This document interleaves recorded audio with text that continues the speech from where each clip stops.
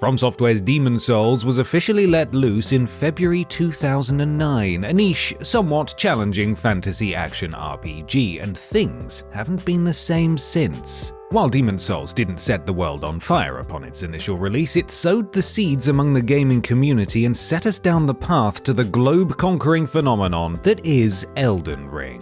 Who knew gamers were so masochistic at heart? Other than their difficulty, tough but fair combat, inscrutable lore, and dedicated fanbase, the Soulsborne games are known primarily for one thing: their truly spectacular bosses. Well, I say spectacular, but the truth is, with so many games and so many bosses per game, there are a fair few stinkers thrown into the mix too. They can't all be genre-defining masterclasses in boss and character design now, can they? Some are just oversized rats. So, with that in mind, today we'll be ranking every Soulsborne boss based on the uniqueness and creativity of their design, their lore, i.e. how well it's told and how well it ties into their respective game's story or history, their fun factor, and naturally, their difficulty. As with all of our ranking videos, we do have a handful of rules and stipulations. First, we'll only be ranking the bosses from the quintessential Soulsborne games, those being Demon Souls, Dark Souls 1, 2, and 3, Bloodborne, and Elden Ring,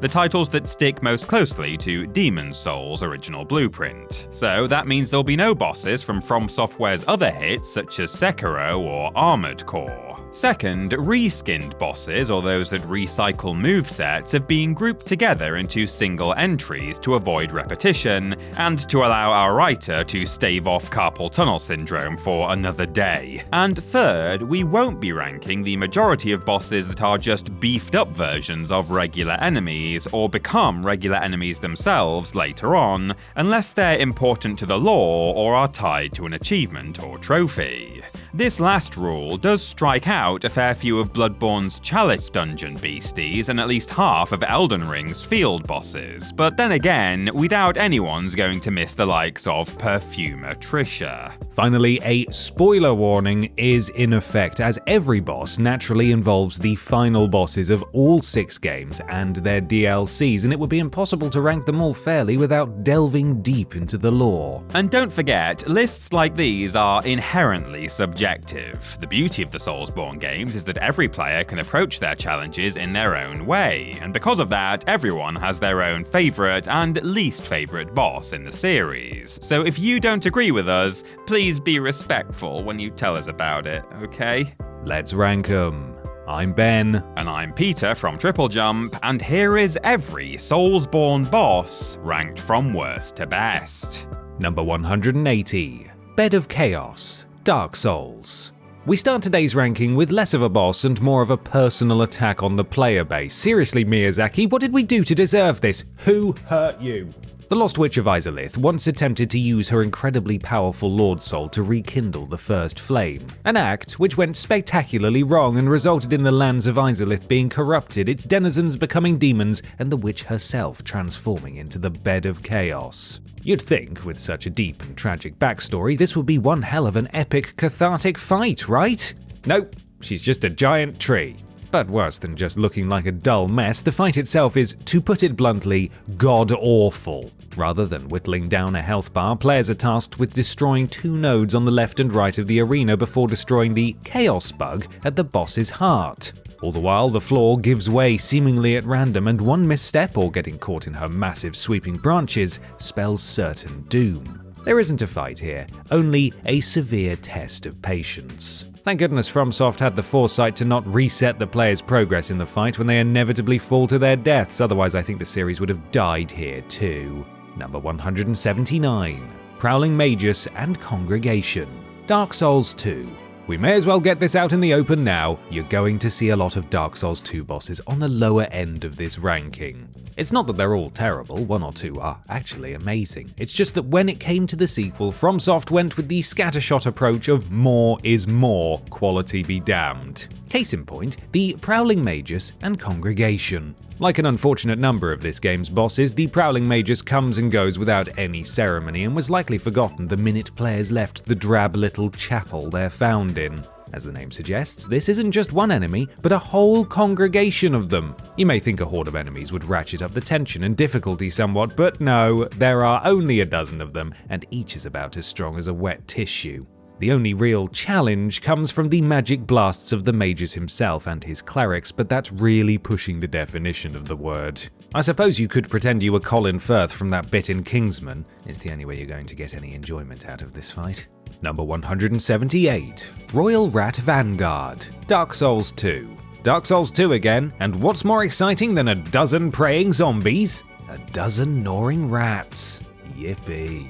Yes, here we have another example of Dark Souls 2's bosses for bosses' sake mentality and giving yet another random enemy mob a name and health bar. Royal Rat Vanguard is located in a small statue-filled tomb in the Grave of Saints. Upon entering this room, players will be assaulted by a whole host of angry rats, and if you're watching this video, you'll likely know how annoying Dark Souls rats can be.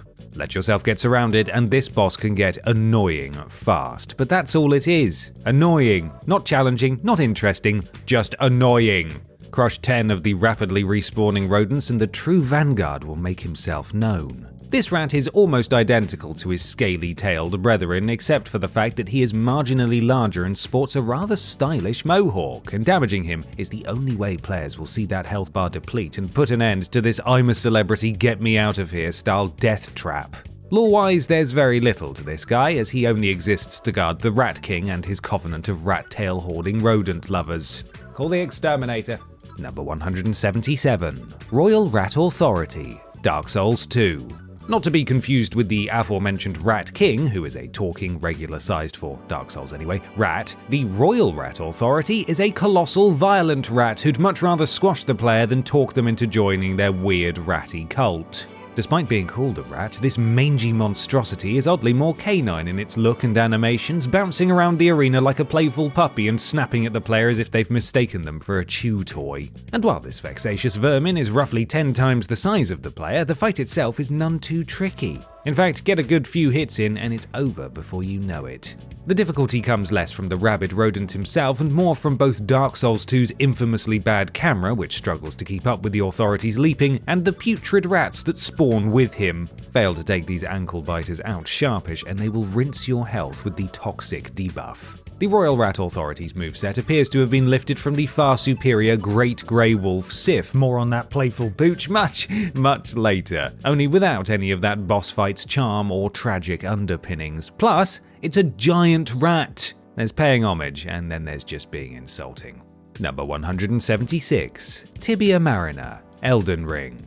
In a first for the Soulsborne series, Elden Ring goes fully open world, a choice which not only allows players to explore its myriad locations in any order they see fit, but also gives them the opportunity to run away from the newly introduced field bosses should they prove too challenging for their current level. The Tibia Mariner is not one such boss, although players may still choose to leg it in the opposite direction if only to avoid one of the most tedious fights of all time. Found all across the lands between, Tibia Mariners are human skeletons draped in ornate cloth and purple robes who row spectral longboats. They attack both by summoning in swarms of angry skeletons and drenching the player with water-based magic. Being already dead, they don't have much in the way of health, but good luck actually hitting them, as they just love to teleport away the moment you dare to get too close. The problem is, their clunky moveset makes them feel a little first draft, and this penchant for endlessly respawning skeleton minions and disappearing mid-fight makes an already dull encounter altogether too long and drawn out. It just feels like cheating. And we here at TripleJump cannot abide cheaters. Number 175. Elder Dragon Grail, Elden Ring. Calling Elder Dragon Grail a boss is more than a little generous. What this colossal mother of dragons actually is a great big punching bag full of runes. Found half submerged in the Dragon Barrow, the first thing players will notice about Grail is the fact that she cannot move nor can she attack. It's as if she grew too big to fly, and due to her immobility, the rot of Caelid rose up to consume her and make her a part of the very land itself. It would be sad if she wasn't hoarding so many runes. Best put her out of her misery and claim them all for yourself, right? It's the honourable thing to do. Attack her from the front and she will cry out in despair, alerting a number of her lesser dragon children who can move and are more than happy to snack upon a lowly tarnished. Attack her from the side, however, and neither she nor her children will notice. This way, canny players can whittle down her admittedly rather large health bar without any fear of reprisal. Killing her nets players a nifty 50,000 runes and also kills off 5 of her nearby children, granting another 20,000 or so. You might not feel good about it, but at least you get paid well. Number 174. Ancient Wyvern, Dark Souls 3. When players first encounter Dark Souls 3's Ancient Wyvern, dramatically flying in to land at the end of an imposing walkway in Archdragon Peak, they're likely expecting the showdown of a lifetime. After all, this wicked winged beastie is intimidatingly enormous, but what's this? Why am I doing so little damage? Oh no, is this? Yes, it's a gimmick boss fight. What follows is an admittedly unique cat-and-mouse chase, with the player dodging the Wyvern's attacks and other enemies as they race up the ramparts. The gauntlet culminates in what is set up to be an impossibly heroic feat, with the player leaping off a platform directly above the Wyvern's swinging head and plunging their weapons straight through their skull, killing them instantly. The problem is, this feels like a hollow victory. The fun of the Soulsborne games comes in overcoming overwhelming adversity and using skill and persistence to take down bosses previously thought impossible. The Ancient Wyvern dying from the equivalent of a toothpick in the eye isn't heroic, it's pathetic. Players can choose to fight him traditionally if they really want to, but seeing as the arena is too small to navigate effectively and the Wyvern's health bar is so needlessly large, it's just tedious. Better to kill him in a single hit and move on to a real boss. Number 173. Pinwheel, Dark Souls. The catacombs are a truly scary place in Dark Souls, filled with necromancers and skeletons who won't stay dead unless finished off with a divine weapon, something most players won't realize until they're several hours deep into the game. As such, players are usually quite powerful when they dare to venture into the undead depths and expect to find an equally powerful boss waiting for them when they find their first fog wall. Unfortunately, they get Pinwheel. Not only is this lowly necromancer one of, if not the weakest boss in the game, he also looks like a complete pushover. Swathed in black cloth and adorned with 3 masks, it's difficult to tell what exactly he is, only that he appears very fragile and frail. If the player is strong enough, the fight can be over in a matter of seconds, as poor Pinwheel has almost no HP. The only challenge comes from Pinwheel's ability to clone himself. With each clone capable of inflicting the same amount of damage as the original, it's surprisingly easy to be surrounded and stun-locked. However, pitiful as he is, you'd actively have to avoid attacking him to ever let it get that far. It's quite sad, really. Best put the poor guy out of his misery. Number 172. Moonlight Butterfly, Dark Souls. The Moonlight Butterfly is, quite frankly, one of the most boring bosses we've ever had the misfortune of fighting in a Soulsborne game. Yeah, it looks pretty, but when the majority of the fight involves standing around for minutes on end waiting for it to land, any initial wonder soon turns sour. Found in the Darkroot Garden, Dark Souls' Moonlight Butterfly has an almost ethereal quality to it. With its flowing greenish wings, halo-like metallic appendage, and the way it lights up the darkness with its attacks, it could almost be seen as angelic. Almost. Because as soon as the fight begins and players hype themselves up for battle, the tedium of this languid Lepidoptera makes itself known. Created by Seath the Scaleless, more on him coming up, this mystical creature was granted the power of moonlight magic, and it does not let you forget it. For the vast majority of its fight, Moonlight Butterfly floats leisurely out of reach, attempting to blast the player with easy-to-dodge moonbeams until eventually growing bored and taking a rest. This is the only time melee players can attack the butterfly, and it's not a large window, so make the most of it. Magic users, however, can snipe it out of the sky in seconds. Unlike Muhammad Ali, this guy is all float and no sting. Number 171. Ceaseless Discharge, Dark Souls. Let's just get it out of the way, Ceaseless Discharge is not an appealing name. In fact, it sounds more like something you'd urgently need checking out at the doctor's than a Dark Souls boss. Please call 999 or your local equivalent. Deep in the lava wastes of the demon ruins, there stands a towering abomination of immense size and imposing visage. It was clearly once humanoid, but its torso has erupted with half a dozen lashing, flaming tendrils flailing out of its burst ribcage, its face contorted in endless agony. This is Ceaseless Discharge, the afflicted son of the Witch of Izalith, transformed into a writhing demon when she became the bed of chaos. Guarding the remains of one of his sisters, Old Discharge doesn't attack until players foolishly disturb her corpse. at which point he emerges from the lava, tentacles swinging. It is possible to fight him conventionally, dodging his attacks and firing back with ranged attacks and magic, but there is an easier way. If players goad him back to the fog gate, Ceaseless Discharge will attempt to jump a gap in the lava field, only to fall short and grasp onto the ledge beside the player, holding on for dear life. Heroic players can then simply hit his arm and watch him fall to his death. What a pushover. Number 170. The Witches of Hemwick, Bloodborne. Many of the denizens of Bloodborne's twisted gothic nightmare world have a peculiar obsession with eyes, namely the desire for more eyes. The Witches of Hemwick have taken this concept to the grotesque extreme, as evidenced by the literal hundreds of eyes covering their entire bodies. Eyes they have taken from their victims, having scooped them out with the Lovecraftian equivalent of a melon baller. However, despite their grim appearance, hunched, robed, and covered in eyes as they are, they really don't put up much of a fight. Their tactic is to turn invisible and hide, whilst continually spawning living shadow-like enemies called Mad Ones to do the dirty business of actually attacking the player. Unfortunately for the witches, their invisibility spells must have been bought from a dodgy snake oil salesman because they stop working the moment the player draws near, allowing for several seconds of unbridled R1 spamming before the witch teleports away to try it all over again. If you avoid the Mad Ones and focus on the two witches, this fight is over before it has a chance to truly begin.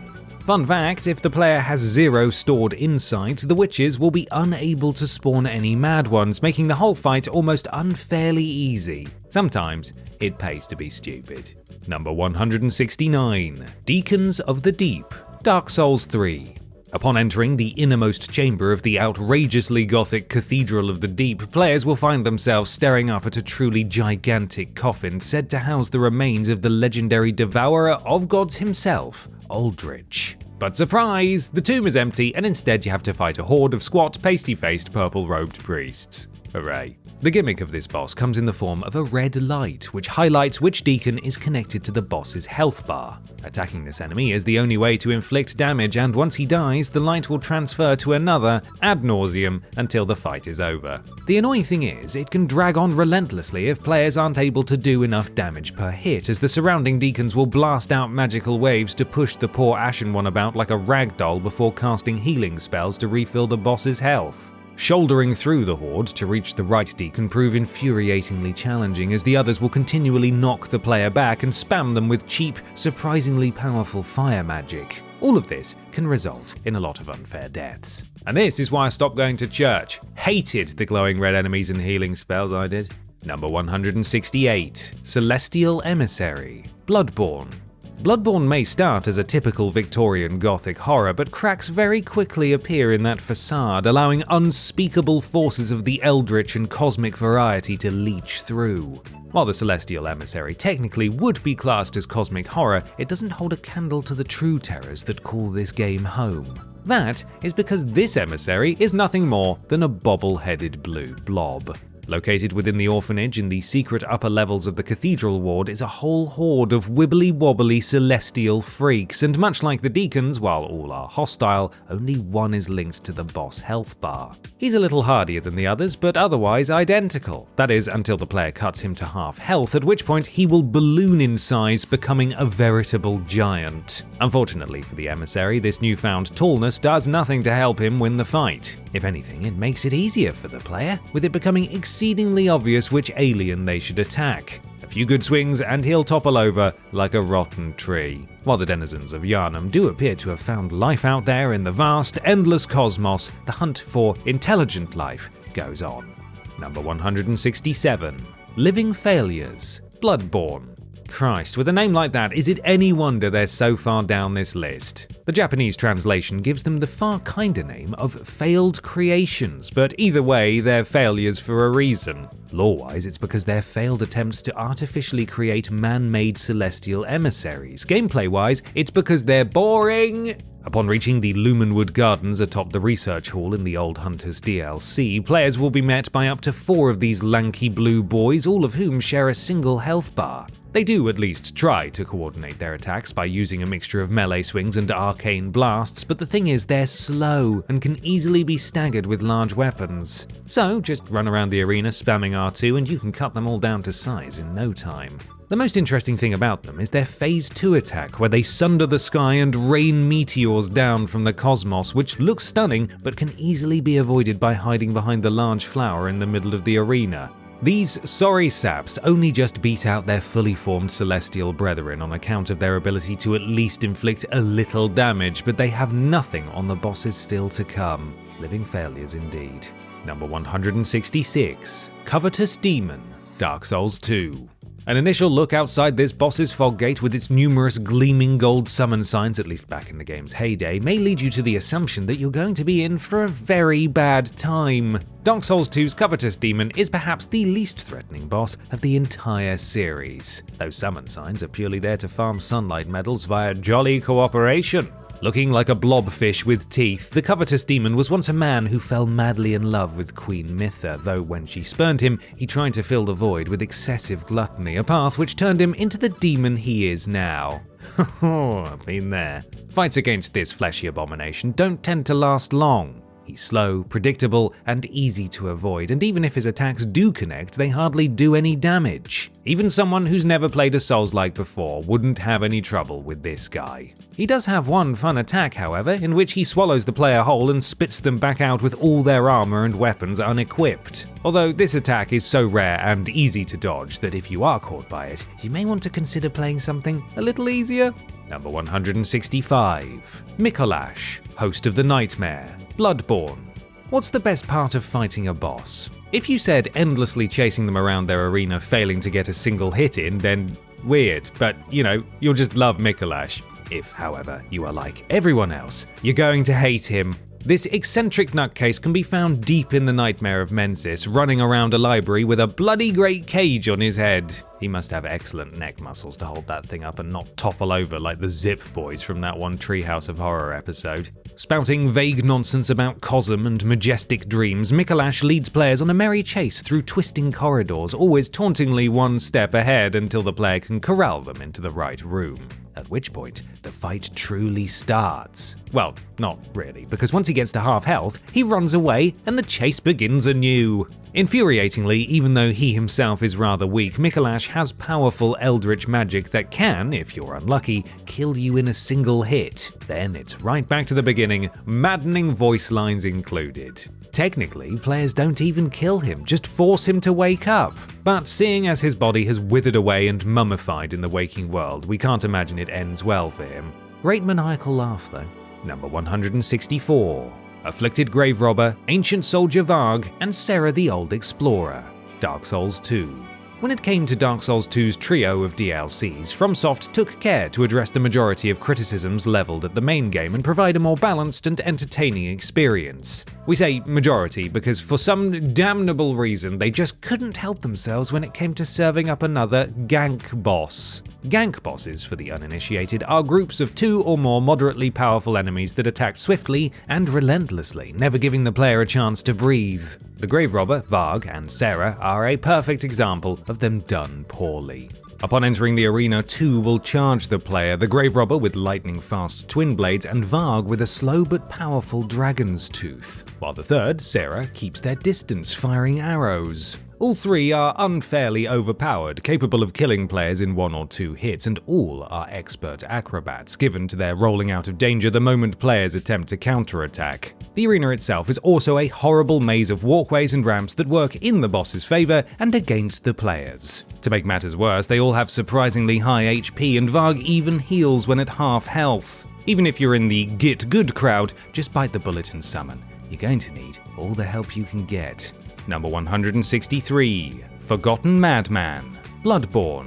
Despite being known for its enormous beasties and over-the-top eldritch abominations, Bloodborne's one-on-one hunter duels are some of the best fights in the entire game. They're also some of the worst. Many of the bosses of the Chalice dungeons look like the rejects who weren't good enough to make the main game. The Forgotten Madman is one such boss. He's not terrible by any means, he's just dull. Draped in fraying black rags with a sickly pale tentacle snaked around his neck, we can see where he got his name, but his attire is probably the most interesting thing about him. He attacks using both Ludwig's Holy Blade, fairly easy to dodge, and the same infuriating cosmic magics as Mikolash, fairly tricky to dodge with the added fun of potential cheap one-hit kills. This boss fight does have one slight trick up its tattered sleeve, as when players knock the lost lunatic to half health, a second madman will appear from the shadows to complicate the situation with a whopping great Kirkhammer and wide-spreading flame sprayer. Not that he helps much, as, to be honest, both are rather weak foes, easily dispatched by a seasoned hunter. These guys are probably best left forgotten. Got him. Number 162, Erdtree Burial Watchdog, Elden Ring. Remember what we just said about the Chalice dungeons being home to the rejects not good enough for the main game? Yeah, Elden Ring's catacombs quite often feel the same.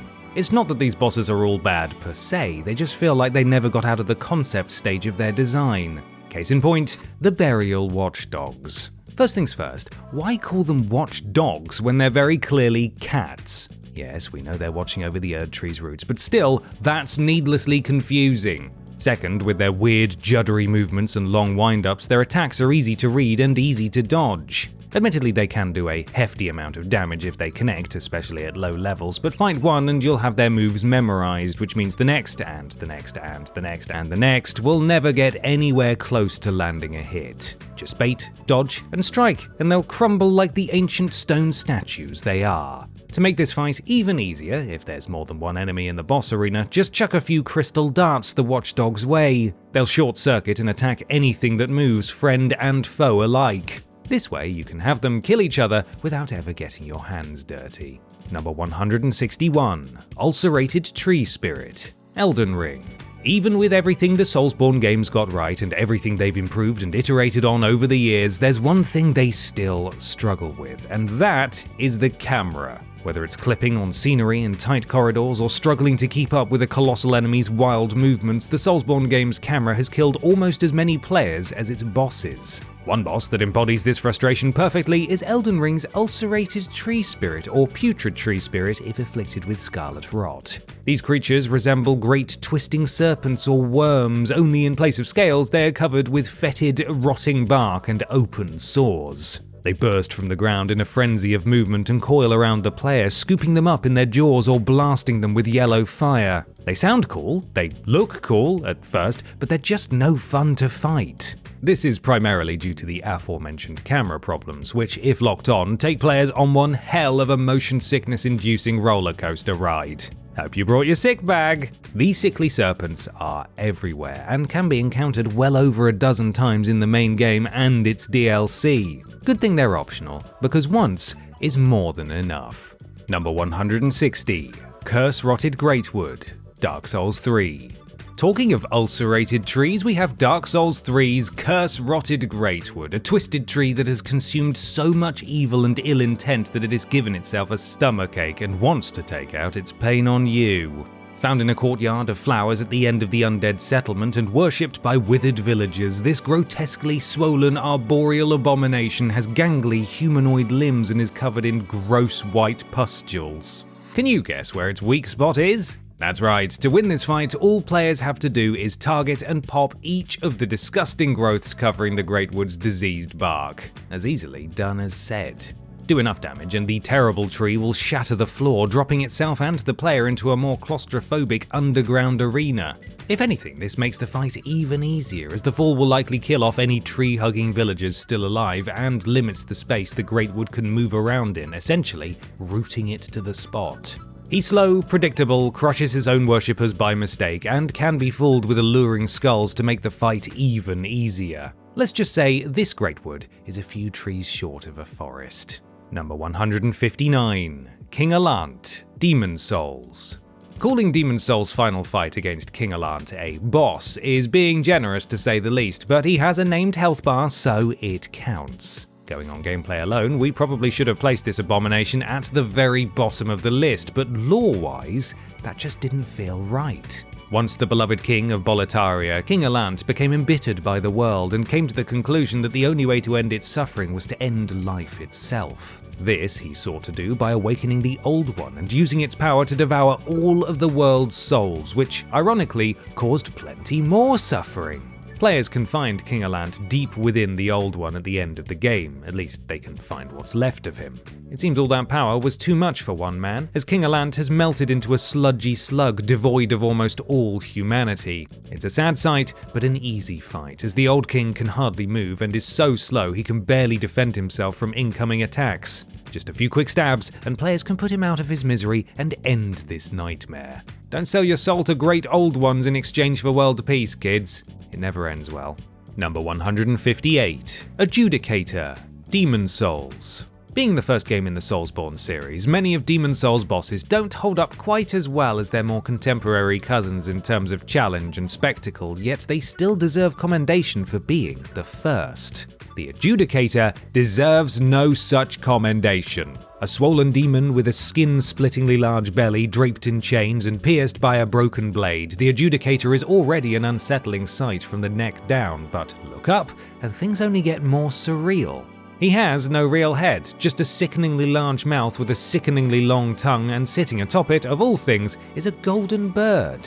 Never before have we seen so obvious a weak spot. It's as bright as the sun, for goodness sake. Attacking the Adjudicator does next to no damage. The only way to fell this fatty foe is to make it keel over by striking the blade wedged in his gut, then rain down blow after blow on the shining songbird. Not only is this fight weird, it's also easy to the point of being boring. The Adjudicator himself is too slow to be any real trouble, and the bird has so little health that the fight's over before it has a chance to begin. There's Bird-brained, and then there's this. Number 157. The Skeleton Lords. Dark Souls 2. Dark Souls 2 has a problem with bosses spawning overwhelming numbers of allies mid-fight, and it also has a problem with many of its bosses being so boring and forgettable they barely stand out from the regular rank-and-file enemies of the game. The Skeleton Lords are a perfect example of both, and are so forgettable we doubt anyone would have noticed if we'd left them out of this list entirely. Found within a bone throne room deep within the Huntsman's Copse, the three Skeleton Lords were once subjects of the old Iron King, tasked with hunting and imprisoning the undead until they became cursed themselves. Then their goals pivoted rather drastically to that of creating their own kingdom out of the bones of their prisoners. Unfortunately, that small snippet of backstory is the only interesting thing about these bony boys, as in terms of gameplay they are just skeletons. Skeletons who can summon other skeletons, yes, but skeletons nonetheless.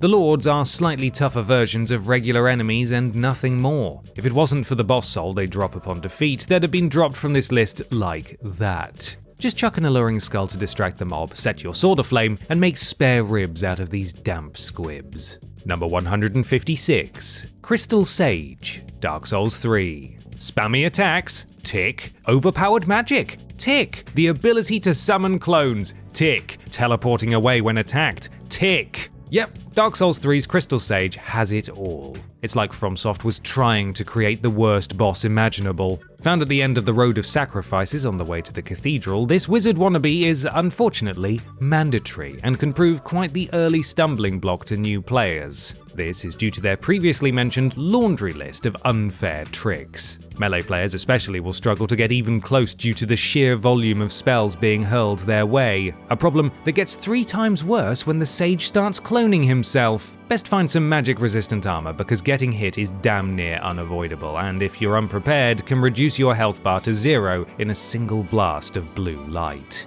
Their billowing robes, enormous hats, and crow's skull-like masks are admittedly a cool design, but after dodging stupid heavy soul arrows and homing crystal balls, you'll never want to see them again. Well, too bad, because a second Crystal Sage is waiting for you in the Grand Archives. Thanks, Miyazaki, I hate it.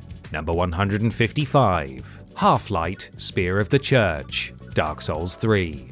Found within the Church of Filianor in the Ringed City DLC for Dark Souls 3, Half-Light is a rather unique boss in the fact that, although he is mandatory, most players will never actually fight him. This is because the boss is usually controlled by another player. The title, Spear of the Church, is given to members of a covenant dedicated to preserving the Princess Filianor's eternal slumber, and other players who belong to that covenant will be summoned into the fight the moment the player enters the church. Seeing as most players play these games online, another player is all most will ever fight. Half-Light is a failsafe for those playing offline or when the servers are down.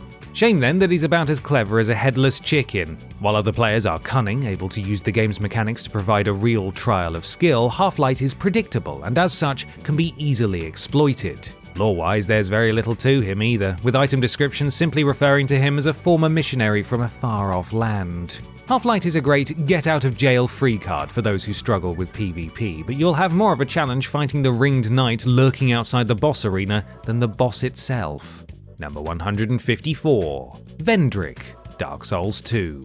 The trope of a once glorious leader who has been withered to a mere husk of their former self at the cost of their ambition has been played out a handful of times across the Soulsborne games. We saw it with King Allant, and now we see it with Dark Souls 2's King Vendrick. While it makes for some wonderfully poetic storytelling, it doesn't quite hold up as well in terms of gameplay. A tragic victim of his own queen's Shakespearean desires, King Vendrick started a war with the Giants, which began with Vendrick invading their homeland and stealing a priceless unnamed treasure, and ended by bringing untold destruction to his kingdom of Drang Lake when the Giants sought revenge. Realizing he'd been tricked, he hid himself away in the undead crypt and removed his great soul, ensuring his evil queen would never find it, an act which inevitably led to his hollowing into a mindless husk. Players have the choice to leave him be or put him out of his misery. If they choose the latter, they will need to find 5 giant souls first, as each one halves his staggeringly high defense. Even mindless, he can inflict significant damage, but it's not like he poses much of a threat. Just hug his legs and slice away. Be careful who you marry. Number 153. Knights Cavalry, Elden Ring.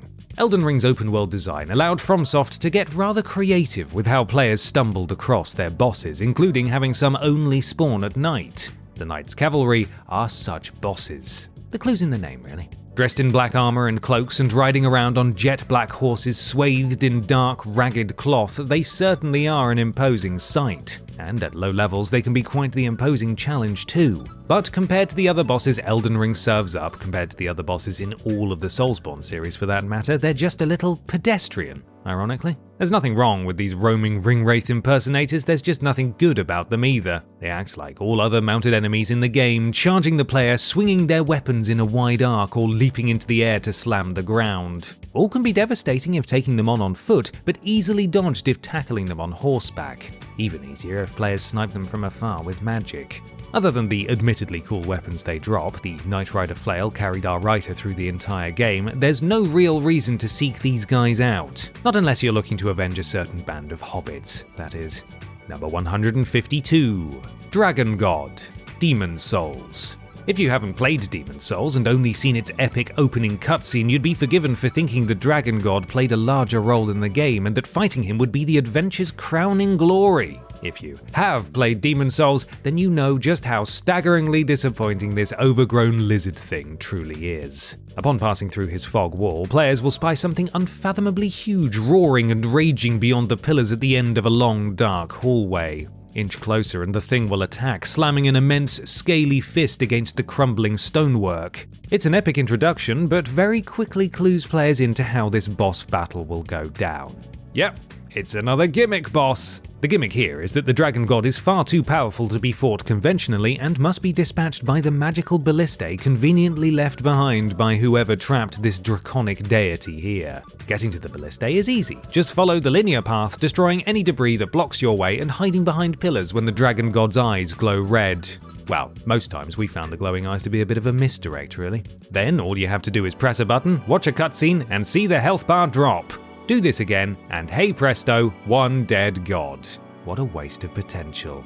Number 151. High Lord Wolnir, Dark Souls 3. Ho ho, what do I spy crawling out from the shadows? Could it be? Yes, I think it's another gimmick boss. They might sound like a good change of pace on paper, FromSoft, but as you can tell by this ranking, they rarely, if ever, work. A macabre chalice made from a skull rests on an altar in the catacombs of Carthus, and upon touching it, the player is transported to the edge of the abyss. Lurking in its inky depths is an impossibly large skeleton adorned in tarnished jewelry and shackled in 3 glowing bracelets. Again, can you spot the weak points? Once a conqueror who brought all of Carthus to its knees, High Lord Wolnir slowly succumbed to the abyss and became terrified of the darkness. These glowing bracelets are all that stand in the way of the abyss claiming what little is left of this colossal coward, so what do players have to do? Destroy them, of course. Old Wolnir tries his best to keep players at bay with wide sweeps of his arm and by billowing great clouds of darkness, but every attack is easy to dodge and the bracelet's so hilariously fragile that you'd have to be trying to fail to not beat him on your first try. Plus, glowing bracelets just look tacky. Peter? Number 150, Executioner's Chariot, Dark Souls 2. Created by the old Iron King to torment the undead in an endless cycle of being run down and crushed beneath its stomping hooves and spiked wheels, the Executioner's Chariot is more than happy to extend that torture to any player who dares enter its dark domain. This Dark Souls 2 boss has the very unfortunate dishonor of being both a gimmick boss in its first phase and a boring run-of-the-mill boss in its second. This skeletal horse-drawn seat of suffering runs rings around a circular arena filled with skeletons and necromancers, as eager to grind their bones to dust as the players. The trick to Phase 1 is to avoid the chariot by ducking into alcoves at the last second and making your way to a lever on the opposite side of the arena. Pull this and a gate will slam down, causing the chariot to crash quite spectacularly. Phase 2 is contending with the understandably angry two-headed horse that survives the crash. While he might look big and menacing though, there's really nothing to this fight. The area is too narrow for him to make any real use of his charge and stomping attacks, so you can just circle around him and slash away. Quit horsing around and send this boss to the glue factory pronto. Number 149. Champion's Gravetender and Gravetender Great Wolf, Dark Souls 3. The Ashes of Ariandel DLC is a bit of an outlier in the series because it only contains two bosses, one that could be a contender for our number 1 spot, and another that's bland and derivative. Can you guess which one this is? The bout begins with the Gravetender and 3 regular-sized wolves aggressively charging the player, which is already a bad start because Soulsborne wolves are annoying at the best of times. Being part of a boss fight only ramps up the anxiety. But the fight gets worse when Old Gravy reaches about half health, as he will then summon his mammoth wolf friend. This lupine lad charges about with great speed and ferocity, causing massive damage with both direct hits and frost AoE. With the series' infamous camera trouble, things get very messy very fast. Not a fun fight. Fun fact though, not only is the Great Wolf a cheap rip-off of Grey Wolf Sif, but the field in which these bosses are fought sits below a copy of the boss arena for crossbreed Priscilla. More on her later. This, along with the fact that the Gravetender is just a bog-standard NPC enemy, and we may in fact have a winner for the least original and most creatively bankrupt boss in the entire series. Way to go, FromSoft. Number 148, Deathbirds/Deathrite Birds, Elden Ring. Keepers of the ancient ghost flame, used to burn death in the time before the Erd Tree and resembling great withered black birds with tattered wings and exposed sundered skulls, Deathbirds and their Deathrite cousins are about as metal as they come. But while they'd look awesome on an album cover, they are disappointingly dull to fight. The problem with many of Elden Ring's field bosses is they don't do enough to stand out from the crowd, and that's where these two bird brains fall flat. It's not that they are poor fights, it's just that they feel a little derivative, like they've been done 100 times already. And that's got little to do with the fact they can be found and fought 10 times across a single adventure. Spending much of their time flying, Deathrite birds can be a real pain in the ass for melee builds, especially when it comes to those gosh darned camera issues again. Thankfully, being undead, they are staggeringly weak to holy damage. Simply enchant a weapon or cast Litany of Proper Death and watch their health bars melt away. It's fortunate really that their cool design and the fact they only appear at night go a long way into making them at least slightly memorable, because without that, they'd be scraping the bottom of the barrel. Number 147, Erd Tree Avatar, Elden Ring.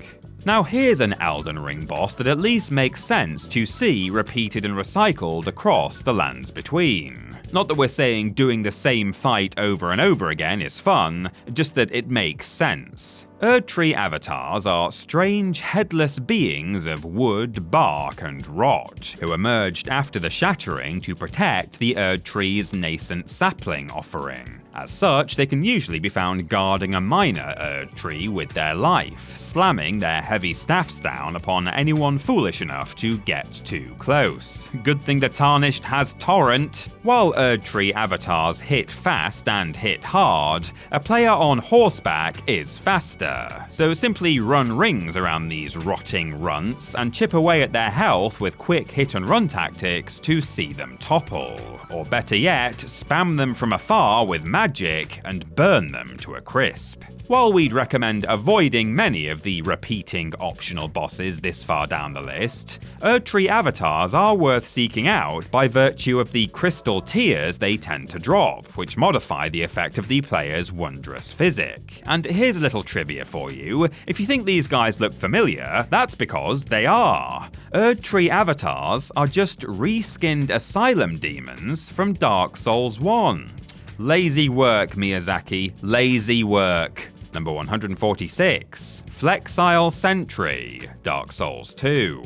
A common tactic in Soulsborne games is to strafe around bosses and attack their exposed behind for massive damage. When designing Dark Souls 2, FromSoft clearly had something against those who relied on such cheap tricks though, as they included not one, but two two-sided bosses. The first is Flexile Sentry, a monstrous pair of conjoined torsos tottering about on the same pair of legs. One faces one way, the other faces the other, and both are furious, attacking with such ferocity that it can be tricky to ever get a hit in yourself. Annoyingly, they also have several attacks that can annihilate even a moderately leveled player's health bar in seconds, and the area is so cramped and small that it makes avoiding such attacks a real chore. An interesting little wrinkle comes from the fact the wrecked ship the fight takes place in is slowly filling with water, meaning the longer the player takes, the more difficult the fight becomes, as movement speed decreases and dodge rolling becomes impossible. I say interesting because although it's a clever idea, it does end up severely punishing those who are already finding the fight difficult by making it even more difficult over time. Maybe this boss should have shown a little more flexibility, huh? Number 145, Red Wolf of Radagon, Elden Ring. After battling your way through the magic-filled halls of the Academy of Raya Lucaria, you might expect your first boss to be a powerful sorcerer or glintstone scholar. But no, it's a dog. A dog who can use magic, granted, but it's still a surprise, and not a welcome one, I might add.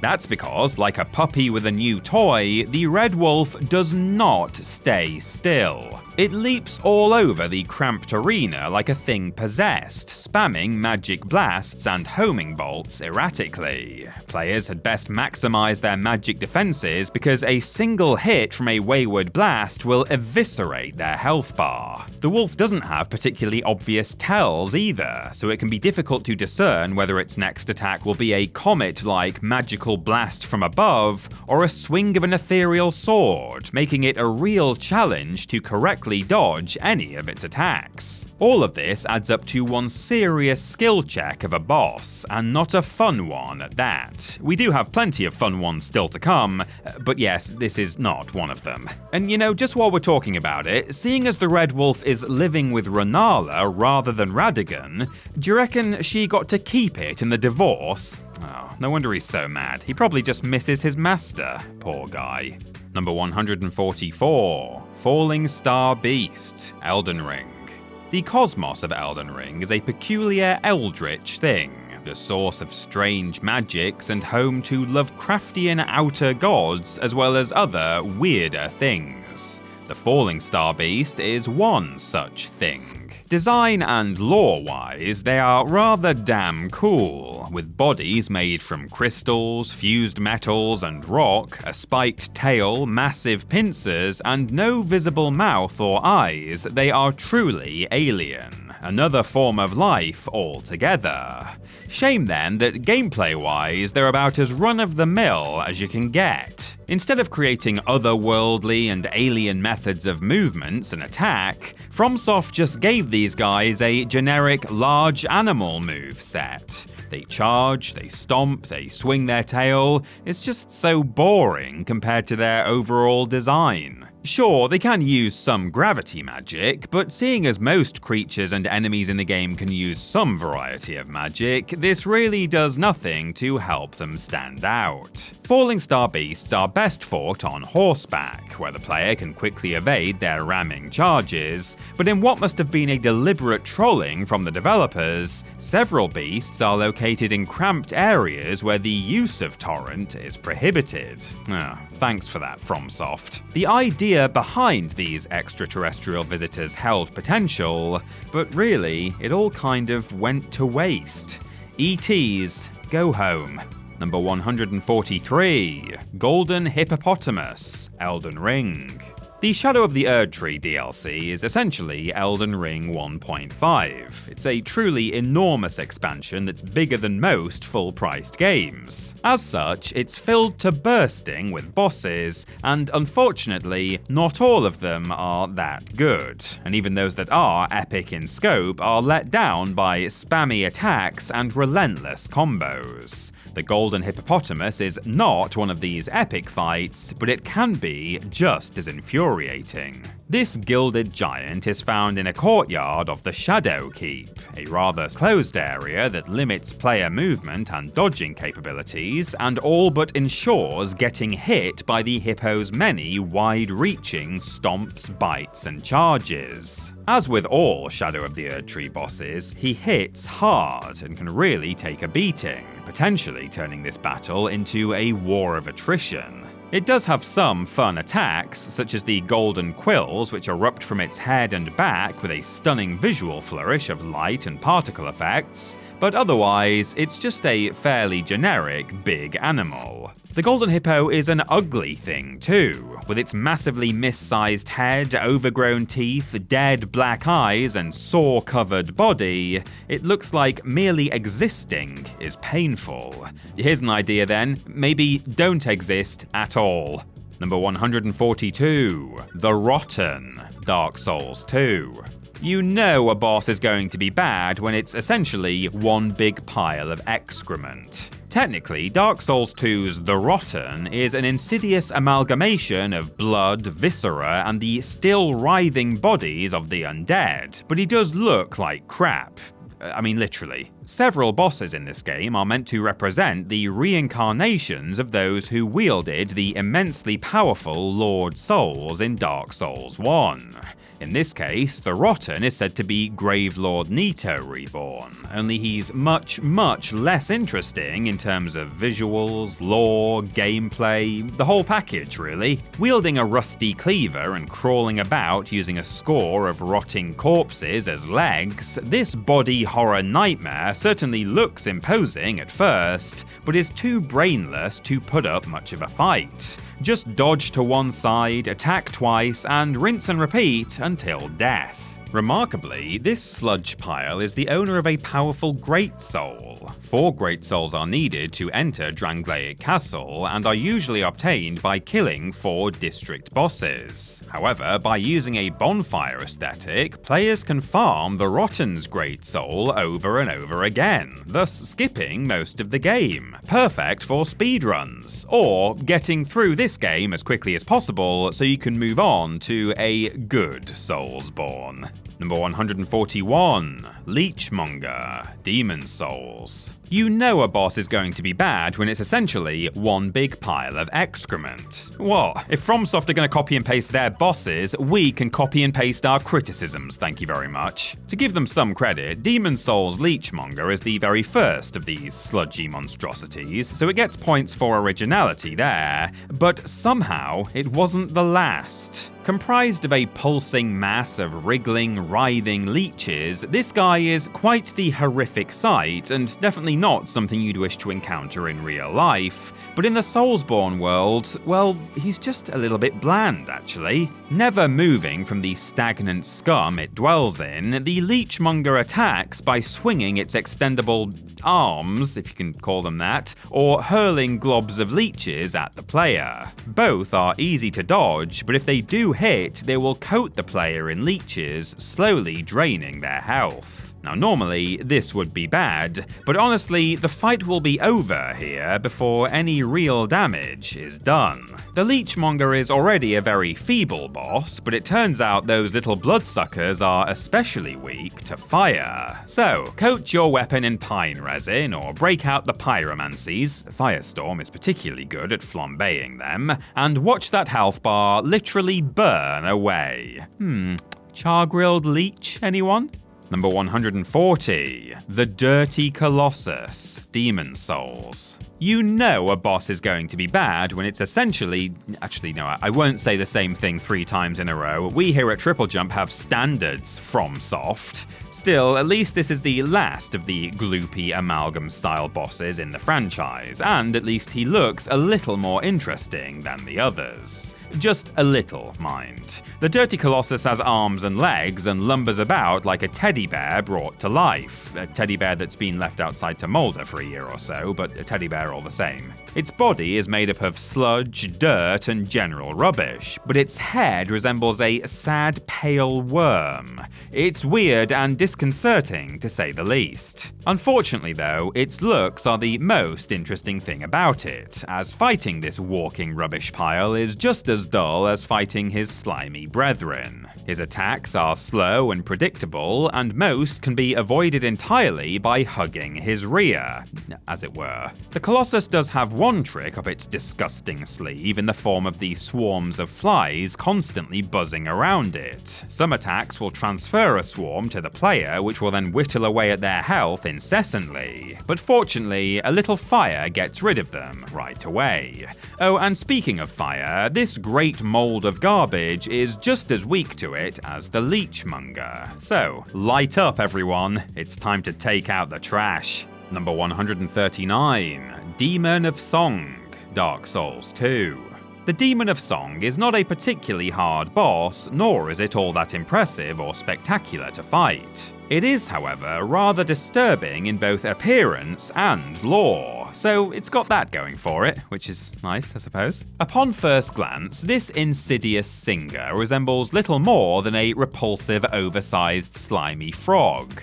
But inch closer, and its true horror will reveal itself, literally. When the fight starts, the demon peels back its mouth from the inside, revealing a pallid, skull-like face and 2 long, groping hands. It's quite the unexpected sight. Before entering the boss arena, the demon can be heard singing a beautiful song. This is the song of the Milfinito, who live only to sing and comfort the undead, and which the demon mimics to lure unfortunate souls into its lair, where it devours them whole. You'd think then that this vile vocalist would put up quite the fight, but alas, it's yet another pushover. Only its pale head and arms are vulnerable to damage, so the demon spends much of the fight hiding inside its own mouth. As a result, it can become quite the drawn-out battle, unless of course players use lightning, which sends this musical monster kicking into the afterlife like Galvani's frog's leg experiment. If you don't know what that is, that's on me for being too niche, but look it up, I guess. Number 138, Ava the King's Pet / Lurd and Zallen the King's Pets, Dark Souls 2. We have two bosses in a single entry next, Arva and Lud and Zalan, an overgrown Siberian tiger and a pair of overgrown Siberian tigers respectively, all three of whom would work much better as rugs than pets, believe us. But pets these tigers are, and sworn servants to the Ivory King, more on him much later, who serve their master by executing those who attempt to enter Eleum Lois's Grand Cathedral, or those exiled to the frigid outskirts. That is, of course, until the player comes along to put a stop to such shenanigans. Players hoping to complete the Crown of the Ivory King DLC will find themselves face to face with Arva, or at least they will eventually, because at first this grumpy kitty is completely invisible. Do you think she still sheds and the entire castle is filled with invisible cat hair? Anyway, find a key item and Arva will lose her transparency, making a totally unfair fight a hair more forgiving. Arva is a seriously challenging encounter, capable of dealing hefty damage with nigh unblockable attacks, combos that stagger or guard break with ease, and a penchant for hopping around the arena like a cat playing with a mouse. And on top of all that, she also blasts the player with ice magic and exudes a mist that corrodes weapons. Scratch that, even when visible, this fight is totally unfair. When they're done with Arva, gluttons for punishment can then go and seek out Lud and Zalan, which is the exact same unforgiving fight, only with 2 cats instead of 1. Count me out. Number 137, Mimic Tier, Elden Ring. Ever hear the phrase, "you are your own worst enemy"? Well, it seems FromSoft certainly did, and it spawned Elden Ring's Mimic Tier, a perfect copy of the player character right down to their obvious weaknesses and flaws. Now don't get us wrong, the Mimic Tier is still a fun fight and one of the better implemented gimmick bosses in the franchise, but that initial enjoyment and surprise wears off quickly, especially when players found out how to cheese this paltry pantomime so thoroughly that it developed a lactose intolerance. You see, the Mimic Tier copies a player's loadout exactly. That means all of the weapons, armor, talismans, spells, etc. that were buffing you and getting you through the game are now being used against you. Quite cool, huh? Well, while this can result in a suitably epic showdown, the Mimic Tier copies a player's equipment loadout the moment they pass through the fog wall, meaning all that players need to do is enter the arena completely naked, and the unfortunate Mimic will spawn with nothing. Then they can equip whatever weapon they want and batter the poor defenseless thing back into the amorphous grey pulp it started as. Rather anticlimactic, I know, but at least you get a cool, overpowered Spirit Ash for your trouble. Number 136, Leonine Misbegotten, Elden Ring. The Misbegotten are malformed bestial humanoids touched by the impurity of the Crucible. Where once feathers, wings, and horns were considered aspects of the holy, they became derided as unholy aberrations, and as such, the Misbegotten were kept as slaves. It seems they didn't much care for that, as if players venture south to the Weeping Peninsula, they can find Castle Morn, which has been completely overrun by the Misbegotten that once served it. At the very end of the castle, with a long, scaly tail and flaming red hair, is the Leonine Misbegotten, the leader of the uprising and thief of the Morn family sword. It can be tough if encountered too early, but any player who's got to grips with Elden Ring's combat will make short work of this ginger monstrosity. It is highly aggressive, and its attacks drain a lot of stamina, so it's best to dodge or attack from range, but seriously, by the time most players find the Leonine Misbegotten, they are powerful enough to do him in with a handful of well-timed strikes. This tougher, angrier version of the lesser Misbegottens appears several times throughout the game, but most players will likely remember this fight in Castle Morn best, partly because it drops a Game of Thrones reference in the form of a sword they'll never even use. Number 135, Dragon Rider, Dark Souls 2. Dragon Rider by name, Dragon Rider by, well, we'd assume nature, but these pudgy knights appear to be missing their mounts. Even though Dark Souls 2 lore tells us these guys once sowed chaos on the battlefield from the backs of dragons, we see no evidence of this in-game. Instead, these chubby chevaliers fight on foot, and it seems they weren't trained for that. Their attacks consist of thrusting wildly with their halberds or trying to bash the player with their shield. It's all very sloppy, and therefore each move can be easily avoided, opening them up to punishing counterattacks. Dragon Riders can be encountered as bosses twice in the main game. First as a solo Dragon Rider in Hade's Tower of Flame, and second as a pair in Drangleic Castle. While still not difficult, the pair at least provide some challenge in the form of one peppering the player with arrows from afar, while the other gets up close and personal. They still don't take much skill to beat, mind. The solo Dragon Rider, on the other hand, is a literal pushover, as in time it right and he will fall to his doom. Just wait by the fog door, dodge to one side, and he'll swing, miss, and fall straight off a ledge. God, it would have been so much more interesting if, they actually rode dragons. Just saying. Number 134, The Last Giant, Dark Souls 2. For a sequel to one of the most celebrated games in recent memory, Dark Souls 2 doesn't really put its best foot forward. Not that its best foot is all that great of a foot anyway, but that's beside the point. While Dark Souls 1 and 3 start with bosses that know how to put new players in their place, Dark Souls 2 starts with this guy. Although beaten and bound below the Forest of Fallen Giants, at least this crappy Colossus is weak for lore reasons. Upon entering his arena, the last giant rises from his dismal slumber, smashing his restraints and the stone pillar he's impaled on in a fit of rage to get to you, the player. And that is because you put him here. This withered husk of a giant was once the Giant Lord, King of the Giants, who is beaten by the player's own hand through some late-game time trickery, and later was imprisoned and left to wallow in his dreams of vengeance. So, lore-wise, the Last Giant is a very interesting boss indeed. It's a shame he doesn't hold up gameplay-wise, though. He's very slow and very predictable, stomping around the arena like a drunk after-spider.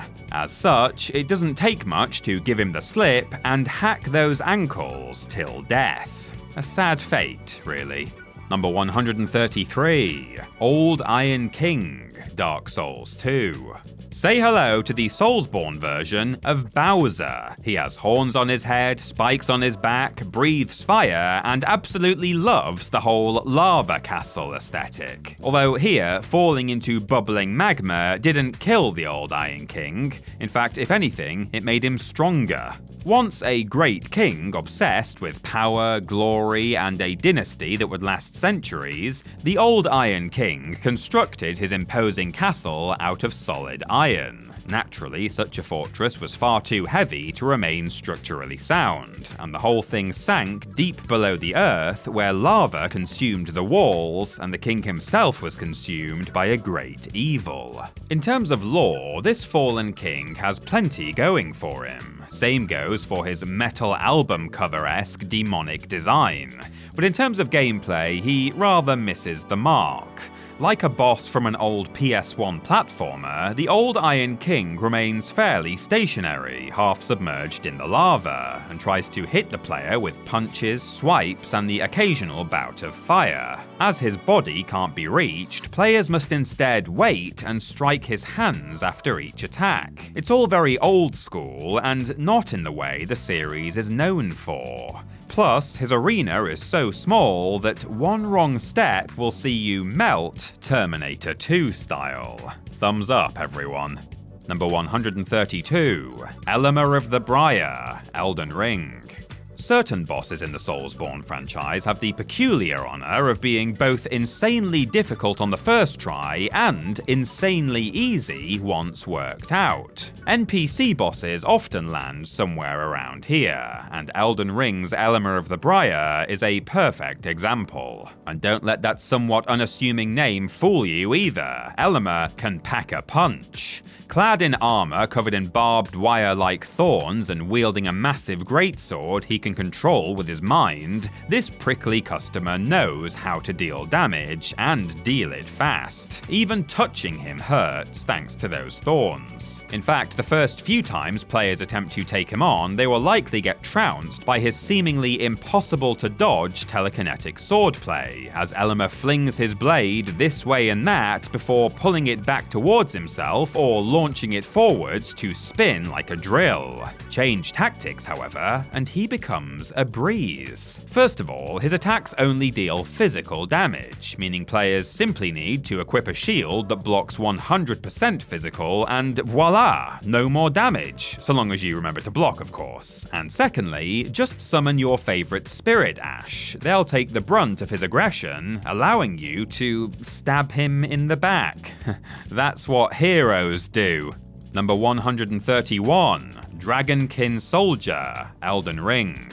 Along with great men whose ambitions led them to ruin, the Soulsborne games have a big obsession with failed dragons and perverse dragon-human hybrids. In these games, true dragons are eternal beings, blessed with great power and immortality. So it should come as no surprise that many ambitious mortals have attempted to emulate that power, with mixed results. The Dragonkin soldiers are one such failed experiment. Created and abandoned in the Eternal City, these decayed draconic imitations never achieved immortality and never saw the sky.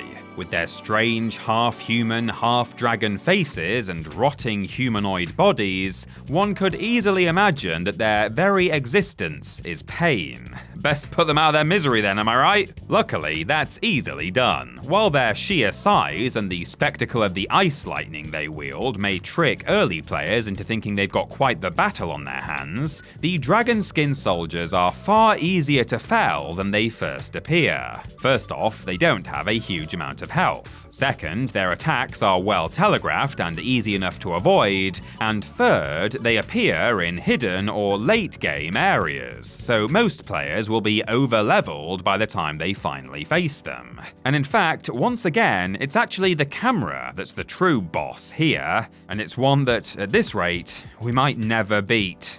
Number 130, Tree Sentinel, Elden Ring. Elden Ring's open world is carefully designed to encourage exploration, with subtle and not so subtle cues intended to push players towards certain enemies and locations, and away from those that they aren't yet ready for.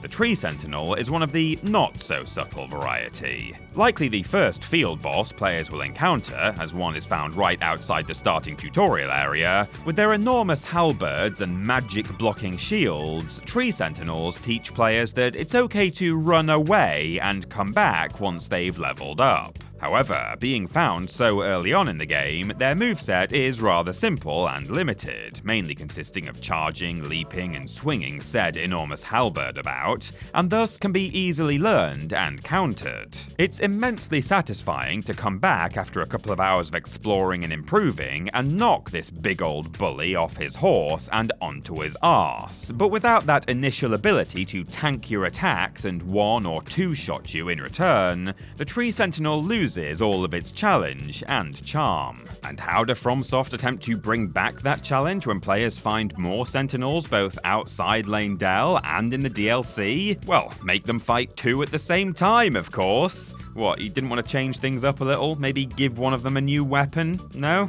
Okay, suit yourself. Then again, there is the Draconic Tree Sentinel, who ups the ante a little with flames and lightning, but it's not quite enough to warrant its own spot. Number 129, Phalanx, Demon Souls. For the very first boss in the entire Soulsborne franchise, Demon Souls Phalanx has actually done remarkably well to be placed this high on the list, especially considering it's just a big black blob with a shield fetish. But then again, it just goes to show how talented the developers at FromSoft were from the beginning, and how dedicated they were to making their vision of an old-school, tough but fair dark fantasy come to life. While Phalanx is a predictable and fairly easy boss by today's standards, it gets this far for being perfectly designed to both ease first-time players into the world of hurt they've just stumbled across and provide a little challenge and force some lateral thinking. Phalanx's gooey black center is its weak point, but those aforementioned shields prevent the player from attacking head-on, so they must look for an opening or exploit a weakness. As players will have already fought the little hoplites to get to this boss, they will know that A, circling round to the back opens them up for attack, and B, fire is ridiculously effective. Put those two tactics together, and Phalanx burns away just like that. In a single fight, players are taught everything they need to know about the series. Still, it would have been nice if it was a little harder.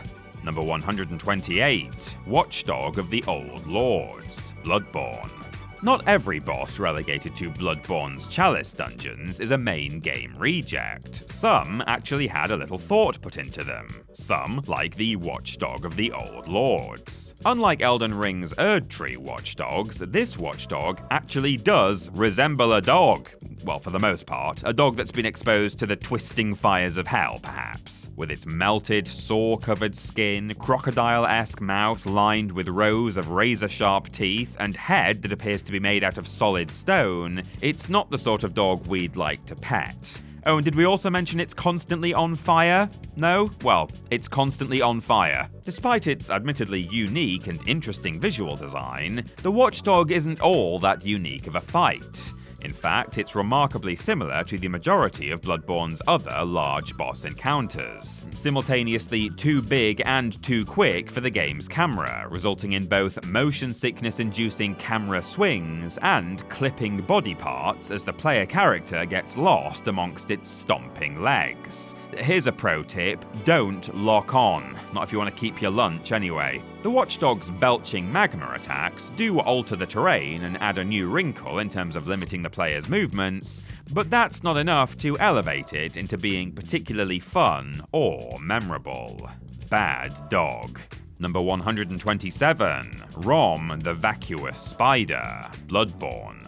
Leave it to Miyazaki & co. to create a boss that's this stupid looking and this canonically brain dead and yet is still so gosh darn challenging. Or perhaps a better word would be annoying. Located within the vast extra-dimensional expanse that is the Moonside Lake, Rom was once a scholar at the University of Bergenworth, yet through some metamorphological experiment gone wrong, was transformed into this horror of a spider in an attempt to become a great one. Rom's mind is gone, and all that remains now is this idiot husk, which now acts as a bulwark shielding mortal minds from the true horror of the world around them. Despite this vital lore, though, we regret to inform you the actual boss fight is both boring and infuriating.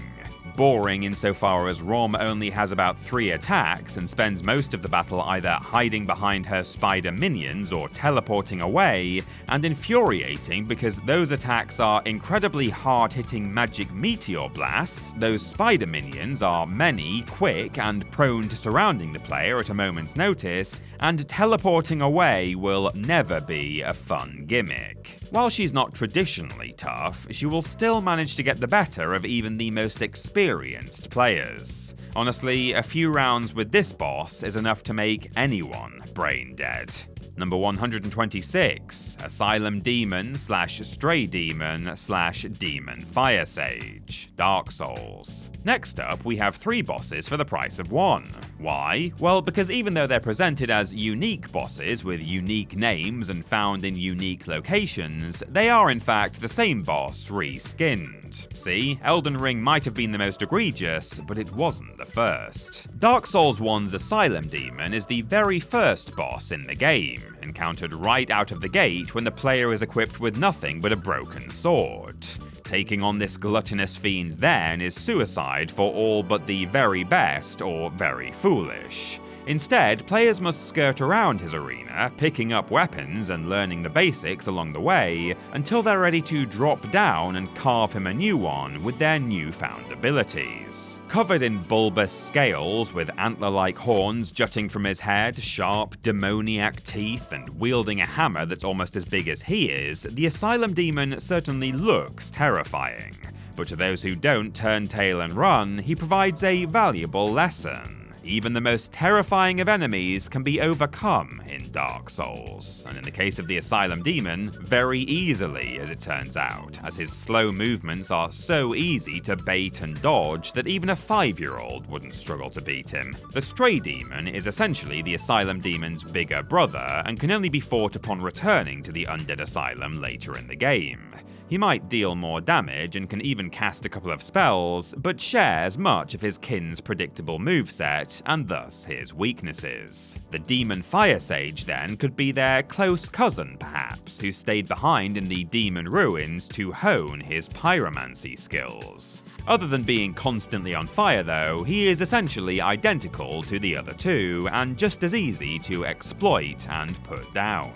All three are incredibly easy to master, and honestly don't pose that much of a challenge to even the most novice of players. As such, they've coasted this far along our rankings on looks alone. Hideous, bloated, eye-melting looks. Number 125, Old Demon King, Dark Souls 3. Like a phoenix from the ashes, the Old Demon King rises as a culmination of sorts of all the demon bosses that preceded it. A decrepit phoenix though, more sort of ash than flame. This is because the Old Demon King is said to be the very last demon in existence, as well as one of the oldest, having borne witness to the chaos of Izalith firsthand. His fires are now dying along with the world, but he won't go down without a fight, though not much of a fight, granted. Found in the smouldering lake deep below the catacombs of Cartus, amid piles of ash and the corpses of its dead kin, the Old Demon King awaits the inevitable. And like the previous trio, he's slow and predictable, and therefore easy to exploit. This disintegrating demon does have one unique trick, however, and one that's almost guaranteed to catch players off guard. Once his health drops to about 20 to 25%, the Old Demon King will collapse as if stunned, luring players in before detonating in one final burst of flame. Getting caught in this with low health is a near certain game over. Avoid this attack, however, and the king will be crippled for the short remainder of the fight, hobbling about on one leg with his flames forever extinguished. I think it's time to pass on the crown. Number 124, Smelter Demon, Dark Souls 2. Boy, these games certainly like their demons, don't they? We, however, can almost guarantee that you won't like this one. Found within the Iron Keep, the Smelter Demon is an iron construct animated via nefarious demonic means driven by the flame in his chest. Essentially, he's a haunted suit of armor, and he also seems to have some sort of personal vendetta against the player. Fire resistance is a must when fighting this boss, as not only do all of his attacks inflict hefty fire damage, he's also constantly burning, meaning just standing next to him is dangerous. Even trying to fight from a distance is tough, as his arena is so small, it's nigh impossible to get away from him and his relentlessly aggressive attacks. A brutal moveset that hits hard and refuses to give the player a moment to breathe, coupled with the persistent fire damage inflicted if they do even manage to get close, makes this fight a real slog. Though clearly fighting this guy just the once wasn't enough, because FromSoft added a new, tougher blue Smelter Demon into the Crown of the Old Iron King DLC. Oh, and did we forget to mention his boss run? It's pure hell for both the red and blue versions. What did we do to deserve this, FromSoft? Number 123, Ruin Sentinel, Dark Souls 2. What's more fun than fighting one fast-moving boss with hard-hitting, wide-reaching attacks? Well, fighting 3 fast-moving bosses with hard-hitting, wide-reaching attacks at once, in a small arena. At least that's what FromSoft seems to think constitutes fun anyway. Found in the Lost Bastille, the Ruin Sentinels are, like the Smelter Demon, empty suits of armor granted a vague simulacrum of life. They may have been created to keep the imprisoned hollows imprisoned, but the second the player turns up, they shift all of their focus onto slicing them to ribbons. dragons. Taking on all three of these lanky fellas at once is practically suicide, thanks to their combo-tastic sweeping attacks and penchant for surrounding the player. Thankfully, there are ways to split them up, divide and conquer. When players first drop into the arena, they will land on a narrow platform with one of the sentinels. As long as they stay up here, the other two won't attack. So, kill that one, and then it's just a 2-on-1, which is marginally better than a 3-on-1. Fun fact, their cool angular armor can be found and worn by players in Dark Souls 3. And the best part is, you don't even have to fight this obnoxious trio to get it. Just pillage the set off a corpse. Maybe just give it a wash before you wear it, though. Number 122, Iron Golem, Dark Souls. At the very tippity top of Sen's fortress, past all of the traps, mimics, and snake people, is, well, wouldn't you know it, yet another possessed set of armor. I seem to be sensing a theme here. This living set of armor, however, is about as big as the Smelter Demon and Ruin Sentinels put together. It looms over the player, at least 3 times their height and width, and carries an enormous undead butchering axe. An axe which it gleefully uses not only to cleave players in twain, but also to send them flying off the edge of the ridiculously minuscule boss arena. Yes, gravity will likely kill you more often than the golem itself. Dodge its attacks and be wary of your surroundings, however, and this boss actually proves to be something of a glass cannon. Powerful, but easy to shatter. You do need to remember to kill the firebomb-throwing giant overlooking the arena first though, unless you really love seeing that "you died" screen. The Iron Golem was actually constructed by the gods to be their protector and guard the entrance to Anor Londo. Seeing as how easy it can be to defeat him though, they didn't really do a very good job, did they? Still, at least after a disappointingly simple fight, players are rewarded with the splendor that is seeing Anor Londo for the very first time. Number 121, Old Dragon Slayer, Dark Souls 2.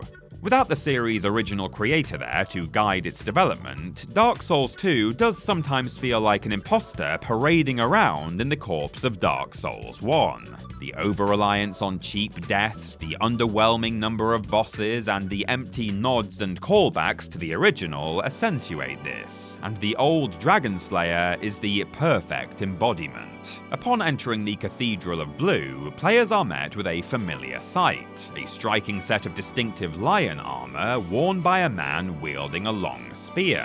But while it might appear to be the legendary Dragon Slayer Ornstein at first glance, more on him much later, it most definitely is not. This is but a husk of that legend. It's even wearing black armor, for God's sake, just to drive that point home. Despite our negativity thus far in this entry though, the Old Dragon Slayer isn't that bad of a fight. It's actually quite fun.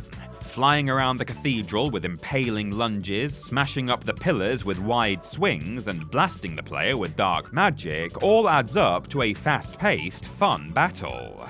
But it's still a shell of that original fight against Ornstein. The fact is, Old Dragon Slayer literally only exists as fanservice, adding nothing to the lore or the gameplay, and is essentially just a reanimated corpse of something you once knew and loved. The best thing to do, really, is bury it for good. Then, Number 120, Giant Lord, Dark Souls 2. Technically, we've already seen this guy on this list back at number 134, or at least the older, frailer, already bested version of this boss. Because, as previously mentioned, the last giant and the Giant Lord are one and the same. Through some time trickery and memory manipulation that was almost certainly a remnant of a larger and more ambitious story for the game, players can enter memories in Dark Souls 2 and relive the past. In one such memory, the memory of Jay, players bear witness to the giants laying siege to Drang Lake's castle walls. And it's here, in the past, where they can fight the colossal foe's king, the Giant Lord. He is a truly imposing figure. Tall and thin, draped in a thick cloak and wearing a golden crown, he stands at least 3 times the size of the player, and he wields a greatsword about the size of a small house with ease. Unfortunately for such a cool boss, he's rather predictable and therefore easy to beat. Once players learn his tells, all they need to do is dodge beneath his legs and chip away at his ankles, and it's a bit disappointing, really. In fact, the lead up to this fight is deadlier than he is. No wonder these guys lost. Number 119. Guardian Dragon, Dark Souls 2. Seeing as this creature only has 2 legs and doesn't use its wings like a second pair of legs, it's actually a wyvern and not a dragon. But when it comes to fighting Dark Souls 2's Guardian Dragon, proper nomenclature is the least of your worries. Located in a cage atop Aldia's keep and guarding the way to the Dragon Eyrie, this slender red dragon / drake / wyvern / whatever lies in wait for anyone foolish enough to enter its domain. Unfortunately, there's very little lore to accompany this incarcerated incinerator of interlopers, with what is mentioned merely suggesting Aldia trapped him there to protect the Dragon Shrine. The fight itself is rather simplistic, with the dragon flapping around his enclosure, stomping and biting and spitting out fire, but due to the tiny size of the space, he's never able to put any distance between himself and the player. Thus, unlike most dragon fights, he's almost always within hitting distance, and if you make good use of his lightning weakness, you'll slay him in no time. The camera, once again, will give you more trouble than the dragon himself. To add just a little more disappointment to this lackluster fight, players can chop off the Guardian Dragon's tail, but unlike other enemies in the games, doing so doesn't net a special item as a reward. It's utterly pointless. Number 118. Capra Demon, Dark Souls. Time for a trifecta of demons. Along with dragons and sentient suits of armor, demons seem to make up a large portion of the Soulsborne boss population. The first of these 3 demons is the Capra Demon, a grey-skinned, muscular humanoid with a long, bony tail, glowing red eyes, and a goat skull for a head.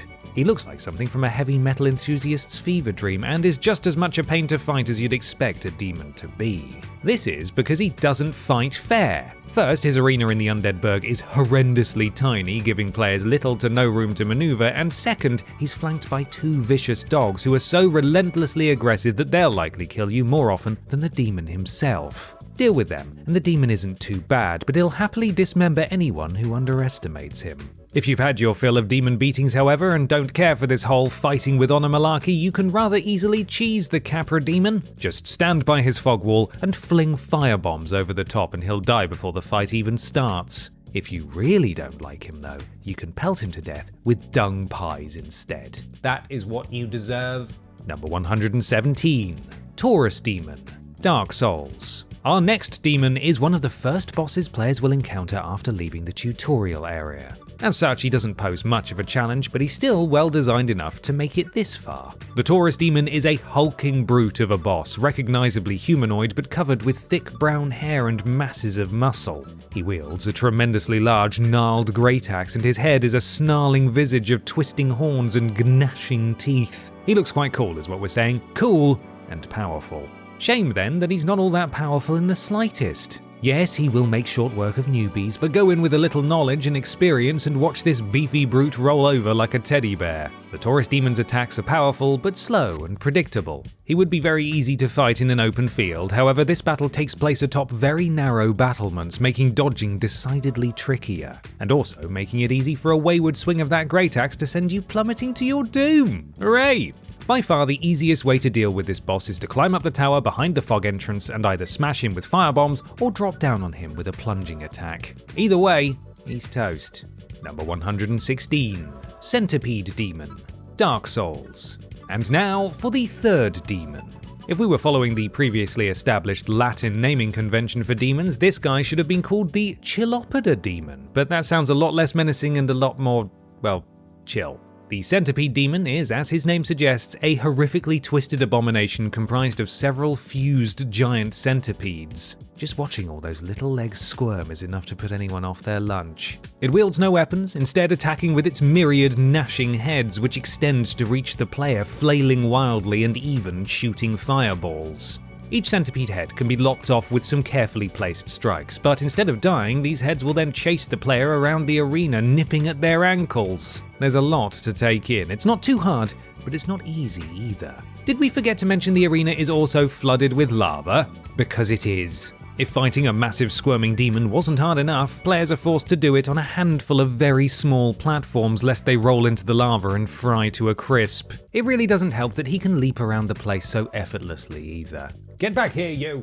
Number 115. Sir Gideon Ofnir, the All-Knowing, Elden Ring, Upon entering the Haven of Peace that is the Round Table Hold for the first time, players will undoubtedly meet a brusque but friendly enough NPC named Sir Gideon Offnear. This ever-helmeted hoarder of knowledge can be found in the Hold's library, and should you ask nicely enough, he'll begrudgingly share some of that knowledge with you. But you didn't think he was informing you about the demigods out of the kindness of his own heart, did you? Don't be so foolish, he was just using you to off the demigods for him and learn about them in the process. Just like he was using his adoptive daughter, Nefeli Lu. What a great guy.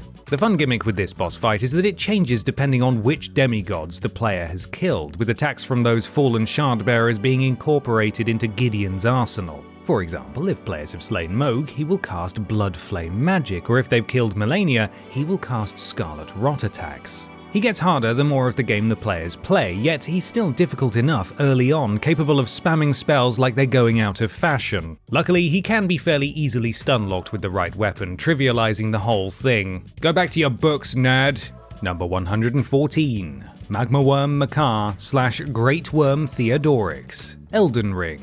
Magma worms can be encountered all across the lands between, typically in caves or lava fields, but these two, Makar and Theodorix, are significant enough to stand in for all of them. Continuing the series' theme of impure dragons, worms are not true dragons, but humans or other creatures who have performed the sinful dragon communion too many times and succumbed, leaving their humanity behind to crawl along the earth as beasts. Very Norse mythology. The magma worms are massive, scaly monstrosities, somewhat resembling salamanders, only with tattered wings, sharp claws, and far too many teeth. Makar guards the back entrance to the Altus Plateau, blocking those hoping to get there without having to find both halves of the Dectus Medallion. As such, it's easy to enter this fight underleveled and make an already tough fight even harder, whereas Theodorix can be found in the consecrated snowfield late in the game. At this point, players should know magma worms like the back of their hand, and he should pose little threat. Both worms belch out pools of magma that temporarily alter the terrain, but if that's not enough, they also have whopping great swords that appear to be made from dragon's jaws.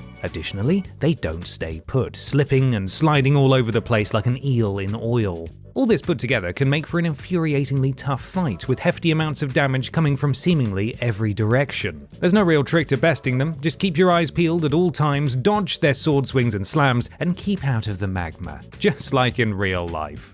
Number 113. Ancient Dragon, Dark Souls 2. Dragon fights in Soulsborne games are typically epic affairs, all screen-filling flames, sweeping orchestral soundtracks, and majestic beasts soaring and swooping through the air. Not so in the case of Dark Souls 2's Ancient Dragon, though. Players will find this regal creature lounging peacefully atop the Dragon Shrine, where it will aid them by gifting them the means to enter dreams. The Ancient Dragon is truly colossal, with the player only reaching the top of his ankles. He's also friendly, so only a true nutcase would attack him. Anyone stupid enough to start a fight is in for a world of hurt, as every single one of his attacks has massive, nigh impossible to dodge hitboxes and can obliterate a player's health in seconds. Even if players do learn the timings of his stomps and bites, the Ancient Dragon just loves to blast fire directly downwards, creating an AoE of flame that covers most of the arena and will burn any caught in it to a cinder.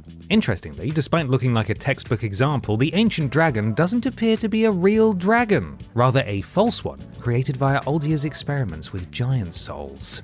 Thankfully for all involved, the Ancient Dragon is 100% optional and should only be taken on by masochists with severe self-loathing and far too much free time on their hands. Wouldn't be you, would it?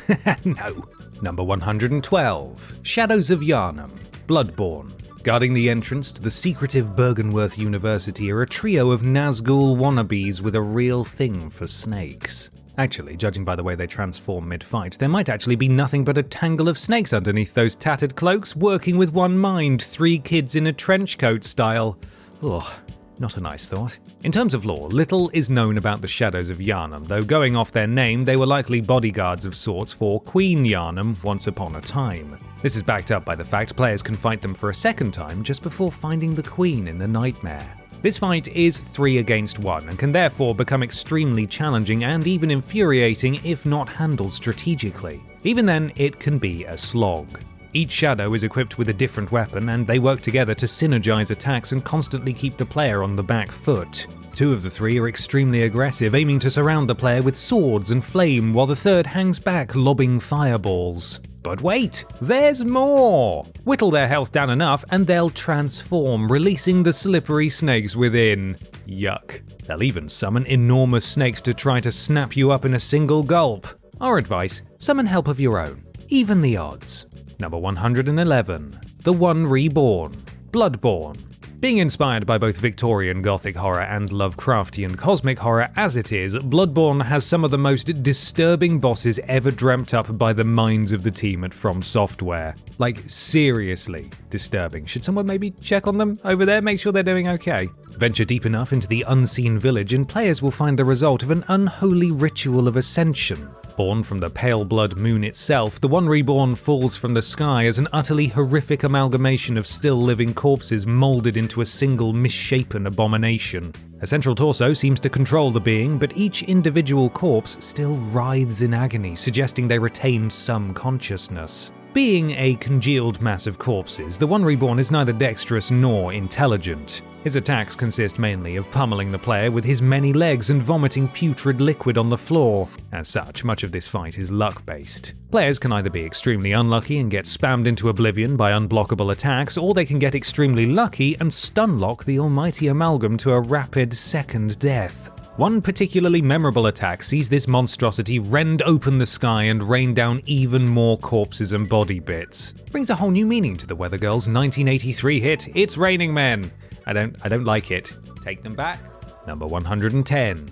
The Duke's Dear Freya. Dark Souls 2. Here we have the second two-sided boss to be found in Dark Souls 2, designed to make a mockery of the go-to circle around behind them and smack them in the back tactic that so many Soulsborne players rely on. She also makes a mockery of anyone with arachnophobia, as not only is she a giant spider, Dear Freya is a giant two-headed spider. Once the darling pet of Duke Seldora, Dear Freya escaped her cage and wound up in the caves along Brightstone Cove, where something referred to as the Writhing Ruin corrupted her into the two-headed aberration she is today. The fight isn't particularly hard, but what makes things tricky is the fact that she will only take damage when struck in either head. This can lead to a lot of irritating deaths as players try to reposition themselves and either get swarmed by her spider minions or covered in her acid spit. Or both. Do FromSoft have something against arachnophobes? Because not only is the run to get her crawling with legions of smaller spiders that can only be scared off with a torch, but on New Game Plus, Dear Freya will ambush players on a cliff completely out of the blue. Seriously, who could possibly want to keep this thing as a pet? Number 109. Scorpionness Najka. Dark Souls 2. A lot of Dark Souls 2 bosses really do feel like the developers looked at the original game and tried to copy their homework without making it too obvious. A magic-wielding woman who's half spider, you say? More on Quelaag later. No, mine's completely different. How? Well, she's half scorpion, and that's about it. Scorpionness Najka can be found deep within the shaded woods, guarding the path to the doors of Pharos, and upon finding her, players are met with quite the peculiar sight. An ordinary woman half buried in the sands. At least, that's what it looks like. Attack her once though and she will erupt from the ground, revealing her true scorpion form. Shame the fight isn't at all interesting after that, as all players need to do is stick close to avoid her magic and keep to the side to avoid her pincers and tail. She has quite the sad backstory though, one that players can learn by talking to Man-Scorpion Tark. Najka and Tark were created long ago by a mysterious master but managed to escape and live peacefully together in the woods, until, slowly but steadily, Najka lost her mind and went feral and Tark had no choice but to fight her. Then you come along and ended their squabbling for good. Well done you. Number 108. Belfry Gargoyles. Dark Souls 2. What were we just saying about copied homework? Players liked Dark Souls 1's gargoyles, didn't they? Why don't we just do them again? Of course, the problem that rears its ugly head every time a lazy child copies another's work is that they fail to understand what made the original great, and the copy is merely surface level. Case in point, the Belfry Gargoyles. Located atop the Belfry Luna are 2 rows of intricate stone statues resembling horrible winged monsters with long arms and longer tails. Get too close and, wouldn't you know it, they spring to life, hounding the player with flurries of strikes from their halberds or bursts of flame or lightning. The Belfry Gargoyles are also another example of Dark Souls 2's more is better approach, as up to 3 can attack at once, with each fallen grotesquerie replaced by a new one until a total of 6 have been fought. Luckily, they all share a boss health bar, so do enough total damage and they'll all go down at once. With their rapid attacks, killer combos, and love of teaming up and ganking the player, this fight all but demands summoning in help of your own, if only to take a breath every now and then. Not fun. Number 107. Vort of the Boreal Valley. Dark Souls 3. Originally hailing from the frozen city of Irithyll, Vort was once a human knight, only for one reason or another, he was exiled by Pontiff Sullivan when the tyrant seized power. When he left, Vort was given a left eye ring, which unbeknownst to him, slowly corroded his sanity and turned him into a mindless monster. And he certainly acts like a mindless monster, barreling around his enclosed arena on all fours, attempting to pulverize the player with wild swings of his oversized mace or freezing them solid with his icy breath. Unfortunately, that mindlessness seems to have been baked into his AI, as if the player stays behind him, he doesn't know how to react, and will spin like a dog chasing his tail, thus opening him up for a serious smackdown and making a potentially tough and memorable fight a breeze. Seemingly far from home, Vort was sent to Lothric Castle to keep an eye on the Dancer of the Boreal Valley and is said to never be far from her side. Of course, players won't find out quite how close they actually are until much later on in the game. Unless they kill High Priestess Emma, that is, and if you did, who's the real monster here? Number 106. Putrescent Knight. Elden Ring. Grown from masses of tainted flesh turned to malefic sludge and given sentience via a drink from St. Trina's nectar, this amalgam of malignance given a humanoid form certainly has an apt name. I say humanoid, but the truth is it's only the top half of this creature that looks like a human, and even that's a stretch. It resembles a skeleton, only one with far too many bones, swelling its ribcage to mammoth proportions and extending its neck like a giraffe's. And in place of a head, it has a ball of putrescent sludge with glowing white eyes. Its lower half, on the other hand, resembles a pale horse of death, only one that's rotting and whose rear legs never fully formed. Delicious. Despite his disturbing design and lore, the Putrescent Knight isn't all that unique a boss fight, being a cross between a standard mounted foe and a much better boss from Bloodborne. His sludgy steed certainly makes him a tough adversary to pin down, so melee builds may have a rough time initially, but once you know he's weak to holy, it's a game changer. Just spam him with holy magic from a distance or cover a blade with that shining light and watch him dissolve. It's even more effective than Sillet Bang on Tough Grime. Number 105. Throne Watcher and Throne Defender. Dark Souls 2. If ever there was a use for the "we have X at home" meme in the Soulsborne franchise, it would be here. That's because the Throne Watcher and Throne Defender look like the most generic bottom-of-the-bargain bin rip-offs of Ornstein and Smough you could possibly imagine. One's larger, one's smaller, one's slower, one's quicker, one's stronger, one's weaker, you get the idea. But the lack of imagination didn't just affect their fight, it also impacted their design. Which is to say, we're not sure they were designed at all. They just look like bland, generic knights, one black and one white, and both wield similar longswords and shields. There's nothing here to make them stand out. They don't even have names, for goodness sake. For the penultimate boss of the base game, they're nothing to write home about either. Where Ornstein and Smough were a stumbling block, these two are a warm-up. The only real challenge comes from the fact that both must be killed within several seconds of each other any longer, and the downed foe will be resurrected with a sliver of health. This means it's impossible to permanently take one out to make the fight easier, and both health bars must be whittled down simultaneously. They're irritating, poorly balanced, and worst of all, forgettable. Number 104. Gaping Dragon. Dark Souls. Being a dark fantasy series with roots in horror of the gothic, eldritch, and macabre varieties, the Dark Souls series is no stranger to truly messed up boss design. The Gaping Dragon, however, takes things to a whole new level of weird. Dwelling deep, deep down within the depths is a truly monstrous creature. Once a regular dragon, it found itself lost and alone after Gwyn's Great War and ended up succumbing to the darkness of the depths, mutating and deforming into something hideous. Contorting backwards so its head touched its tail, the Gaping Dragon's chest burst open, forming a fetid new mouth with long, broken ribs as teeth, all while bile and acid drip from where its stomach once was. I don't like it. While it does have certain attacks that can be tough to dodge, like its rapid swipes or those which inflict massive damage, like its biting grab attack, the Gaping Dragon isn't as difficult and deadly as it may first appear, so long as you keep your distance. It does, however, have some truly unfair hitboxes, which can result in some really cheap deaths, and means it's almost impossible to get through this fight unscathed even for the best players. But don't despair, simply make use of its weakness to lightning and you'll slay it sharpish. Shocking. Number 103. Armor Spider. Demon Souls. As mentioned previously, being the first game in the franchise, Demon's Souls had to do a lot of legwork teaching players the rules of its deadly world. For the most part, it did this really well. The Armor Spider, for example, teaches players that sometimes it's okay to back away. And back away you would if you saw this thing in real life. Found within the Stonefang tunnel mines, the Armor Spider is an enormous arachnid coated in nigh impenetrable steel plate and with a thing for spitting fire. Terrifying as it is, it's its boss arena that causes players the most trouble. Situated at the end of a long tunnel, the Armor Spider is safe to blast approaching players with fireballs and ensnaring webs as they struggle to even get close to it. And should players actually manage to get within melee range, they won't have long to fight back as the spider will coat the floor with oil and ignite it, spelling almost certain doom for anyone who doesn't run all the way back down the tunnel to avoid the flames. Luckily, it's weak to magic, so either pepper it with spells from a distance or coat your blade in the wonderfully named sticky white stuff and hack away. I'd say kill it with fire, but it would probably enjoy that. Number 102. Blood-Starved Beast. Bloodborne. Bloodborne's gruesome beasts are nightmarish enough with all their skin on.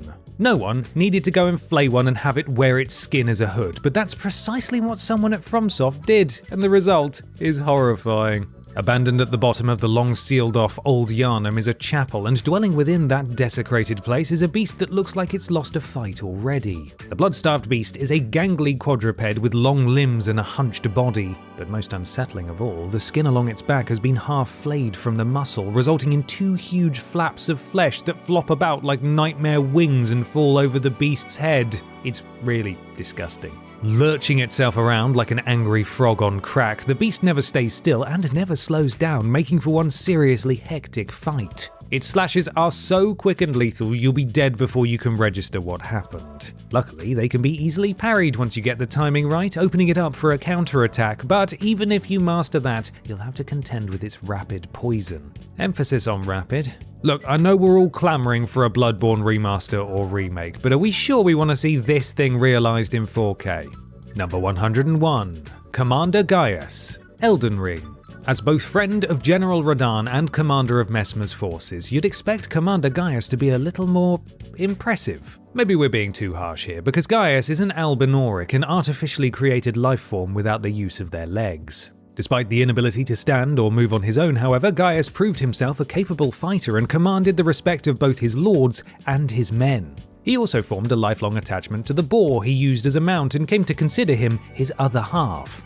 Admirable stuff, and a truly inspiring individual. Shame his boss fight's rubbish though. This is because he's like a regular mounted boss on steroids, with unfair speed, ridiculous hitboxes, and minuscule downtime between combos. His initial charge when players first step into his arena on the shadow view comes out of nowhere, and he can easily one-shot players caught unaware. Even on repeated attempts, this attack is nigh impossible to dodge. Oh, and did we mention he can use gravity magic too? Definitely the icing on this dung pie. It's his lore and character design that carries him this far on today's list. That and the fact that he's one of the few bosses to make even halfway decent use of Torrent. But that's not saying much. Number 100. Fool's Idol. Demon's Souls. As with many of Demon's Souls' bosses, the Fool's Idol is not particularly challenging when compared to her contemporaries, but makes it this far as the first boss in the franchise to make use of a few interesting mechanics. In fact, these, coupled with the fact that she isn't particularly powerful or aggressive, turn her into more of a puzzle than a boss. Yet it's a puzzle that still retains enough classic boss elements to be fun rather than frustrating. The first of these is, after taking some damage, the Fool's Idol will clone herself, leaving it up to the player to work out who the real one is. Second, her arena is filled with lesser enemies and stun traps that hinder the player's progress. And third, surprise, she doesn't stay dead. Each time the player knocks her health down to 0, she's magically revived. Do a little exploring outside the boss fight and players will find a lone prisoner performing esoteric magical rites on the upper level of the church. He is the reason the Fool's Idol won't stay dead, so run him through and the boss should be a piece of cake. All of these mechanics still have the potential to be infuriating, but they're balanced just well enough to make this fight memorable for the right reasons. Number 99. The Pursuer. Dark Souls 2. The idea of a boss who hunts the player down throughout the game is actually a really exciting one, with the player never being sure where they'll pop up next, only narrowly defeating them each time they do and developing a real rivalry. It could have been fantastic. Seems that was too ambitious for Dark Souls 2, however. The Pursuer is, at least according to the lore, a hunter of those who bear the undead curse, i.e. you the player, who will relentlessly stalk their quarry to the ends of the earth if needs be. Gameplay-wise, however, he shows up twice and is very easily put to rest, although technically the Scholar of the First Sin edition does add a few more Pursuer fights, but players of the base game still get next to nothing. Decked out in shining armor, wielding a massive greatsword and huge shield, and literally floating ominously above the ground, the Pursuer is at least an impressive and daunting sight. Shame his combos are so slow, highly telegraphed, and easy to either dodge or counter. Yes, it makes the player feel like a badass defeating this guy without taking a hit, but it would have been nice to have a little more challenge. For added badassery, you can even decimate him with a ballista if you get your timings right. Number 98. Aldia, Scholar of the First Sin. Dark Souls 2. Here, we have a strange case of a boss who didn't originally exist in the base game, instead being added later via a patch or through the Scholar of the First Sin edition. Up until that point, Aldia was merely a name mentioned in item descriptions, and whatever had happened to him was left up to fan speculation. Turns out, he became a pile of sludge. Aldia is King Vendrick's older brother, who locked himself in his manor experimenting with souls, giants, and dragons, desperately trying to discover the nature of the undead curse. Through his research, he learnt of the first sin, or the initial linking of the flame, and through his experimentation, he lost his humanity. Aldia can be spoken to 3 times in the updated game, each time waxing philosophical about the state of the world, and players must exhaust his dialogue to fight him at the very end of the story. Turns out he's all brains and no brawn though, as the fight consists of little more than wailing on his sludgy form while dodging fire orbs, flailing roots, and dark magic. He can't even move, only teleport out of danger after taking enough damage. And after all that, killing him doesn't net players a single reward. All that work for nothing. Now we know how Aldia feels. Number 97. Mytha, the Baneful Queen. Dark Souls 2. Men and women being cursed by their ambitions is a theme in Dark Souls 2, one which results in some rather well-designed and unique bosses, but often the game fails to delve deeply enough into their backstories. Queen Mytha is one such boss. Once an immensely beautiful mortal, Mytha had men practically throwing themselves at her feet, such as the covetous demon, but she had her heart set on another, and so spurned them all. The man she loved was the ruler of a great kingdom, only he had eyes for someone else, and couldn't care less for poor Mytha. This sent her mad, as she tried everything in her power to make herself more beautiful, including gradually poisoning herself. Funnily enough, all this did was transform her into a Medusa-like green-skinned half-woman, half-serpent who carries her still screaming head in one hand. There's one way to get over a breakup. Her fight takes place in a round chamber flooded with poison pumping up from the wastes below. Not only does this poison damage the player, it heals Mytha, something that would have made this battle mind-numbingly tedious and frustrating if it wasn't for the fact players could sabotage the machinery before the fight, removing the poison along with all the challenge. Poisonless, Mytha doesn't stand a chance. I'd say off with her head, but it looks like someone's already tried that. Number 96. Dragon Slayer Armor. Dark Souls 3. Well, would you look at that, another set of reanimated armor, and another callback to Dragon Slayer Ornstein. Really starting to scrape the bottom of the ideas barrel here FromSoft. At least the fight itself is enough to make up for some of those creative shortcomings. Found guarding a bridge high atop Lothric Castle, the Dragon Slayer armor once belonged to one of the kingdom's greatest warriors, only to be left behind to rust when wyverns shifted from foes to allies. As darkness spread and the city fell, pilgrim butterflies took to the skies and puppeted the discarded armor with dark magic to prevent anyone from reaching the Grand Archives. And it does quite a good job too. The Dragon Slayer armor is incredibly tough, not only dealing massive damage with its colossal great axe, but also absorbing most incoming damage with its equally massive shield. A shield that it also loves to bash the player with, staggering them and setting them up for a world of hurt. Oh, and the pilgrim butterflies themselves get involved in the second phase, just in case things weren't hard enough already. Besting this foe requires precise rolling, hit-and-run tactics, and a lot of patience. Oh, and did we mention this armor bleeds when hit? It's just creepy if you ask me. Number 95. Dragons. Elden Ring. There are 6 named dragons roaming the wilds of Elden Ring. Flying Dragon Agil, Flying Dragon Gale, Decaying Exeeks, Glintstone Dragon Smarag, Glintstone Dragon Adula, and Borealis the Freezing Fog. Silly names, as well as 4 repeating nameless dragons, the Lesser Dragons, Glintstone Dragons, Ghost Flame Dragons, and Jagged Peak Drakes. As all 10 types are effectively the same though, just with slightly different character models and attacks, we thought we'd lump them all together into one entry. This list is long enough. Flying Dragon Agil is likely the first dragon players will encounter in their adventures across the lands between, being located in a swamp in the opening area of Limgrave. And he makes one hell of an introduction, swooping in from off-screen and decimating the group of desiccated nobles worshipping him among the ruins. The fight following this is rather epic too, with Agil setting the entire swamp ablaze with sweeping breaths of fire from both land and air. The opening area allows for players to tackle this fight in any way they wish, be that sniping with spells from a distance, charging in headfirst with an oversized sword, or hopping in and out of danger on the back of Torrent. It's fun, and makes the player feel like a true legend of old when they finally slay the flying foe. Problem is, every single subsequent encounter with these scaly scamps plays out in exactly the same way. Admittedly, there's a little variety with ice or magic or rot breaths in place of fire, but that's it. The other attacks are identical, so players' tactics remain the same. If it ain't broke, don't fix it, right? By the 4th dragon, it starts to get a little tiresome. By the 7th, it verges on boring. And then, they went and added even more in the DLC. Congratulations, FromSoft, you somehow managed to make dragon slaying tedious. Number 94. Ancient Dragon Lanceax / Ancient Dragon Senesax, Elden Ring. That's not to say all dragon battles are ruined by the overexposure of their previous lot. Certain dragons best the boredom through the sheer epicness of both their over-the-top encounters and their heavy metal album cover meets high fantasy design. Ancient Dragon Lanceax is one such dragon.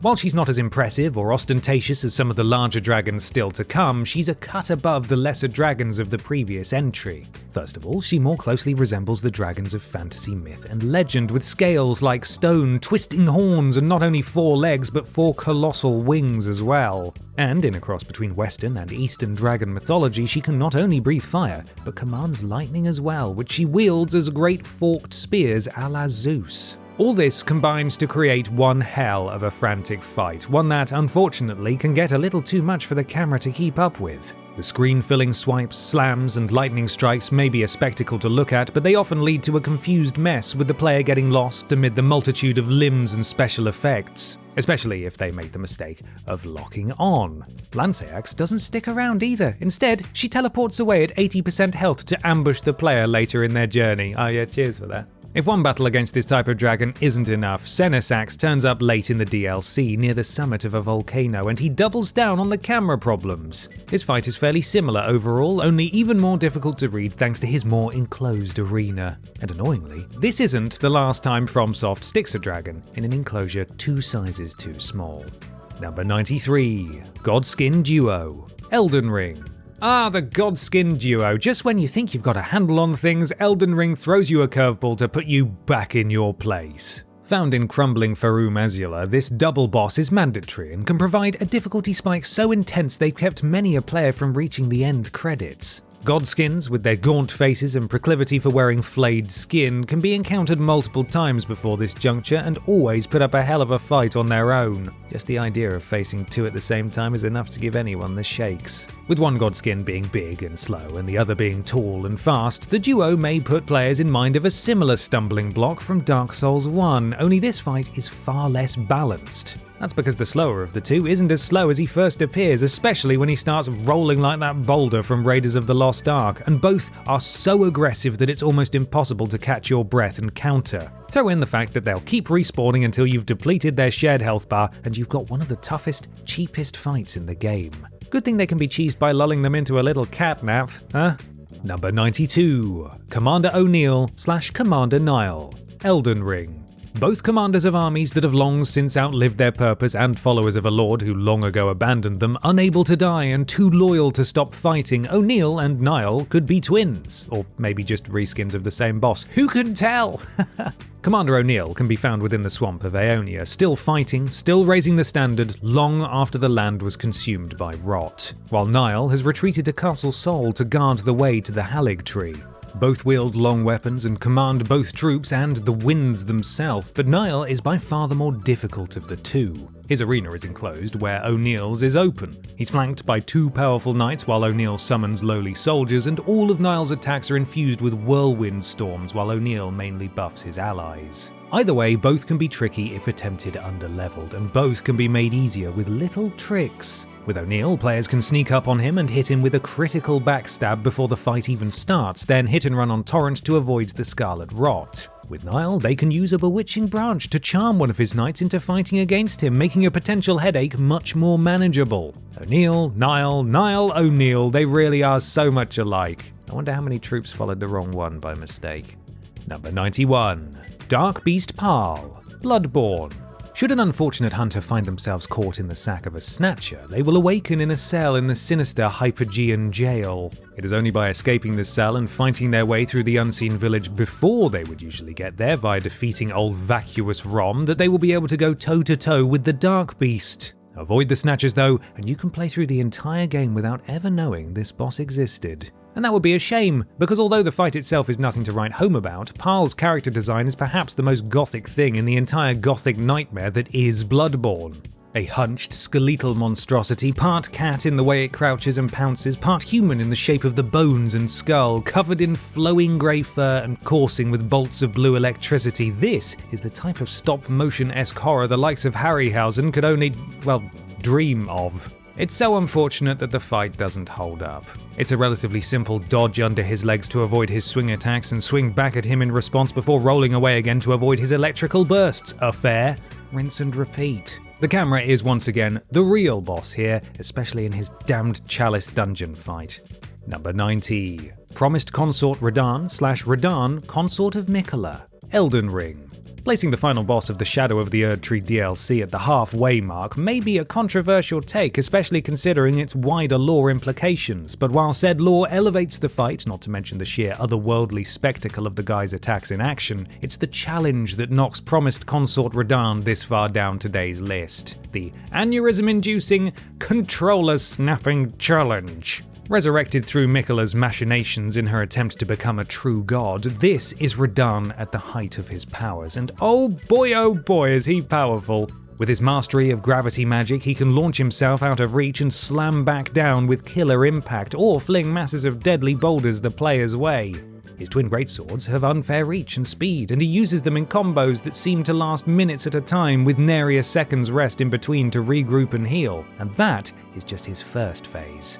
Manage to reduce him to 2/3 health, and Miquella himself will descend to make your life a living hell. Now, all of Radahn's attacks are punctuated with deadly pillars of blinding light, and those combos only grow longer. Yes, FromSoft eventually patched it to make this fight slightly easier, but when a boss is this relentless, it just stops being fun.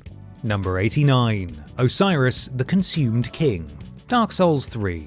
Hidden away in a sealed-off garden consumed by rot and now home to the abyss-touched pus of man is the former king of Lothric. Once a great and benevolent ruler, Osiris slipped into madness when it became apparent his son would never be strong enough to fulfill his destiny and link the flame. This madness crystallized into an obsession with dragons, immortality, and a desire to create the perfect child, but as Dark Souls has proven many times already, messing with dragons only leads to ruin.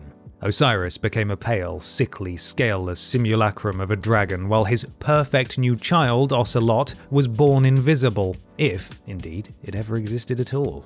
In his first phase, Osiris is measured, attacking carefully with his staff while cradling his invisible/imagined baby and trying to keep it from harm. While in his second phase, he becomes feral, losing all semblance of sanity, discarding his baby and chasing after the player on all fours like an animal. Neither stage is particularly challenging so long as players are quick to adapt to the change of tempo. Fun fact, this fight was originally much darker, as Baby Ocelot once had an in-game model, one that would be squished and flung to one side once Phase 2 began. You know what, maybe that's not so fun of a fact. Number 88. Chaos Witch Quelaag, Dark Souls. Venture down to the bottom of Blighttown and you'll be in for a peculiar and potentially confusing in more ways than one sight. Deep within a cobweb-strewn cavern is a truly disturbing creature, a twisted spider demon twitching and writhing with bent limbs and a swollen head consisting of far too many eyes and even more teeth. Only that's not all. This spider demon is fused with a beautiful woman, with alabaster skin, dark hair, and a bewitching smile. This is Quelaag, a daughter of the Witch of Izalith, who was partially transformed when her mother became the Bed of Chaos. While she may look the part though, Quelaag is deceptively weak. Yes, she has some flashy attacks, such as a screen-filling flaming sword or the ability to vomit fire from her spider half, and one particularly deadly maneuver in which she leaps onto the player and drenches them with magma before they can get up. But these are easily dodged and countered. Couple this with the fact her human torso takes double damage and stuns easily, and she'll curl up and die in no time. Players who, for reasons that are beyond me, have a thing for spider women will be pleased to know that while you do have to kill Quelaag, they can befriend her sister. Just keep that fanfiction to yourself, okay? But you can tweet it to me if you like. Number 87. Shadow Tree Avatar. Elden Ring. Do you hate sunflowers? Like, really hate sunflowers? Well, then we've got the Elden Ring boss for you. Find your way to the carefully concealed Shadow Tree base, and you can take all that anger out on the Shadow Tree Avatar. While this boss does resemble a sunflower, it's not one of those tall, bright, happy fellas you're likely thinking of, but rather a gaunt and withered thing, drooping and twisted by malice and dark thoughts. And it doesn't stay rooted to one spot, if that's what you were thinking. Rather, it shoots and slides all over its wide arena in a very unplant-like manner. This speed makes the avatar far more challenging than it first appears, as players have to time their dodges perfectly to avoid getting hit by its flailing branches and huge AoE thorn attacks. Oh, and it's not over when you deplete its health bar once. Like a true perennial, it comes back again and again. Players who are able to target its central head with magic or arrows, or who can consistently hit it with precise melee strikes, will find this fight much easier, as the Shadow Tree Avatar will take significantly more damage when struck there, cutting it down to size in no time. Who knew that weeding would be so much fun? Number 86. Godric the Grafted. Elden Ring. As the culmination of the first of Elden Ring's challenging legacy dungeons, as well as the first demigod and shardbearer most players will meet, Godric the Grafted certainly looks the part. It's a shame then that he's all bark and no bite, or maybe all arm and no harm? I don't know, I'm trying something new. A descendant of Godfrey, the first Elden Lord, Godric is a member of a lineage of gold and greatness. Only that greatness has waned with the generations, and Godric's weakness, pettiness, and obsession with gaining new strength shows just how diluted that original golden blood has become. In an effort to become strong, Godric has turned himself into a monster. Grafting the limbs of his soldiers, heroes, and even giants onto his ever-expanding body, he has become a lopsided, writhing mess of a man. Still, all those extra arms do help him swing around an axe that's almost as big as he is, and in his second phase, he even grafts a dragon head onto his arm, granting him the ability to spew fire. It's all rather a lot, and he'll likely make mincemeat out of first-time players, but learn his attacks and time those dodges and you'll find he's remarkably easy to dethrone. That Cyclone combo is still a killer though, no matter how many times you fight him. Number 85.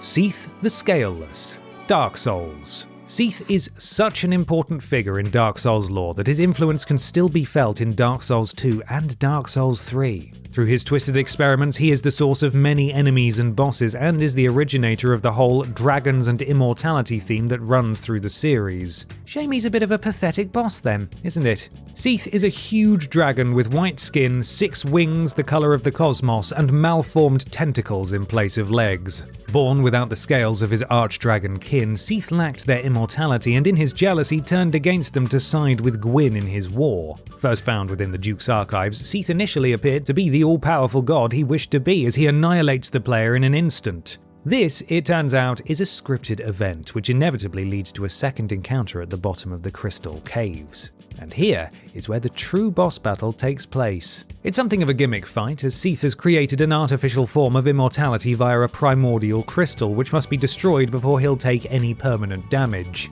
After this, it's a fairly standard big boss in a small arena fight, full of cheap AoE attacks and overzealous hitboxes. Hope you like unfair deaths. Number 84. Old Hero. Demon Souls. When you first enter the wide-open catacombs and see this towering, muscle-bound warrior brought to life by magics beyond your understanding, then watch as he effortlessly flips down to the ground. You may think you've just stumbled into certain death. And maybe, if the old hero still had all his faculties, you'd be right, but as it turns out, he might just be one of the easiest bosses in the game. This is because the old hero is blind.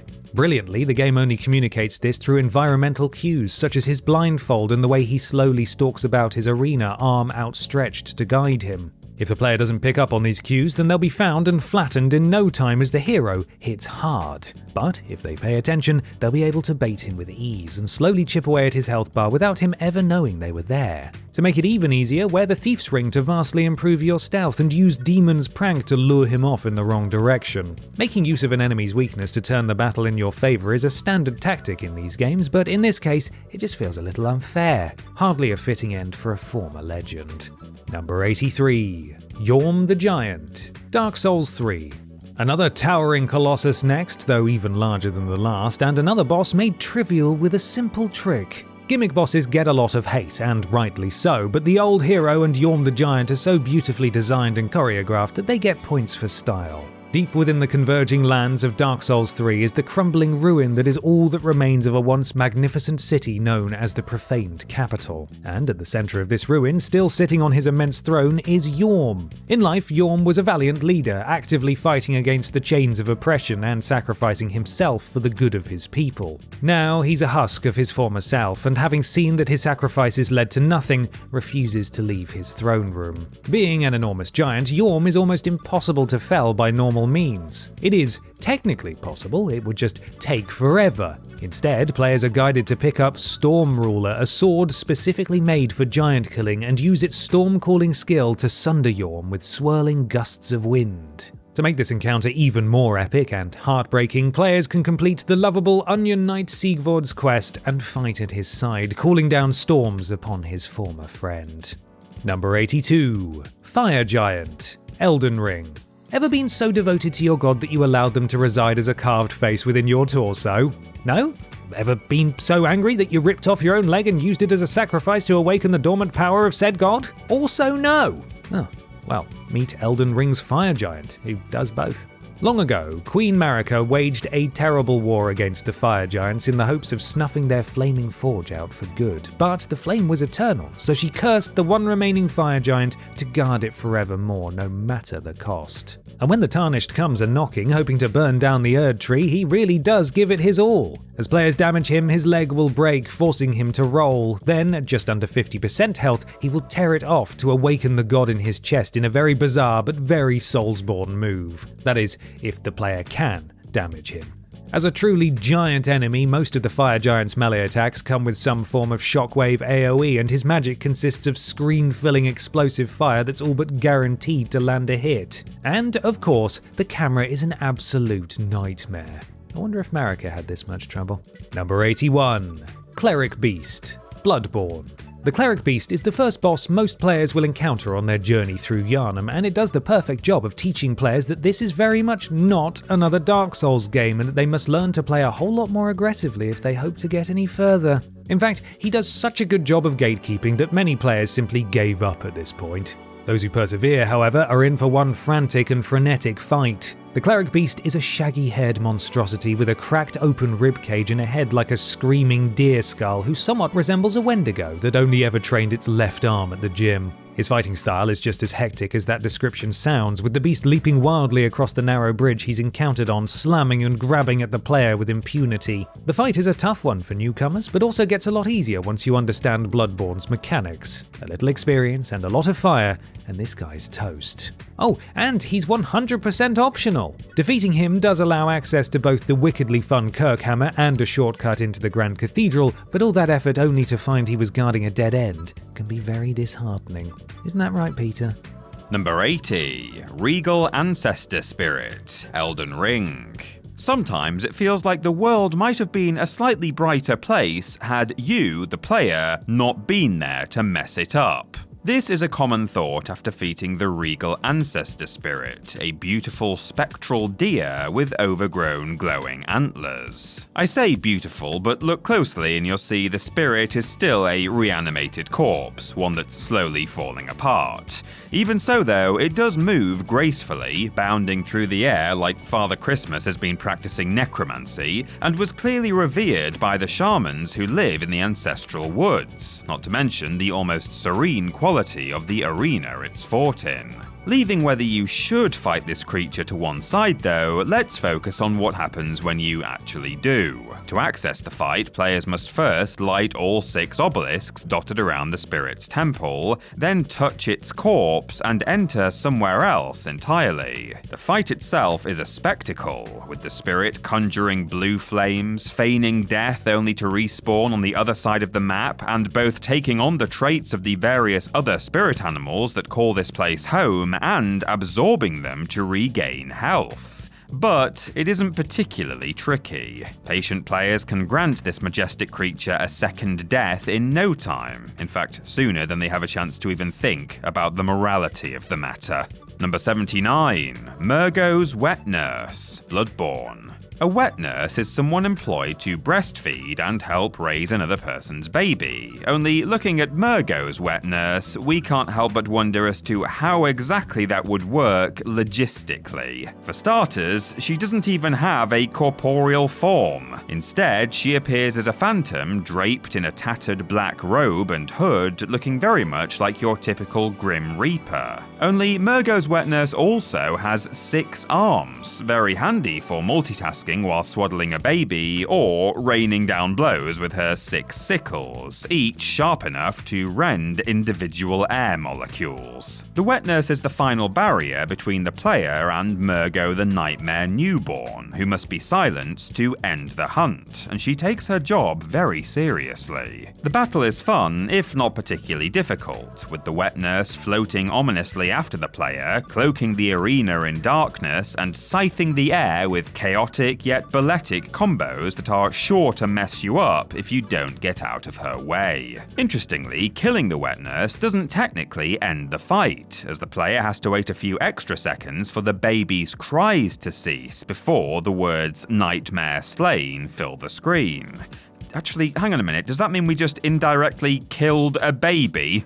Oh, let's move on. Number 78. Storm King, Demon Souls. Soaring through a tempest like a truly behemoth flying stingray, the Storm King certainly lives up to his moniker, and is a spectacle players won't soon forget. Upon reaching the Altar of Storms, the first thing most players will notice is that the ghostly green sky is positively alive with swarms of lesser storm beasts. These smaller flying stingrays, constantly being dramatically lit up by the ever-crashing lightning, just love to crackle with lightning of their own and blast the player with skewering shards of crystal. While they can't hold a candle to the titan that is the Storm King itself, they still shouldn't be ignored, as a group of them can easily spam you into non-existence. But naturally, the main course is the Storm King, a monster soaring so high above it all that he's impossible to hit through conventional means. Instead, players need to once more grab the Storm Ruler sword, which, just like against Yorm several games down the line, sunders the Storm King with swirling gusts of wind. Yes, it's a gimmick boss, but the sheer majesty of calling upon the winds themselves to fell this fathomless foe elevates the gimmick to a higher status. It's not perfect, the constantly swirling storm beasts and the King's homing shards get incredibly tiresome,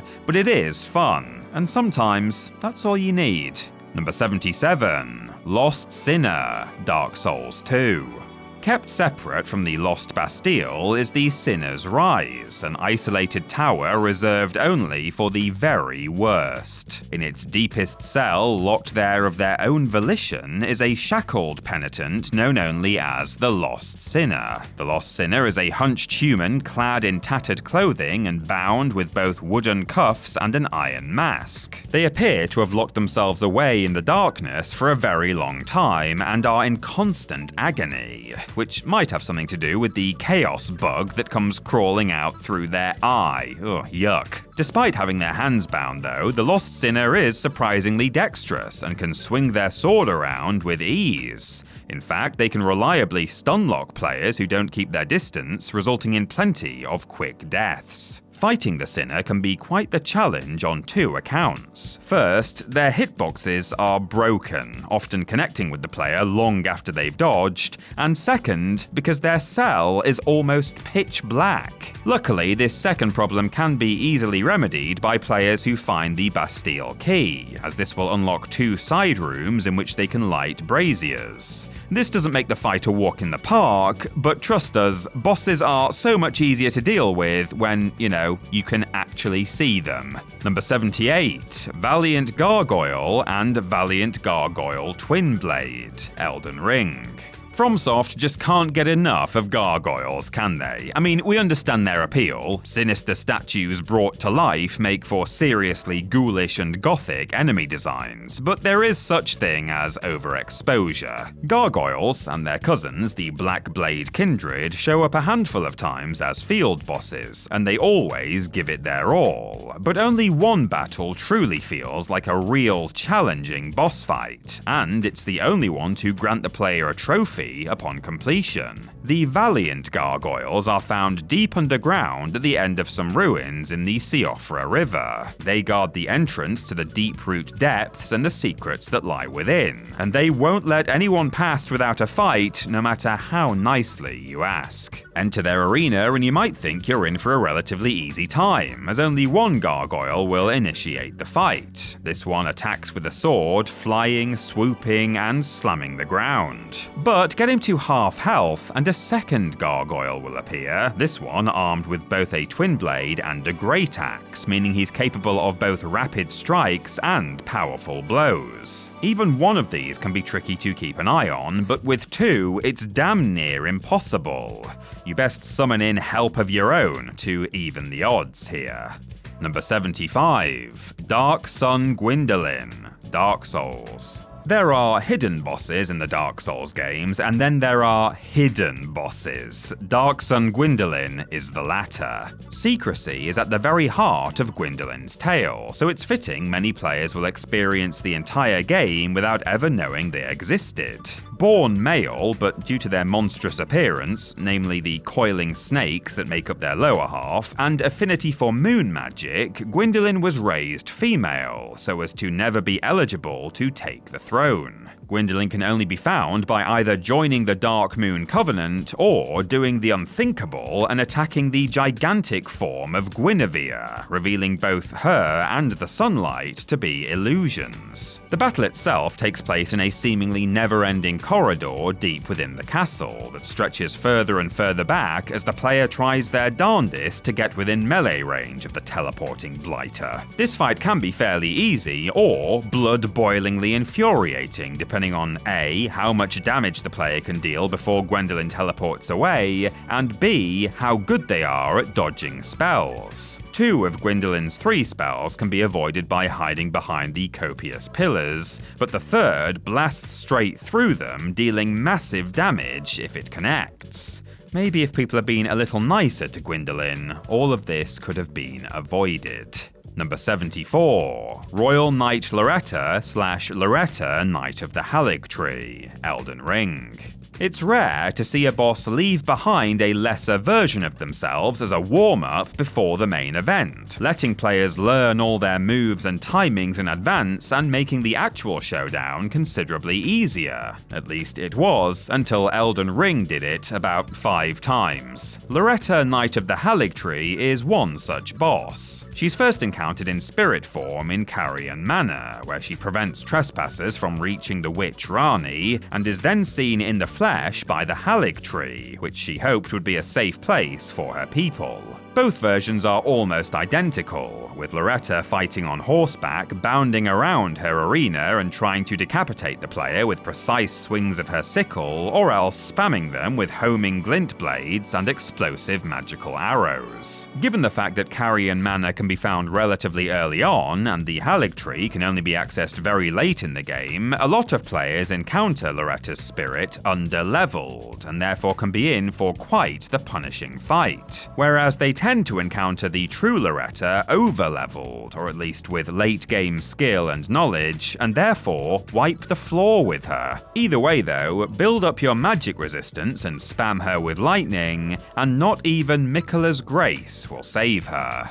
Number 73. Bloodletting Beast, Bloodborne. The Bloodletting Beast is a strange beast. On the one hand, he's a ferocious, frankly terrifying boss encounter due to his sheer size, strength, and bestial design, and on the other hand, he's downright infuriating, both gameplay-wise, as his tells are rubbish and his hitboxes are broken, and lore-wise, as there's nothing to go on here. In fact, let's start with the lore. In the Japanese version, he's known as the Host of the Beast Blood, which seems to imply he once played a very important part in the Healing Church/Beast Curse debacle. He's also found in two forms, one with a head and one without. The headless version appears to be being puppeted by a parasitic worm. Perhaps a prototype of the immortal centipedes in Sekiro? Your guess is as good as mine. In terms of gameplay though, the Bloodletting Beast is tough. The previously mentioned difficult-to-read attack tells and unfair hitboxes that are too big for their moves are the crux of the difficulty here. Couple that with an incredibly aggressive moveset and tiny arena,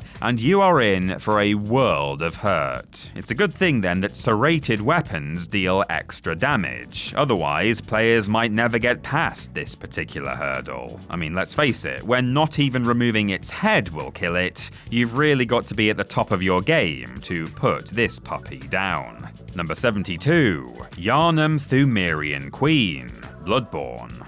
Sometimes with Bloodborne's Chalice dungeon bosses, it feels like maybe FromSoft originally had grander lore implications in mind, only for their plans to change, and instead of cutting the boss, they simply dumped them into one of the dungeons. This certainly seems to be the case for Queen Yharnam. The original queen for whom the town is named, Yharnam is an important figure in Bloodborne's history. Appearing as a gaunt spectre dressed all in white, her hands are bound and she's bleeding from her stomach, suggesting something horrible happened in her attempt to birth Murgo for the Old Ones. But suggestions are all we get. The fight itself is quite the show, with Yharnam drenching the arena in blood in the form of spears, fountains, and swirling storms, all of which inflict great damage and rapid poison buildup. As the fight drags on though, she grows more desperate, summoning clones and using her own blood as weapons. She would have made a great final boss of the main game actually, but because most players are ridiculously overpowered by the time they reach her at the end of the Chalice dungeons, any potential challenge goes right out of the window. Still, at least you now have that platinum trophy, and all you had to do was kill the ghost of a grieving woman. Feel good about that? Number 71. Romina, Saint of the Bud, Elden Ring.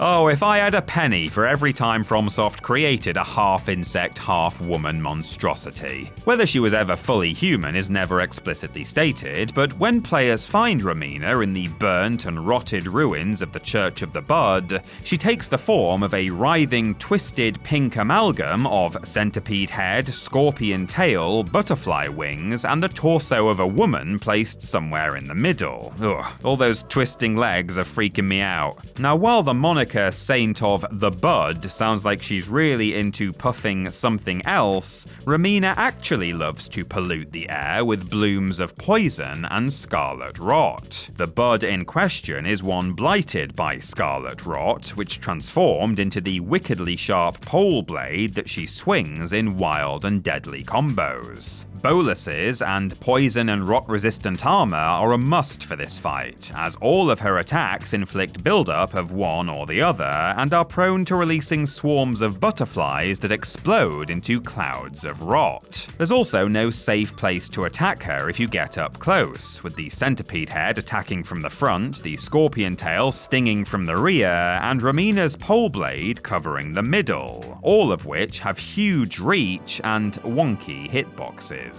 Persistence is what's key to squashing this bug. Number 70. Rennala, Queen of the Full Moon, Elden Ring. As head of the Carian royal family and former wife to Radagon, Rennala has fallen from her former grace when players find her atop the Academy of Raya Lucaria, cradling a great rune and muttering as though she's lost her senses. Her first phase confirms she's not the ruler she used to be, as Rennala will float out of reach relying on her freakish, half-formed children to protect her. Simply attack the glowing juvenile scholars though, while avoiding the others, and Rennala will fall, allowing players to get some decent hits in. Rinse and repeat, and it'll be over before you know it. But then starts Phase 2, where the kid gloves come straight off. That being said, Rennala is fairly unique, as the player never actually kills her, only a projection of her. That's right, the Rennala fought in her second phase is an illusion conjured up by her daughter Rani, essentially to protect her mother's reputation. This Rennala is in her prime, and unless players are precise with their dodge rolls or have maxed out their magic resistance, they will find out why she was once so respected, as she blasts them with high-powered magic and practically cheats by summoning in trolls and dragons. All things considered though, she's really just a poor divorcee whose children have flown the nest. She doesn't deserve to die. Number 69. Nice. Amygdala, Bloodborne. The amygdala is a small almond-shaped section of the brain thought to be involved in the processing of emotions, including fear. So it's only fitting that the eldritch abominations that call the worlds of Bloodborne home share its name. Amygdala are colossal, seven-armed, spindly monstrosities with almond-shaped heads, too many eyes, and a penchant for grabbing lowly hunters and sending them mad. They exist all over Yharnam and its surrounding areas, clinging to the sides of buildings like overgrown spiders, yet can only be seen once the player has gathered enough insight to comprehend them or altered the world by killing Rom. Unfortunately though, their lore is more interesting than their boss fights, which suffer from the typical Soulsborne large boss problems, namely cheap hitboxes and a broken camera. The one fought in Nightmare of Mensis isn't too tricky, so long as the player is patient, but the one found in the Defiled Chalice dungeon is the true nightmare. This is because not only is the boss arena tiny and cramped, but the dungeon itself reduces player health by 50%. Whoa, not fun. Good thing is though, there's a wonderfully simple cheese here. Just don't move. Stand right on the spot and the amygdala will get stuck in a loop, constantly jumping and missing the player. Then just smack its head when it lands, and job's a good 'un. Number 68. Astel, Naturalborn of the Void, Elden Ring. From one eldritch abomination to another now, only where the amygdala are thought to have come from space, Astel is known to have entered the lands between from the cosmos. They even look quite similar, if you squint a lot. Formed of stars which long ago fell to the surface, Astel is another spindly, multi-legged monstrosity, only this one has wings, a long whipping tail made out of heavenly bodies, pincers, and an unsettlingly human skull, which is cracked open to reveal an eye within. Found in the Grand Cloister at the end of the Lake of Rot, Astel not only guards the path to Rani's Moonlight Altar, it also destroyed one of the Eternal Cities when it fell. As long as players don't lock on, which invokes the dreaded motion sickness inducing camera movements, this boss is quite the spectacular encounter, with Astel showing off some surprising agility by launching itself around its open arena, all the while firing cosmic beams and detonating orbs that swirl with nebulae. It would make a great fireworks show if, it wasn't so deadly. Well, I guess fireworks are deadly in their own way. Astel Stars of Darkness is a tougher version of this boss, but doesn't provide much more of a challenge. After all, once you've slain one Lovecraftian star child, you've slain them all. Number 67. Metia, Mother of Fingers, Elden Ring.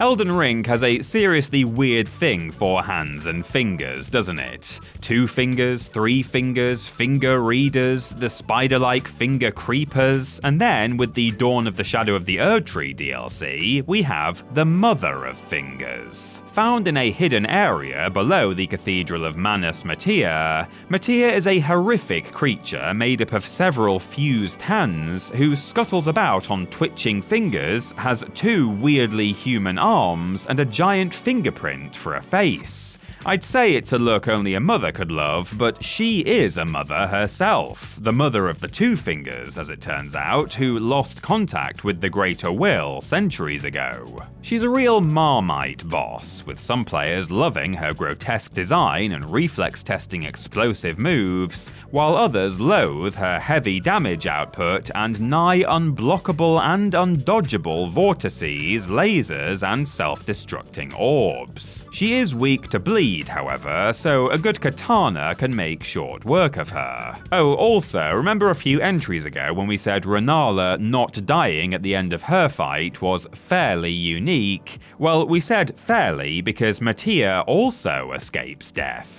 Literally.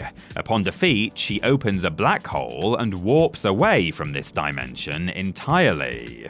Either that or it goes wrong and collapses in on itself and crushes her. It's hard to say, really. Number 66, Alana, Squalid Queen, Dark Souls 2. What's more fun than fighting a boss? Well, fighting a boss who can summon in another, even tougher boss at random. What? No? Nobody? Okay, never mind then. The second game's DLCs revolve around Fallen Kingdoms, Lost Crowns, and the Daughters of Manus. Alana is one such daughter, and when her city fell, she continued to rule over its rotten corpse as a towering, skinless queen, all hair, roots, and rot. She fights with both a disturbingly fleshy axe and powerful dark magics, which wouldn't be too tough to deal with if it wasn't for the final trick she has up her non-existent sleeves: summoning. But plenty of bosses can summon in help, you may cry, and that is true, but how many of them summon another boss? Alana has 3 summons she'll swap between at random: skeletons, undead boars, and Velstadt, a brute of a boss yet to make his appearance on this list. While his summoned version has less HP, he hits just as hard, meaning if this guy shows up, the fight's as good as over. If the RNG gods do hear your prayers though, this fight is a fun and fitting end to the DLC. But if they choose to damn you, it can be a living hell. Number 65, Maneater, Demon Souls. Do you love fighting bosses on exceedingly narrow walkways? How about bosses that can't fall off, but just love using attacks that send you flying? How about taking on 2 of the Blighters at the same time? If you like the sound of all of these things, then the Maneaters are actually still quite annoying. However, if you are normal, then may we present the most infuriating encounter in all of Demon Souls. The Maneaters are the result of demonic experimentation on the prisoners of Latria. Resembling chimeras with their shaggy manes and lion-like bodies, leathery wings, and poison-spewing snake for a tail, they are as terrifying to look at as they are to fight. Manage to get close to one though, and you'll be in for even more of a fright, as their faces are still disturbingly human, and appear to be in great pain. The battle starts out tough, with a Maneater charging in the moment players pass through the fog, and only gets tougher when, after a minute or 2, a second Maneater swoops in to join the fray. As previously mentioned, this fight takes place along a precariously narrow walkway, and both Maneaters enjoy blasting the player with sonic waves or ramming into them with a deadly pounce. One misstep or mistimed dodge, and it's curtains for you. Patience and persistence are paramount here. Number 64, Morgott, the Omen King, Elden Ring. Technically, this boss appears twice on this list, here and a little further down. However, seeing as the game classifies them as two separate bosses, even granting the player a separate trophy or achievement for each, who are we to do any different? Morgott, the son of Marika and self-proclaimed last king of Leyndell, the royal capital, is in fact the infamous Margit the Fell-Omen, and scourge of new players the world over. Can't say it's much of a disguise though, as all he did was change 2 letters in his name. He didn't even put on a different cloak for goodness sake. Found guarding the entrance to the Erdtree, Morgott is eager to put any lowly tarnish with delusions of grandeur back in their place. This he does with sheer overwhelming hostility, rapid combos that don't seem to end, punishing delayed attacks, and to top it all off, blood magic. While he does provide an excellent fight and a worthy challenge before entering the final act of Elden Ring's story, as well as act as a signifier for how far the player has come, he doesn't change things up enough from his first fight as Margit, and therefore loses points for originality. Still, you do get to summon Melina for this battle, and it turns out she's actually quite good at fighting. Number 63. Tower Knight, Demon Souls. Demon Souls Tower Knight is neither fought in a tower, nor is he a tower himself. He is, however, a knight, a towering knight, but we suppose that doesn't sound as cool as just Tower Knight. Those attempting to play Demon Souls linearly will likely run up against the Tower Knight as their second boss, and if that's the case, will be in for quite the skill check. This enormous knight in shining armor is iconic, what with his gleaming plate mail, his shield that looks like it weighs more than a 3-bedroom semi-detached, and a lance that could pierce the heavens. But he's not as tough as he first appears. Facing this lofty lad head-on is a death sentence even for veterans. He simply hits too hard and tanks too much damage. The key to victory then is to go for his Achilles heel. Literally, just start hacking at his ankles like an angry toddler, and eventually the knight will topple, exposing his surprisingly weak helm. Rinse and repeat, and he'll stay down for good. Just remember to take out the archers first. While his ponderous moveset and highly telegraphed attacks are hardly on the same level as those of his contemporaries, the Tower Knight is still held in high regard as a true David versus Goliath fight, which makes the player feel both powerful and clever when he's finally overcome. Number 62. Looking Glass Knight, Dark Souls 2.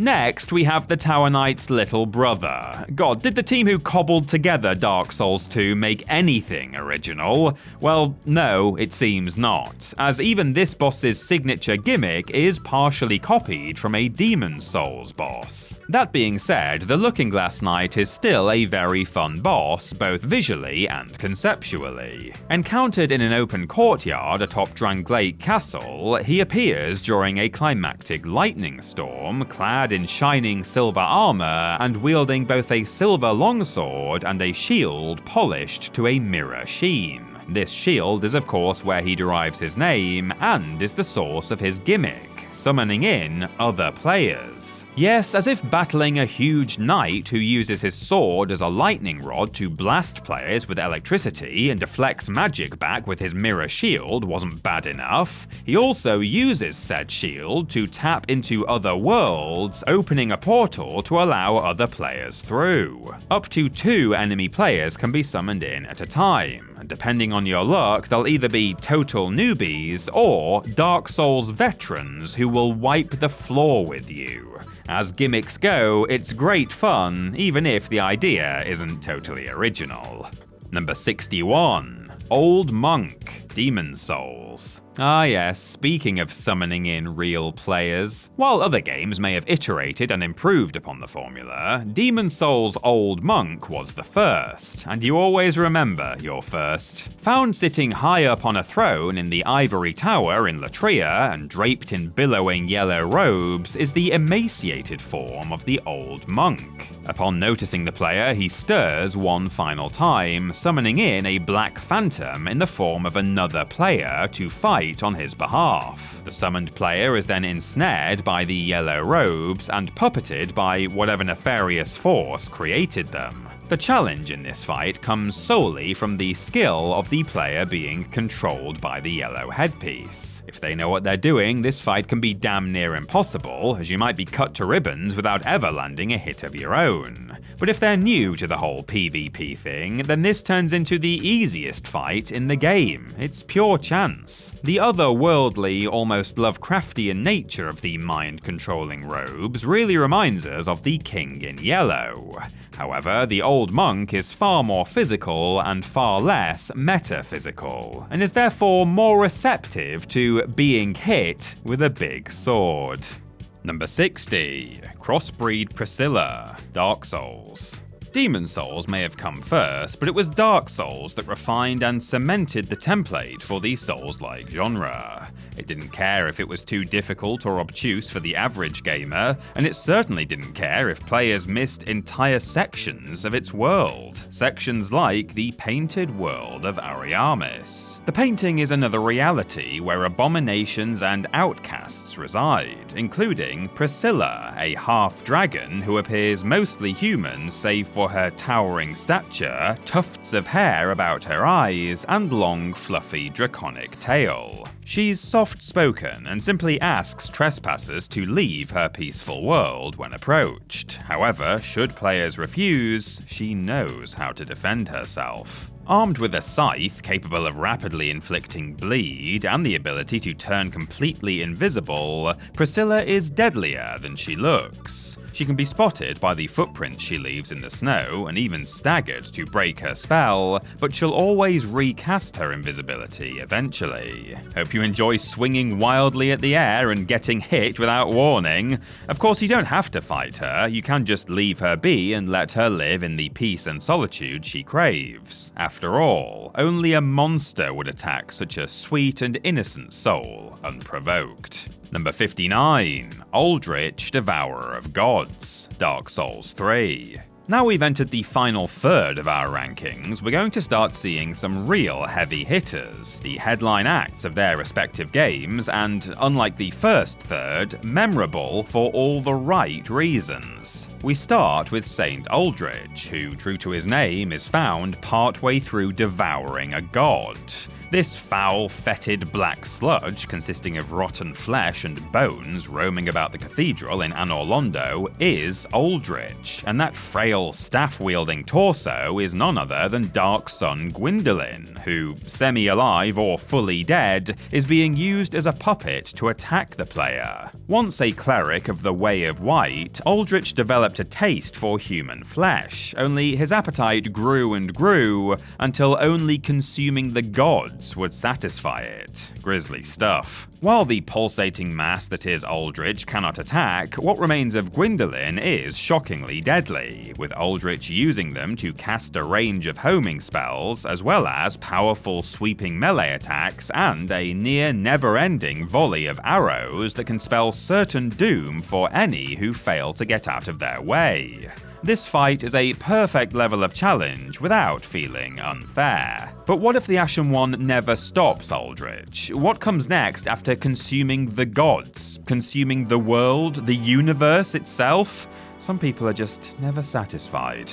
Number 58. Ebritus, Daughter of the Cosmos, Bloodborne. You should never dig too deep. The dwarves taught us this when they awoke the Balrog, and now the healing Church of Bloodborne hammers home that point by dredging up not only the beast scourge inflicting blood of the Great Ones, but a Great One itself in the form of Ebritus. Known as the Left Behind Great One, Ebritus is an ungainly mass of tentacles, tattered wings, feelers, and sluggy bits that might be what you'd get if you asked a child to make Cthulhu out of slime. She's bulky and ponderous, but those flailing tentacles have plenty of reach and hit incredibly hard. And that's not even mentioning her ability to fly, spit caustic, frenzy-inducing blood, and cast homing bolts of arcane energy that target the player in 3 consecutive bursts, each inflicting tremendous damage if they connect, and typically resulting in a game over. Luckily, there are plenty of tactics to fight back with, such as staying behind her or sticking close to one side and chipping away at her with bolt-infused weaponry. The name Ebritus derives from the Latin for drunk, which ties into Rom's epithet as the vacuous spider, and really throws into question the idea of wanting to elevate humanity's consciousness to that of the Great Ones, because if you ask me, they all seem a bit thick. Number 57. Lich Dragon Fortisax, Elden Ring. While this next entry may at first glance appear to be another simple reskin of the previously seen ancient dragons, Lich Dragon Fortisax is actually far cooler. Namely because even though he became corrupted by Deathblight, he refused to leave his friend's side and watches over him to this day. Plus, it's an undead dragon, and they are always cool. Fortisax can only be fought if players have followed Fear the Deathbed Companion's quest to its end, which involves both finding the curse mark of death of Rani's corpse and finding one's way to the Deeproot Depths, at which point they can enter Fear's dream. Even as a dream though, Fortisax is imposing, not only able to bathe the battlefield with swathes of flame and rain down spears of explosive lightning, but also call upon Death Lightning, which bursts across his arena, unleashing devastating clouds of Deathblight. It's a shame he has so little HP actually, as considering the location he is fought in is so well hidden, most players will be over-leveled by the time they find and face him. A slightly larger health pool could have turned this fight into an epic battle of attrition, but as it stands, Fortisax goes down far too easily for such a legend. And yes, it turns out that if you die in a dream, you really do die in real life. Number 56. Gravelord Nito, Dark Souls. Existing long before the Age of Fire, Nito was one of the original 4 primordial beings who found a Lord's soul and was granted godlike power. Clearly didn't make the most of that power in life though, as at some point he bit the bullet and died like a lowly mortal. On the other hand though, he did make fairly good use of it in death, as having been resurrected, Nito positioned himself as the Lord of the Dead. Gravelord Nito is a living mass of human remains bound to a large, hunched humanoid skeleton and covered in a black cloak that resembles matted hair. He exudes a miasma of death wherever he goes, and carries an enormous sword made out of fused bones. In short, not the kind of thing you'd want to encounter in a dark alley. Nito is both very large and very slow, meaning he can easily be taken advantage of by strafing round him and sticking to his back. However, he makes up for these shortcomings first by having the player drop into his arena, resulting in unavoidable fall damage, and then by constantly summoning in skeleton minions. Take care of them though, and it's only Nito's toxin you really need to worry about. And while he could save himself from death once, he clearly couldn't do it twice. Rest in peace, Nito, for good this time, please. Number 55. Nashandra, Dark Souls 2. When players first encounter Nashandra, Queen of Drangleic, sitting out of reach upon her throne, they may come to the same dangerous conclusion that her husband, King Vendrick, did, that she is kind, caring, and harmless. Big mistake. Like the previously mentioned Guinevere in Dark Souls 1, all is not as it first appears with Nashandra. Her demure human form is an illusion, and once players reach the Throne of Want at the end of the game, she unveils her true form. Looking like a female version of Nito, Nashandra is a slender, dark, skeletal figure with long, spindly arms ending in claw-like fingers and wearing a dress made of matted corpses. She is an incarnation of Manas's desire, and used her illusory beauty to seduce Vendrick and take over the kingdom.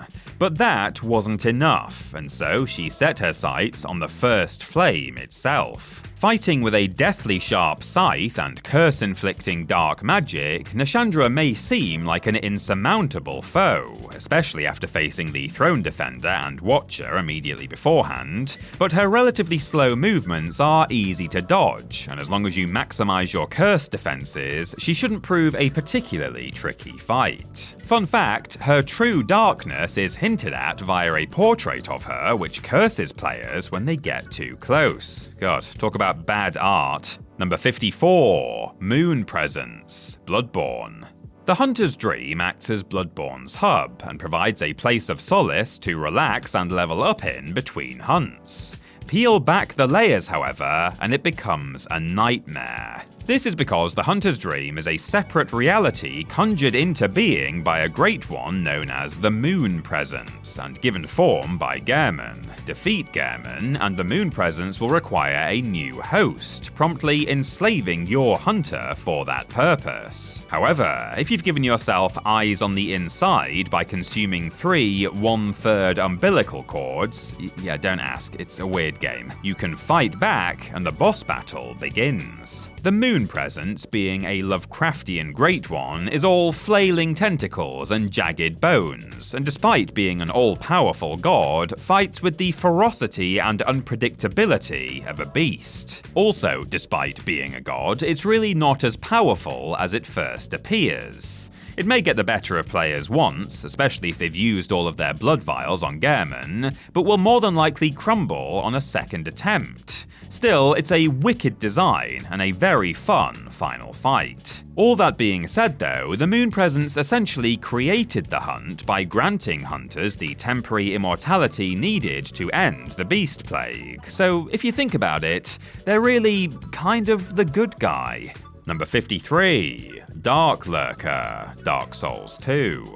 The Soulsborne franchise's optional bosses are some of their very best, and that can even be said for the optional bosses in the generally disappointing Dark Souls 2. Ridiculously obscure methods of locating said bosses in the first place is also a shared theme throughout the series, and in our humble opinion, one that only elevates the fun of finally taking them down. Dark Lurker is a wonderfully gothic, twisted angel of death, an ethereal blue-white being floating ominously with its enormous wings, yet possessing 4 arms and obscuring its face with a hood. This boss can only be fought by joining the enigmatic Pilgrims of Dark Covenant and then completing 3 dungeons and lighting 3 beacons. The problem is, warping to Dark Lurker costs 1 humanity a pop, so if you're finding him tough, you can very rapidly burn through this precious resource. And there's every chance you will find him tough, as this guy does not play fair. All of his attacks are magic based, so any player going in without the right defenses may as well just lay down and die. Couple this with the fact that the majority of these spells are either homing, have a huge AoE, or both, and he clones himself, and you are in for a world of hurt. I sure hope you've been saving those humanities. Number 52, Iudex Gundyr / Champion Gundyr, Dark Souls 3. When it comes to tutorial bosses, games in the Soulsborne franchise typically fall into one of 2 categories. 1, the boss is effectively impossible and you're supposed to die, or 2, you need to do a little exploring first in order to get the tools or skills required to beat them.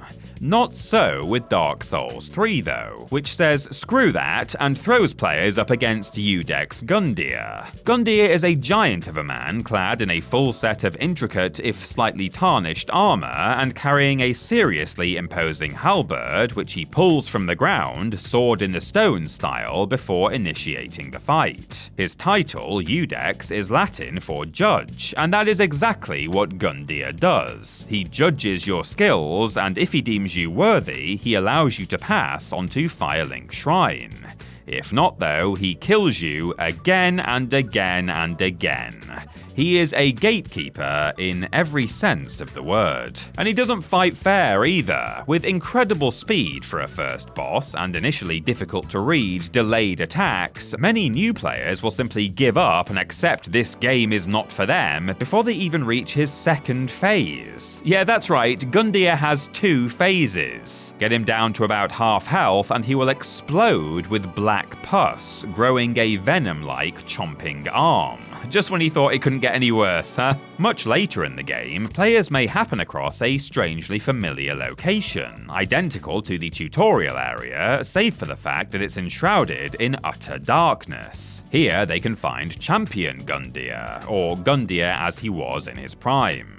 Now, while he may start the battle with a similar moveset to Udex, this is just a warm-up. This version of the legendary warrior hits harder, moves faster, and is capable of linking together combos into an almost never-ending flurry of attacks. If you found Udex Gundyr tough, all I can say is good luck, you're gonna need it. Number 51, Midra, Lord of Frenzied Flame, Elden Ring. While Shadow of the Erdtree's bosses may have split the fanbase in terms of their significantly elevated difficulty, one thing we can all agree on is that FromSoftware was firing on all cylinders when it came to creativity. Found within Midra's manse, deep within the abyssal woods, Midra has lost every last shred of his shattered sanity. Once a man who failed to become the frenzied lord, he was skewered by a sword of twisting barbs that impale him from within, and left to suffer. And that's how players first encounter him, as a withered husk draped in tattered yellow and pierced most horrifically. In this form, all he can do is crawl along the floor, grasping and grabbing. Though even here, he can be deadly to those who underestimate him.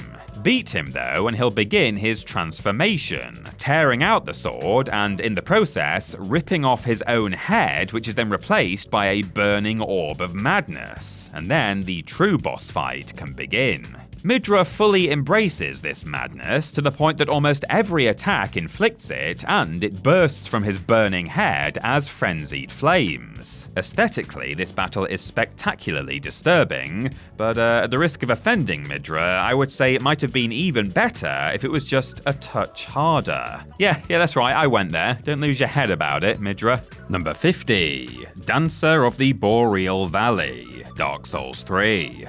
As previously mentioned, the Dancer of the Boreal Valley is never far from her dog-like guardian, Vort. In fact, she's literally across the courtyard from him, something most players will discover after defeating 3 of the Lords of Cinder, and most monsters will discover after murdering 1 old lady. Once a proud descendant of Princess Guinevere, the Dancer lost everything after Pontiff Sullivan took control of Irithyll. First, she was subjugated and forced to serve at his side, and then she was made an Outrider Knight and exiled to Lothric for reasons unknown. Like with Vort, she was given a right eye ring, which corroded her mind and twisted her body. True to her name, the Dancer is lithe and willowy, capable of contorting her body in ways that would make real-world ballerinas wince. Armed with twin blades, she uses this flexibility to decimate unwitting players with long, sweeping attacks and slow but deadly grabs. Her winding, twisting moveset is so different to any other enemy in the game that reading and reacting to her attacks takes great patience and skill, and many players will be so mesmerized that they won't even see her blade until it's too late. Throw in the fact that her attacks set her arena on fire, and you have got a real performance of a fight. Number 49, Four Kings, Dark Souls. While they may have a few environmental hazards to spice things up, boss arenas are typically less deadly than the bosses contained within.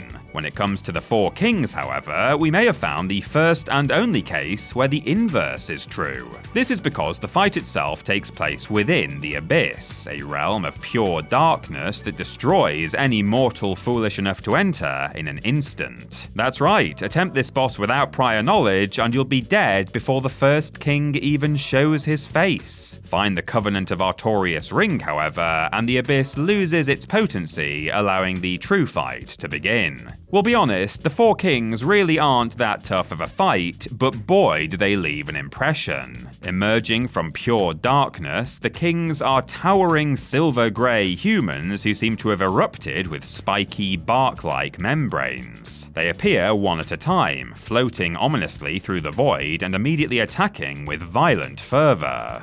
It's just a shame they haven't got the skill to back up their gnarly appearance. The Kings are too slow for their own good, and thus can be easily dodged and countered. Plus, they share a health bar, so do enough damage and you may only have to fight 1 or 2 of them. They still haunt my dreams, mind. Number 48, Divine Beast Dancing Lion, Elden Ring. Elden Ring doesn't mess about, putting adventurers in their place right out of the gate with the likes of the Tree Sentinel, and its DLC doesn't hold back either, assaulting players with significantly tougher basic enemies, the towering infernos that are the furnace golems, and the divine beast Dancing Lion as the first boss most players will stumble across. The Dancing Lion is not, in fact, a real lion, but two men in a lion costume, puppeting it Chinese dragon style. Yet for a couple playing dress-up, they are remarkably in sync with each other, dancing around their arena with skill, and remarkably powerful, quite literally calling upon the heavens to aid them. Appearing to float across the courtyard, the Dancing Lion moves fast, punishing overly aggressive players with combos, leaps, and lunges, as well as slowing players with deadly grabs and bites, while at the same time cluing them in for what the other bosses in this DLC have in store. Do enough damage and the lion will call in storms of ice, wind, or lightning depending on your luck. The best tactic is to repay them with a gust of rotten breath and watch that health bar tick down. I mean, I've heard of Lies of P, but I never thought I'd see the day when my Elden Ring character was killed after being eaten alive by a puppet. But here we are. Number 47. God-devouring serpent / Rykard, Lord of Blasphemy. Elden Ring.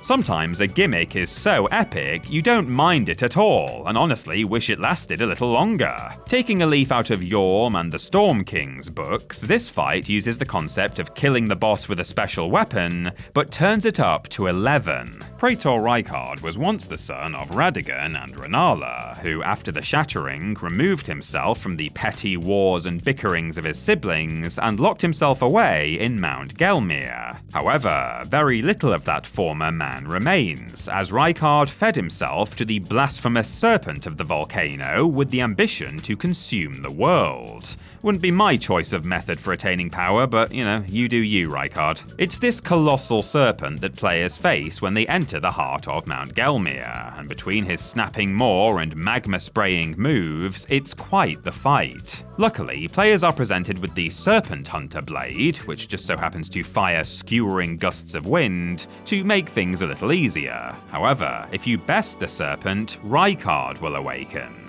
Now fused with the snake, he is a horrific mess of serpent bits and squirming little red hands. This is where the true fight begins, but provided you nail the timing, it makes you feel like the hero of a particularly bloody anime. Number 46. Sanctuary Guardian, Dark Souls. How FromSoft thought anyone would find the entrance to the Artorias of the Abyss DLC without a comprehensive step-by-step guide is beyond me. And even when they do work it out, Miyazaki tries his utmost to keep them from actually enjoying themselves by quite literally gatekeeping it with the Sanctuary Guardian right off the bat. Looking like a manticore, i.e. a lion with a scorpion stinger for a tail, but taken to the next level by adding on curling goat horns and 2 sets of eagle-like wings, the Sanctuary Guardian takes its job seriously, and it's very good at it too. Quick fingers are a must for this fight, as players will be constantly dodging furious combos and dashes as the Guardian literally throws its weight around, as well as powerful gusts of wind, deadly poison, and more lightning than you've ever seen in your life. Seriously, this is like dressing as a lightning conductor in a thunderstorm and trying not to get struck. When players decide to take on the DLC will have a big impact on how difficult they find this boss. Try too early and beating this overgrown kitty is near impossible, but come here towards the end game and it gets markedly easier. Not easy, just easier. Man, if only there was a giant ball of yarn item to distract him with. Number 45. Lawrence the First Vicar, Bloodborne.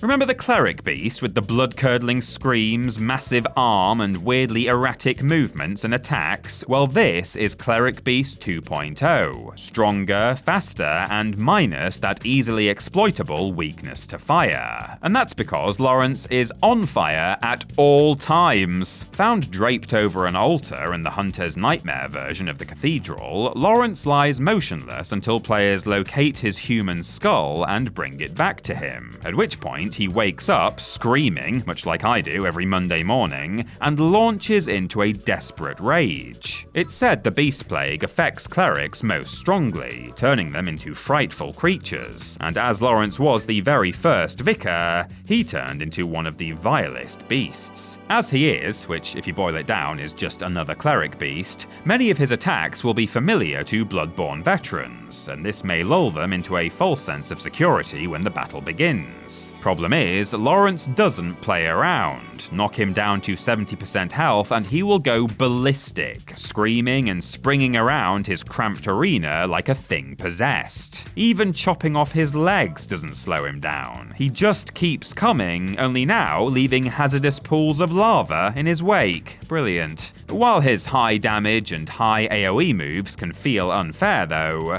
Lawrence is intended to be a true endgame challenge. Number 44, Flame Lurker, Demon Souls. Next, we have another boss who's constantly on fire, but unlike Lawrence, he actually seems to enjoy it. Trapped deep inside Stonefang Tunnel in a forgotten temple littered with dragon bones is a demon of pure anger and hatred. This is the Flame Lurker, a creature ripped straight out of the depths of hell, all horns, claws, and charred and melted skin. Pummeling his chest and lolloping around his ruined temple on all fours, he also somewhat resembles an enormous gorilla, only one that's been set on fire, obviously. Of course, TripleJump does not endorse setting gorillas on fire, for the record, we're just making the comparison. While he'd be considered tame in any other Soulsborne title, he's quite the outlier in Demon Souls. No other boss is quite as relentless, and therefore he's easily one of the toughest in the game.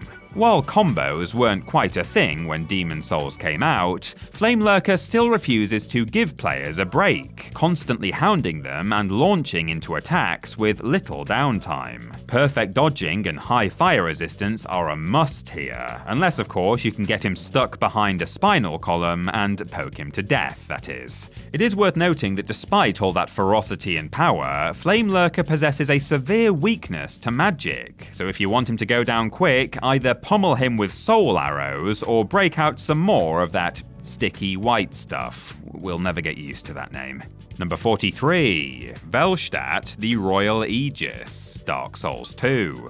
Loyalty is not a trait found in most Soulsborne bosses. In fact, the vast majority are deeply treacherous and selfish. Not so in the case of Velstadt though, who was so loyal he refused to leave his king's side even when the man went into self-imposed exile. Found in a narrow corridor in the undead crypt, Velstadt is a towering knight wearing intricate burnished bronze armor and carrying one hell of a hammer. Once King Vendrick's right hand, Velstadt's loyalty never wavered, and even when Vendrick became hollow, he remained close, ready to lay down his life to protect his king. And that's where you come in, dear player. While not as challenging as the other big guy in armor boss fights, Velstadt certainly has a few tricks up his sleeve. For one, that hammer is also a giant cleric's bell, allowing Velstadt to conjure in several dark orbs to hound the player, as well as buff himself to vastly raise his defenses. He hits hard, but is rather slow on the wind-up and recovery, so a good dodge can see players easily position themselves behind the bronze bully and mess him up before he has time to react. Just make sure you do dodge him though, as trying to block his attacks will rapidly drain your stamina and leave you open for a royal hammering. Number 42, Penetrator, Demon Souls. True to his name, the Penetrator starts his fight by penetrating the irritating fat official who's been harassing the player throughout this portion of the game. It's quite the eye-opening first impression, and coupled with his gorgeously gothic armor, it really sets the stage for an epic showdown. The Penetrator can be seen as an early prototype for the likes of Dragonslayer Ornstein and other similar faceless knights, what with his massive sword that he just loves to swing around and thrust towards the player. For a Demon Souls boss, his aggressive behavior and penchant for getting up close and personal make him stand out from the crowd, and can see him become quite the formidable foe. For melee players, dodging is the only way to victory, as each of his attacks is lethal lethal. Magic users, on the other hand, will have a much easier time of it though. But the thing is, compared to his contemporaries, he is just too slow and predictable, and that means series veterans going back to this game won't find him to be the challenge he was originally designed to be. Even so though, it is a fantastic fight. You know what's not fantastic though? The fact that FromSoft couldn't think of a better name than Penetrator. It's impossible to take that word seriously. Maybe that's why he's so angry. Number 41, Margit the Fell Omen, Elden Ring. Elden Ring is a big game. Try to make a beeline to the end, and unless you're some sort of gaming god, or just really stubborn, you're not going to make it very far. To hammer this point home in the most literal way possible, the game sets up one hell of a roadblock. As previously mentioned, Margit is truly Morgott, the last king of Leyendell, and he really despises Tarnished, so much so that he'll try to kill players no fewer than 3 separate times. Although it's this first attempt on the approach to Stormvale Castle that will likely succeed the most often. Like the Cleric Beast, Margit is so good at kicking players into the dirt that a lot of newbies will give up at this point and never experience the majesty and challenge of the Lands Between proper. With a wide array of attacks that see him launching himself from one side of his arena to the other, the animations of which can be delayed to bait the player into dangerous unblockable situations or have no wind-up at all, it can seem downright impossible to ever best this bully. However, he is perfectly balanced to teach players how to use everything at their disposal to achieve victory. And there's no denying it feels fantastic to finally knock him down to size. Number 40, Bell Gargoyles, Dark Souls. Up next, we have the OG Gargoyles that all subsequent Gargoyle bosses wished they could be, but could never reach the same lofty heights. Do you get it? Lofty heights, because they're on a church roof. It's quite simple, actually. Guarding the Bell of Awakening atop the church in the Undead Burg, the Bell Gargoyles are your textbook snarling stone beasts brought to life through magic. With their draconic heads, hunched form, and impressive wings, they wouldn't look out of place on a real-world Gothic cathedral. Well, were it not for the massive shields and halberds they wield, and the axe heads that tip their lashing tails anyway. The fight starts with a single gargoyle swooping down to cause chaos the moment players make their approach, and while he looks fearsome enough, he's not too difficult on his own. Get him to half health, however, and a friend flies in to join him. Luckily, this one has already been damaged. Dodging a multitude of swipes and stabs interspersed with flying attacks and flame breaths can prove quite the mental and physical workout, but, unlike subsequent gargoyle encounters, it always feels fair. Once again, the true boss here is the camera, so eschew locking on if you want any hope of seeing where you're going and avoiding any sudden drops.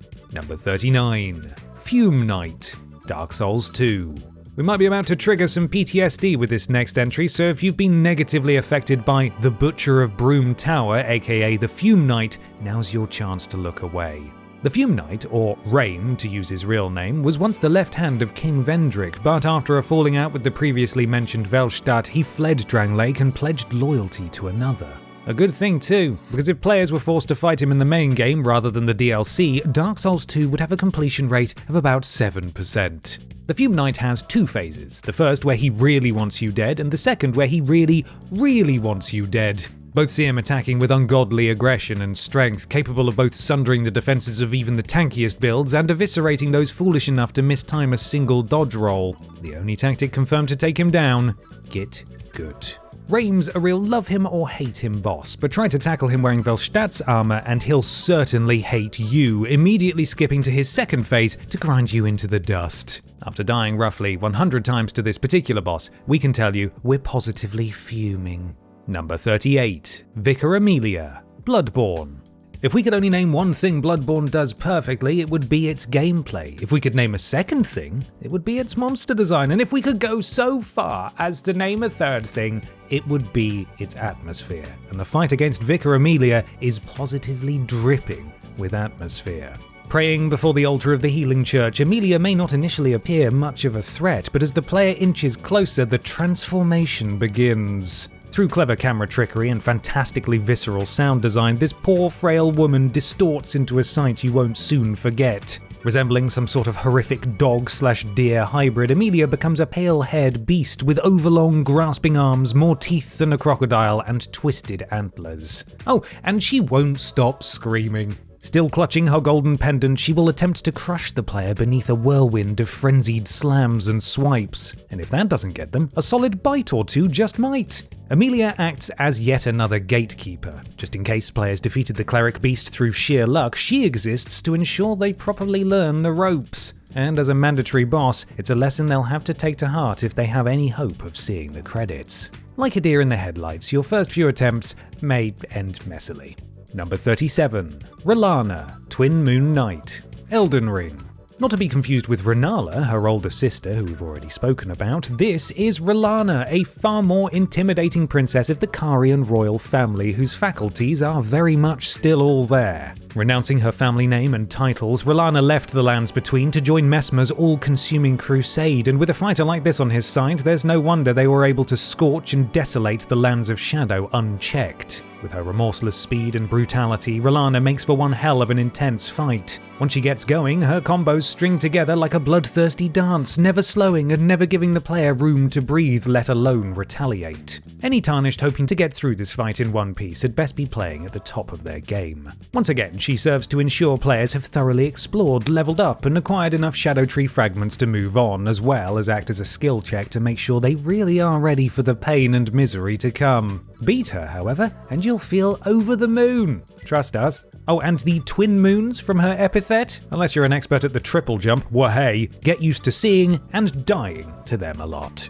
Number 36. Demon in Pain and Demon from Below / Demon Prince, Dark Souls 3.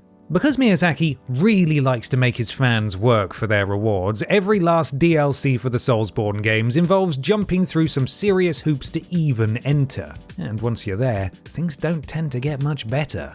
Get through the still rather tricky appetizer that is the Dreg Heap, and your progress towards the Ringed City is brought to a halt by a pair of bosses hell-bent on your hasty demise. Dropping into their hellish pit, players are immediately set upon by two massive demons, one spewing fire, the other belching poison, and both periodically becoming inflamed, boosting their movements and attacks. The key to this portion of the fight is divide and conquer, focusing on killing one of the pair while avoiding the other. Careful which you kill, mind, as the last will revive in Phase 2, regaining all its lost health and then some, and becoming the Demon Prince, an even bigger, even scarier demon with two massive great wings and a proclivity for using them to both escape danger and rain down death from above. If you can beat this guy, the rest of the DLC will be a breeze, until the final boss, that is. Number 35. Father Gascoigne, Bloodborne. Father Gascoigne serves as Bloodborne's true first boss. Hope you've been spending those blood echoes wisely and stocking up on blood vials, because to him, you're just another beast, and your time has come. A priest from a far-off land, Father Gascoigne travelled to Yharnam with his wife and two young daughters. Unfortunately, he chose the worst possible time as the beast plague ravaged the city, forcing Gascoigne to go on the hunt and his family to wait behind for his safe return. And if you've played this game, you'll know how that turns out. Starting out as an ordinary hunter, Gascoigne comes for the player with both a hunter's axe and a blunderbuss, eager to punish the unprepared. Get the better of him and he'll succumb to the plague, transforming into a hideous feral beast and flying into a wild rage. If players don't change their tactics just as quickly, they'll be turned into mincemeat in a second flat. Find the music box elsewhere in Yharnam, however, and you can temporarily stun him as he's reminded of his loving family. Oh, it's the perfect time to stab him, get him! Maybe some other small part of his mind remembers he once lived to help people because he's also an excellent teacher. His lesson, in Bloodborne, you need to keep moving. Stop, and you're dead. Very dead. Number 34. Black Dragon Kalameet, Dark Souls. Circling the orange skies of Ulasil is a terrifying sight, a dragon as black as the abyss with twisting horns, wicked spikes and a single red eye that bores into your very soul. In fact, any players caught in the gaze of this eye will be temporarily paralysed, struck with dark energy and branded with a curse that makes them receive double damage. Not great when he already hits like a truck. To fight Kalameet, players should track down Hawkeye Goff, an archer of Gwyn who will snipe the flying terror out of the sky with a single impressive shot. Unfortunately, the hard work of actually slaying Kalameet then falls to you. Good luck with that, as not only does he breathe out screen-filling dark fire, he's also incredibly nimble and resistant to all elemental damage, making actually hurting him rather tricky. Your reward for taking down such a fearsome foe? The Calamity Ring, which doubles all incoming damage. Oh, do you have a receipt? If you want to make this battle about 50 times harder, you can fight Kalameet before Goff has the chance to shoot him down. Just make sure you have plenty of arrows, as that's about the only way you're going to land a hit. To make it nigh on impossible, why not try him while wearing the Calamity Ring? Dare ya? Number 33. Sin the Slumbering Dragon. Dark Souls 2. FromSoft really like their dragons, don't they? Shame then that you can count the ones that truly stand out on a single hand. One of those few comes from Dark Souls 2, which goes to show just how much they improved things with the DLC. The last boss of the Crown of the Sunken King expansion, Sin is an immense pale monstrosity seemingly carved from stone, yet his imposing exterior hides a fetid interior, a poison which it spews out mid-combat and which coats his scales, gradually corroding any weapon used against him. As his nickname suggests, Sin was once lost in a slumber so deep that an entire city was built around him without him stirring. He only awoke when Drake Blood Knights stormed the place and impaled him with the spear that still juts out from his side. As you might expect, Sin is deadliest from the front, big teeth, and from the air, lots of poisonous fire, so players are advised to attack from the side, preferably targeting that whopping great spear for massive damage. However, do use your Estus Flask sparingly and bring plenty of life gems, as the fact that he flies out of reach for much of the fight and floods the arena with fire and toxins means the whole thing quickly turns into a battle of attrition.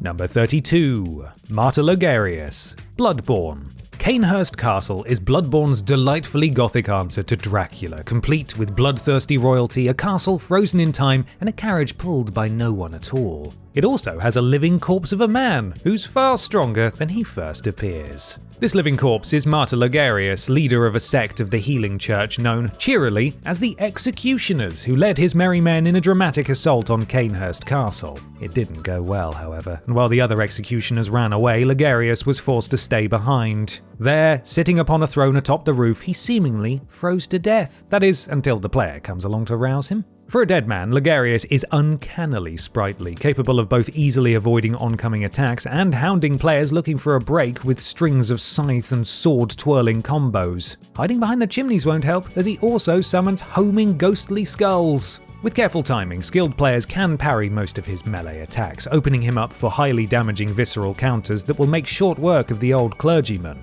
Those with slower fingers, however, are going to be in for a much longer fight. At least Logarius can rest in peace, having died twice for his cause. How many other martyrs can say that? Number 31. Bayle the Dread. Elden Ring. Not only does FromSoft love a good dragon, it seems they also have a real thing for injured dragons. That's right, just to make you feel worse about dying 100 times to the same boss, you're not even fighting them at full strength. If you were, they'd kill you so hard, not even resurrection would help. This is certainly the case when it comes to Bayle, who is so badass he challenged the ancient dragon lord Placidusax to a duel and, despite losing a leg and most of his wings, managed to grievously wound the former Elden Lord, ripping off 3 of his 5 heads. This means when players dare challenge Bayle, he hobbles around his arena on one leg and fights them with flayed stumps for wings, jabbing at them with splintered bones, and yet he still provides a hell of a run for their money. Even in this severely weakened state, Bayle commands the battle, lurching after the player in an attempt to crush them beneath his immense weight or raining down precision lightning strikes. Get him to phase 2 and he ups the ante, growing 2 spectral wings and taking to the skies. All that being said, he's not as badass as Egon, who screams into battle, cursing Bayle's very soul. No one is as badass as Egon. Number 30. Sir Elon. Dark Souls 2. As previously stated, some of the most challenging yet most rewarding boss fights in the series come in the form not of towering beasts or eldritch nightmares, but hunters or knights of a similar size and with a similar moveset to the player. Originally hailing from the east, Sir Elon travelled far to become the Iron King's right hand. Only after an unknown length of time, he left to travel the world alone. The Sir Elon player's encounter is merely a memory of the man, yet even this is a force to be reckoned with. With his gliding slashes and thrusting impales, his moveset is more like a deadly dance than a brutal fight to the death. Feeling more like something out of Sekiro than a traditional Soulsborne game, Sauron fights with honor and deft skill, readily draining the stamina of those who rely too heavily on blocking, opening them up for a deadly visceral attack, or even parrying and riposting overzealous attackers, potentially killing them in a single strike. Sauron lives by such a strict code of honor, in fact, that if the player kills him without getting hit, Alon will commit seppuku out of shame. Naturally, we had to look that up. There was no way we were going to find that out for ourselves. Number 29. Maiden Astrea, Demon's Souls. Despite being the very first game in the series, Demon's Souls was already messing with players' expectations. Demons, at least as far as the player is aware, are foul, fetid, and ferocious things. The first two bosses of the Valley of Defilement embody this sentiment to a T, appearing as vile mounds of gloop, so it's all the more surprising when players encounter Maiden Astrea. This one is all about the lore implications, and making you feel just horrible. While technically still a demon, Astrea is a beautiful golden-haired woman who works so tirelessly to provide aid for the disease-stricken that she is considered a saint. Still, if you want to finish the game, you'd best start a killing, you monster. Astrea is a unique boss, as she has no means of offense or defense of her own. Instead, she relies on her loyal-to-a-fault bodyguard, Garl Vinland, a hulking brute clad in heavy armor and wielding an even heavier mace with which he is more than happy to squash any soul-hungry players flat. He is the true boss here, as if players can break his defenses and kill Garl, Astrea will realize she is done for and simply lay down and die. Find Garl too tough and you can try beating the defenseless woman to death yourself instead, as long as you can avoid the horrifying plague babies in the water and, live with yourself afterwards. Number 28. Mohg, Lord of Blood, Elden Ring. As the brother of Morgoth and shunned son of Marika, Mohg was forced to live a terrible half-life in the capital sewers, never to see the light of day. Yet, while an illusion still remains there, taking the form of Mohg the Omen, the real Mohg forsook his lineage to start a new life in a new location, following a new god. Taking on the mantle of Lord of Blood, Mohg wished to start a dynasty in the name of an outer god known as the Formless Mother, even going as far as kidnapping Miquella to help bring about this new age. And he would have gotten away with it too if it weren't for you meddling Tarnished. While the fight against his illusory form is difficult enough, it pales in comparison to the true Lord of Blood, as in this battle he calls upon his deific patron every chance he gets, reaching into her dimension and hurling forth her flaming blood in wide arcs and precise strikes. He can even obliterate a player's health bar with a ritual that sees him counting down in Latin, and upon reaching 0, hitting them with 3 consecutive, unavoidable hemorrhages that also heal him. Totally fair. Number 27. Burnt Ivory King, Dark Souls 2. Be honest, you didn't think we'd place a Dark Souls 2 boss even this close to the top spot, did you?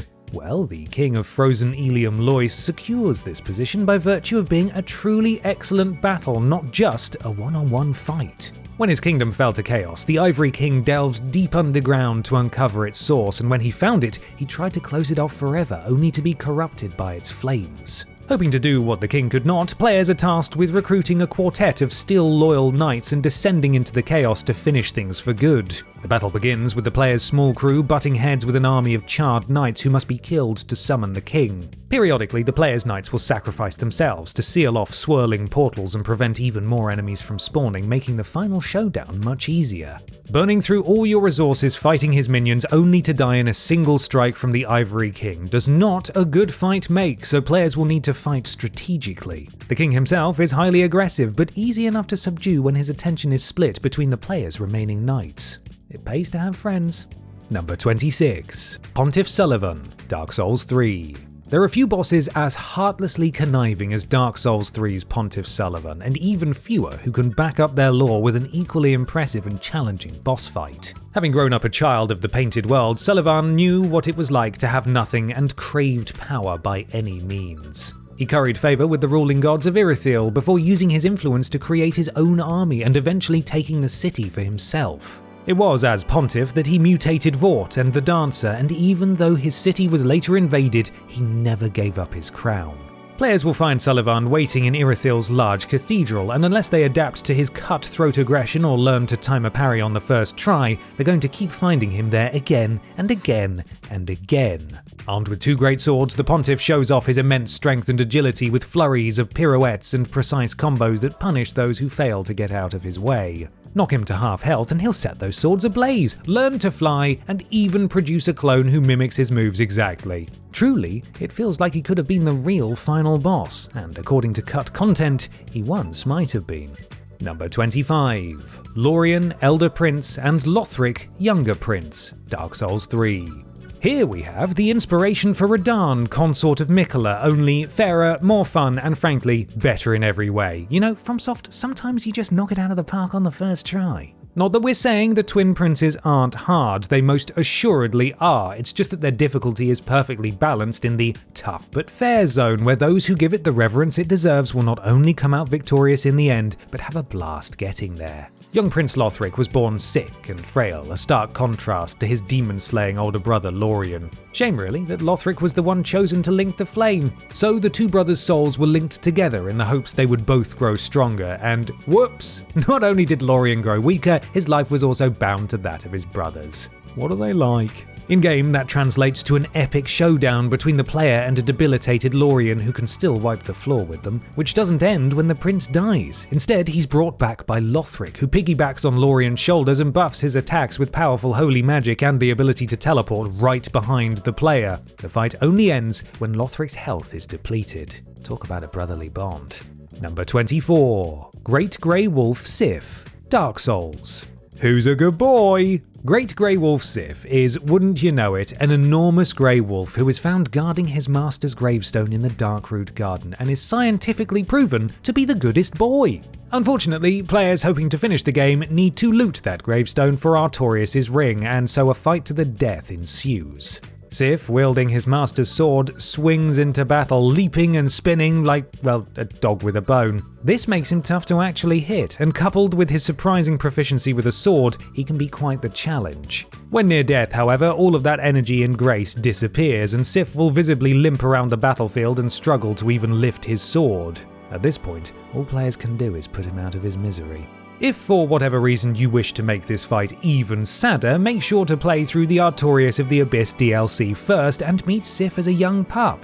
Then, when you fight him here, he'll remember you and reluctantly pick up the sword nevertheless. I'm not crying. You're crying. Who's a good boy? That would be Sif. And who's the monster who put him down? That would be you, chosen undead.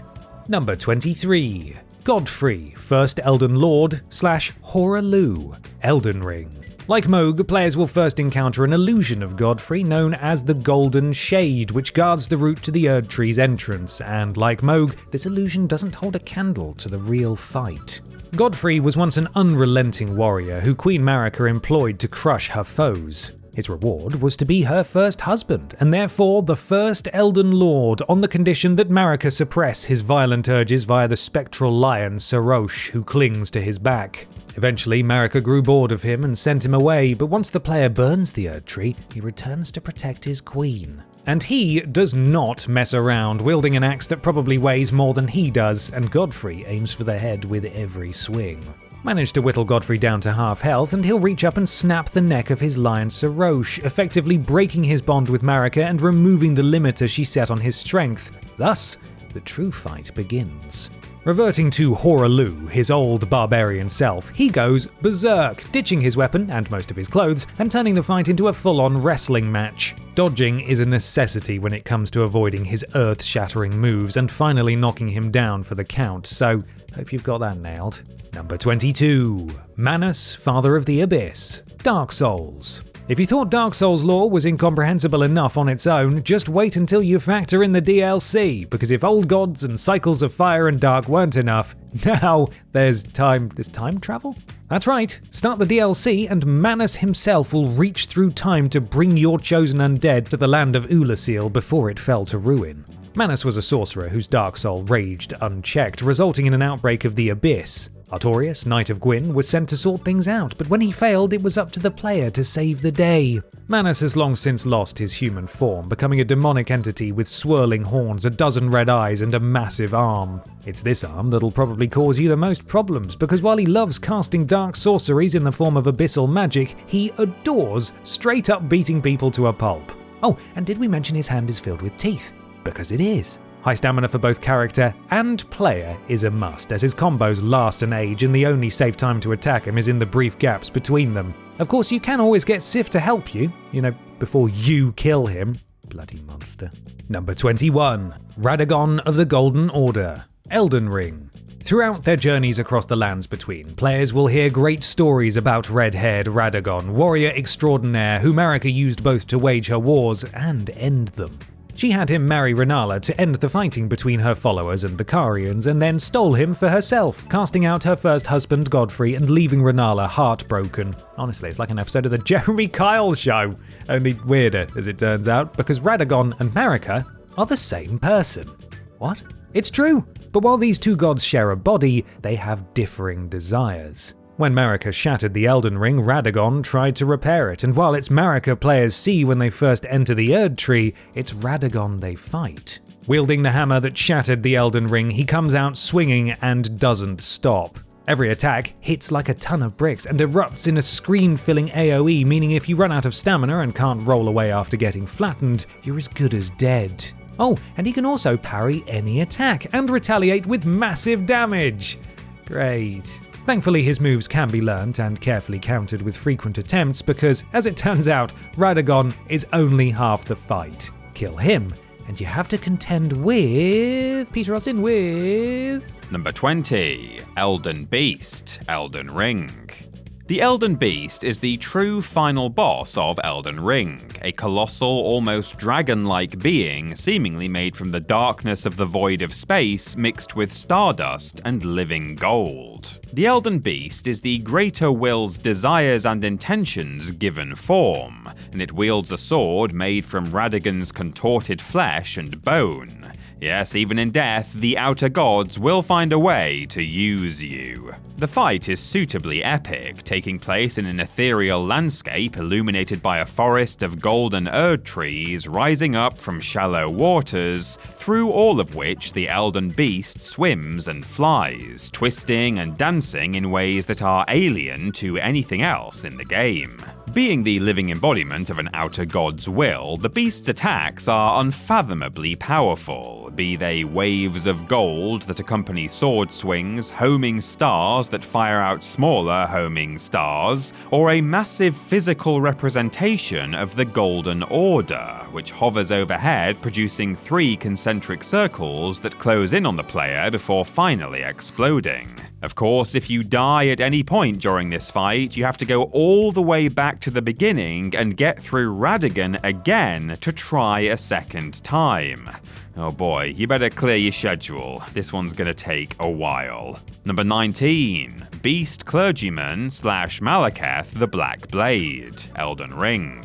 Maliketh, Queen Marika's shadow-bound beast, was entrusted with the Rune of Death's protection, and after Rani's theft, he bound what remained within his own flesh to prevent further disasters. Players may find him first in Caelid, disguised as Gorang, the affable, if slightly menacing clergyman who loves snacking on Deathroot. But it's not until players reach crumbling Faram Azula that he removes his disguise and does his best to keep them from stealing the rest of the rune. Unfortunately for him though, his best isn't good enough. While this first phase is no pushover, it's no real challenge either. A good shield will get you a long way here, and so Maliketh has no choice but to unleash the power of death within him.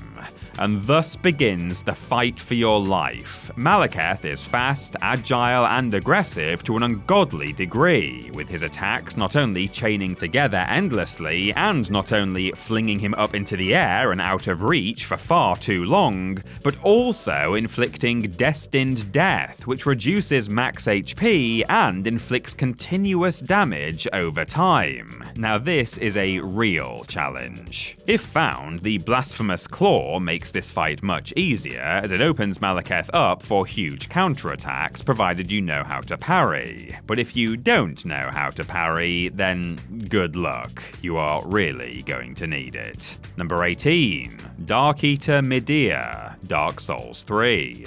Dark Eater Medea, a dragon doomed to fight the Abyss for all time, is the closest FromSoft gets to letting us fight a Godzilla-like kaiju. Dragon battles don't get much more bonkers than this. While exploring the fabled Ringed City, players will be attacked by this gargantuan guardian as they attempt to cross a bridge. Luckily, he holds back here, and so most players will be able to chip away enough health to see him plummet to the depths below. But Medea naturally survives this fall, and if players can make their own way down there, they can begin round 2. And you best get comfortable for it, because even tainted by the Abyss, Medea has a formidable health bar and exceedingly high defenses. Couple this with the fact his attacks inflict considerable damage, and you have a battle of attrition in which the slightest mistake will set you back to square one. With an affinity for huge AoE fire breaths, darkness-infused magic, screen-filling rampages, and an honest-to-goodness laser beam, there's a lot to keep track of in this fight. Get yourself a fireproof shield, remember not to lock on and always aim for the head, and maybe, just maybe, you can cut Medea down to size. Number 17. Dragon Lord Placidusax, Elden Ring. Remember what we just said about Medea being the closest we'd get to a kaiju-style battle in a Soulsborne? Well, scratch that, because Dragon Lord Placidusax is basically Ghidorah, just minus one head. Placidusax actually once outdid Ghidorah in the number of heads category, only he lost 3 of them when Bayle the Dread turned traitor, and one of them, incidentally, can still be found coiled around Bayle's neck. But even with only 2 heads, this former Elden Lord is a considerable challenge, and one that most players won't even find. This is because they need to find a specific alcove in a secret location far off the beaten track to be teleported to him. Once there, Placidusax will awaken, and he is not happy that someone disturbed his slumber. Even severely wounded with missing heads and visible lesions beneath lost scales, he proves a worthy foe to even the toughest Tarnished. Tearing across the arena with spectral claws and barrages of red lightning, if his attacks won't get you, his sheer size will. And it seems 2 heads really are better than 1 here, because both will spew fire at the same time, submerging the place, and more than likely the player, in flame. What's that? This sounds too easy. Well, in Phase 2, he can turn invisible, so there. You best hope you beat him first time, as the closest site of grace is bleeding miles away. Number 16. Gehrman the First Hunter, Bloodborne.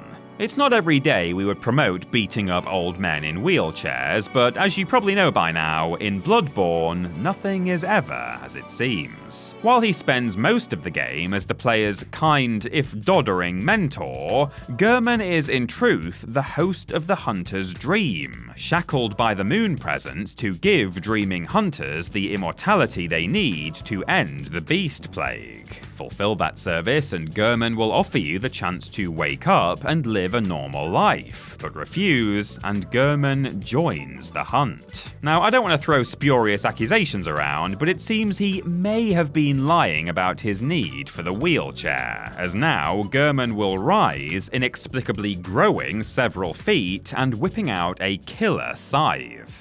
The music swells and the fight begins, with the old man showing inhuman dexterity by launching himself around his arena and carving the player up with furious flurries. Gehrman is by far the toughest of the hunter enemies and bosses in the game, and provides a true challenge to those who think they know better. Only hunters who have mastered Bloodborne's movement and parry system will prevail. It just goes to show that anyone can be hiding a secret. You best keep an eye on your grandpa going forward. Perhaps he's just getting on a bit, but maybe he made a deal with an eldritch abomination from the moon. You never know. Number 15. Abyss Watchers, Dark Souls 3. Music doesn't make the boss, but as Soulsborne veterans know, it can elevate an already amazing fight to gaming godhood. That's the case with many of our top 15, and it's most certainly the case for the Abyss Watchers. The Watchers are disciples of Artorias who dedicated their lives to fighting the Abyss. Problem is, the Abyss corrupts, and not even those sworn to destroy it are safe. This is why when players enter their arena, the the Watchers are at war among themselves. The ground is littered with corpses, and the player must deal with the survivors. This starts out as just one Watcher, but more quickly join the fray. Some target you, but others target each other, something that canny players can use to their advantage, focusing on one while the others slaughter themselves. The fight is frenetic, with each Watcher capable of mad dashes and vicious front flips despite the massive swords they wield. Manage to deplete the boss's HP, and all the remaining Watchers will drop dead, only to join their souls into a single challenger, who rises from the dead red-eyed and furious. Ignited, this Watcher is faster and fiercer, and all of his sweeps, lunges, and thrusts erupt with pillars of fire. Honestly, their movements are so beautifully deadly to watch that it's almost a shame to kill them. Almost, I said. Number 14. Soul of Cinder, Dark Souls 3.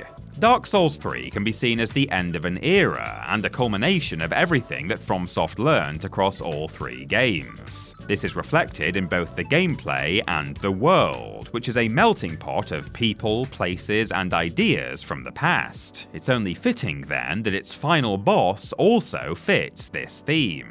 The Soul of Cinder is a tall humanoid knight clad in charred and melted armor and glowing like a red-hot poker. He also wields a version of the coiled sword, which the player uses to light the bonfire in Firelink Shrine. He's said to be a manifestation of all the souls to ever link the flame, from Gwyn to the chosen undead from Dark Souls 1 to whoever else sacrificed themselves before the Ashen One turned up. As a result, he can use all the same skills the player has at their disposal, constantly swapping between swords and sorceries, pyromancies and parries. It's a fun first phase, like fighting a true Dark Souls master, but it is only the first phase. In phase 2, he channels the very first soul, Gwyn himself. Gwyn's theme then sweeps into the soundtrack as Old Cinders takes on his trademark moveset, dialing up the speed and aggression to the max. Besting him truly shows just how far players have come since the first Dark Souls. Number 13. Orphan of Kos, Bloodborne. You know how some people say they were born ready to fight? Well, when it comes to the Orphan of Kos, he literally was born ready, emerging from his dead mother, screaming and keen to smash the player flat with his own still-attached placenta. Isn't that a delightful image? I hope you weren't eating, sorry. Kos, or some say Cosm, was a great one who lived by the fishing hamlet and was revered as a god. She is also the source of a curse placed upon the old hunters, as whether or not they actually killed her, they did desecrate her corpse, killing her unborn child in the process. This child was the Orphan of Kos, and some form of his consciousness lived on in the hunter's nightmare. And boy oh boy is it angry. Merely approaching the orphan is enough to send it into a cataclysmic rage, screeching like a particularly upset banshee and flinging itself all over the place like the floor is lava. This skeletal, bone-white monstrosity, still dripping in its own amniotic fluid, is the most aggressive boss in Bloodborne by far, seriously testing players' reaction times and patience, as its attacks are near constant and openings are few and far between. Oh, and the closer it gets to death, the stronger it becomes, gaining lightning abilities and explosive blood. Why? Just cause. Number 12. Messmer the Impaler / Base Serpent Messmer, Elden Ring. You don't get to be the poster boy for a FromSoft DLC without being epic. Even though he's not the Shadow of Erdtree's final boss, or even its toughest challenge, Messmer is a hell of a fun fight. Messmer is one of Queen Marika's children, but where the others lived in the light of the Erdtree, Messmer was left behind in the lands of Shadow. There he laid waste to Marika's enemies and watches over the ashes of what remains. The first half of this fight is anything but easy. He's not called the Impaler for nothing, and will quickly let players know it with his myriad lunges, thrusts, and throws of his spear. Each deals high damage and is typically paired with close-range bursts of fire. Sticking close and dodging his flames is key to getting through Phase 1. After that though, weakened, he plucks out his own eye, which was being used as a sacred seal, crushes it, and unleashes the malevolent serpent writhing within him, who is more than happy to help out. This help comes in the form of, wouldn't you know it, giant snakes, each so large that their heads alone fill most of the screen. If Mesmer wasn't enough, you now have to contend with him and giant flaming serpents. The result is chaotic, but to be honest, it feels amazing to come out on top afterwards. Number 11. Old King Allant, Demon Souls. Missing out on the top 10 by a hair, Old King Allant may not be as controller-smashingly difficult for Soulsborne aficionados as many of the bosses we've already encountered, but he is iconic. This is partly to do with his eye-catching design. King Allant appears as a stately older gentleman dressed in a regal outfit of white and gold and wreathed by wings of white smoke. But it's also partly to do with his backstory. This is not the real King Allant. That pile of sludge we mentioned way back at the start of the video is. Instead, this is an imposter, a powerful demon made in the image of the former king. Mostly though, this boss is iconic due to his ability to steal your character's levels. Yes, that's right, all those stats you've upgraded, all those souls you've poured into improving your character. Allant doesn't care how much time, blood, sweat, tears, or new controllers you've put in. If you get caught by his grab, it's goodbye level. Of course, aside from that, he's also the toughest boss in the game. His attacks are fast and fluid, punishing those who don't learn them well with enough damage to end a run in a single hit. God, if this is a mere imitation of the true king, I'm glad we never had to fight the real one properly. Number 10. Gwyn, Lord of Cinder, Dark Souls. The father of it all, Gwyn is the god who raged against the ancient dragons and established the Age of Fire. It's him you have to thank for the state of the world in Dark Souls 1, from the beautiful cities and gothic ruins to the death and decay. Gwyn ruled for centuries, but in that time the first flame naturally dwindled, and he was forced to sacrifice himself to link it and keep it burning. The being players fight at the end, clad in heavy robes and furs and wearing a golden crown, is nothing but a husk of the former god, a living puppet kept alive to guard the flame for eternity. This is something Gwyn's theme echoes perfectly, with a sad and simple piano motif that says killing Gwyn is not the world-conquering showdown you expected, but a mercy. That being said, it's still a showstopper of a fight, as Gwyn does not mess around. He's aggressive and agile, constantly and consistently applying pressure on the player, forcing them to manage their stamina or be hacked to ribbons in seconds. It can feel like dueling a brutal but brilliant master swordsman once you get into the flow. Or you can just parry him a few times and show the withered old man who's boss.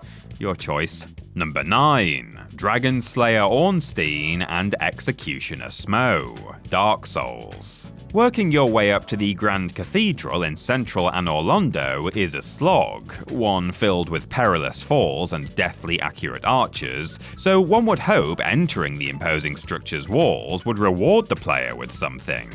But nope. Well, not unless you consider one of, if not the hardest bosses in the game, a reward. Ornstein is the captain of the 4 Knights of Gwyn, who, with golden armor and deadly spear, felled dragons. Smo is the royal executioner and takes far too much satisfaction in that role. Individually, they'd be quite the tall order, but Dark Souls expects you to fight both at the same time. With his lightning-fast spear thrusts and, well, lightning, Ornstein can reach the player from the other side of the arena in a heartbeat. Smo, on the other hand, is the lumbering heavy hitter, easy to dodge, but a death sentence if cornered. The best tactic is to focus on one while skirting around the cathedral's pillars to avoid the other. It's tricky but doable, but that is only the beginning. Killing one will see the remaining boss return to full health and take on their fallen comrade's characteristics. Ornstein grows significantly taller, while Smo becomes imbued with lightning. Yeah, it's just not fair, quite frankly. The only course of action here is to set aside a lot of spare time and get good. Number 8. Lady Maria of the Astral Clock Tower, Bloodborne. The perfect example of hunter versus hunter fight in Bloodborne, Lady Maria has everything. A killer design, a rapid and varied moveset that changes with time, deep lore implications, and a hauntingly beautiful soundtrack. Within the Astral Clock Tower is a solitary corpse, one which bears a striking similarity to the Plain Doll, and which really should be left well alone. This is Lady Maria, greatest of Gehrman's first hunters, and incidentally his inspiration for the doll, the old pervert, and the one who helped slay the Orphan of Kos. Disgusted by her actions, Lady Maria threw away her sword and cut her own throat, and now her unconscious remains trapped in the nightmare, guarding the entrance to the fishing hamlet. Disturbing her corpse sees Maria rise from the grave, and begins one of the most entertaining fights in the entire franchise. Maria is superhumanly agile, dancing around the player with sword strokes that are almost beautiful. Do enough damage and she'll be forced to coat her blade in her own blood, adding powerful flourishes to her swings. Damage her more and she'll set that blood on fire, increasing her style and flair. Of course, players can make the whole fight a cakewalk by learning her parry timings, winning the fight in no time at all, but robbing themselves of an unforgettable and near-perfect experience. Number 7. Nameless King, Dark Souls 3. Once they've explored Archdragon Peak, players are given a choice: return to Lothric and the Critical Path, or ring a bell they are directly warned not to ring. Allow those intrusive thoughts to win and do the latter, and the path to the Nameless King will open. Luckily, unlike with Priscilla, players aren't locked into this fight, which is a very good thing, as it is grueling.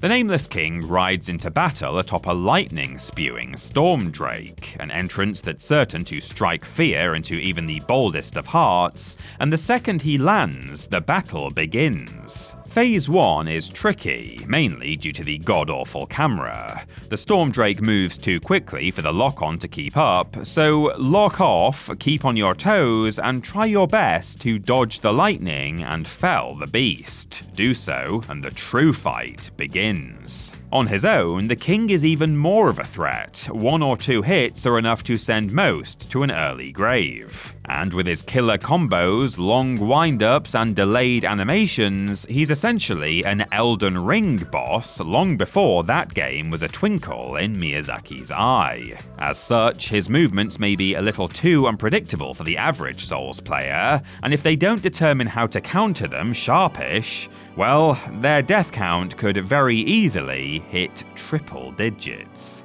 Number 6. Star Scourge Radahn, Elden Ring. A boss so tough they nerfed him twice. Yes, so tricky were the fights against Shadow of the Erdtree's consort Radahn and the main game's Star Scourge Radahn that they were both made easier. But, nerfed or not, this fight is easily the superior of the two. Star Scourge Radahn's setup is legendary. All across the lands between, players will hear tell of a Festival of Champions taking place at Castle Redmane, and when they enter Caelid, said castle stands proud as the clear end goal. Manage to get there, and players are invited to participate. Be aware though that this isn't your typical festival. It's a fight to the death against a Radahn so blighted by scarlet rot that he's lost his mind. What ensues is either a 1-on-1 battle or a potential 8-on-1, depending on how many NPCs the player summons in. Choosing to summon turns Radahn into a sort of raid boss, with everyone chipping away at his colossal health pool while he does his best to pick them off one by one. And with his 2 massive swords, literally earth-moving gravity magic, and the ability to turn himself into a flaming meteor, chances are he will get the better of everyone. Fun fact, according to the data files, his horse is named Leonard. Now, do the scrawny thing a favour and put his master out of his eternal misery. Number 5. Artorias the Abysswalker, Dark Souls. For those who played Dark Souls before any of the others in the series, Artorias marks a real shift in both challenge and spectacle. While for those who came back to Dark Souls after playing one or more of FromSoft's later games, he can be seen as the blueprint that all future bosses strived to match, but few bettered. Once one of Gwyn's most powerful and trusted soldiers, Artorias ventured to the lands of Ulasil to prevent the spread of the corrupting abyss and, if called for it, lay down his life to do so. Unfortunately, said abyss was a little too corrupting, and Artorias succumbed, losing his humanity and his mind. This is how players find him in his DLC. Broken, armor battered and half melted, left arm shattered, and yet still powerful enough to put the chosen undead in their place. Despite his injuries and his mindlessness, Artorias fights with a kind of berserk grace, swift and flowing with somersaults and sweeps, yet single-mindedly ferocious with health bar draining slams and delayed thrusts. Every move chains fluidly into the next, never letting players catch their breath, and each tests the player's reaction speed and dexterity. If you can't dodge or block in time, Artorias will flatten you. Despite being a great deal of fun though, it's worth noting that this fight is thematically sad. First you killed the dog, and now the master. What an awful person you are. Number 4. Ludwig the Accursed / Holy Blade, Bloodborne. At the end of a river of blood, choked with rotting corpses, waits a most unsightly beast. Looking like a horrific human-horse hybrid that somehow survived a trip through a meat grinder, Ludwig is an abhorrent mess of twitching limbs and distorted body parts, with a mouth filled with too many teeth and another lined only with eyes. As founder of the Healing Church, Ludwig was disfigured worst of all by the Beast Curse. The first half of this fight is a desperate struggle against a mindless creature whose only desire is death. Every limb flails at once as he strikes, each trying to squash you like a troublesome bug. He swipes wildly, pounces from the ceiling, and generally acts like a wild animal, screeching and screaming with blood-curdling cries all the while. Survive this stage though, and the fight will slow for just a moment as Ludwig remembers his sword and, seeing the light, recalls a glimmer of his former humanity. Here, the fight transcends into a duel against something truly monstrous, a beast with the mind of a man who swings his colossal moonlit sword with grace, dexterity, and above all, power. The music reaches its crescendo, and if players can keep to its rapid tempo, they might just be able to dodge Ludwig's swings and put this putrid pony out to pasture. Number 3. Sister Frieda, Dark Souls 3.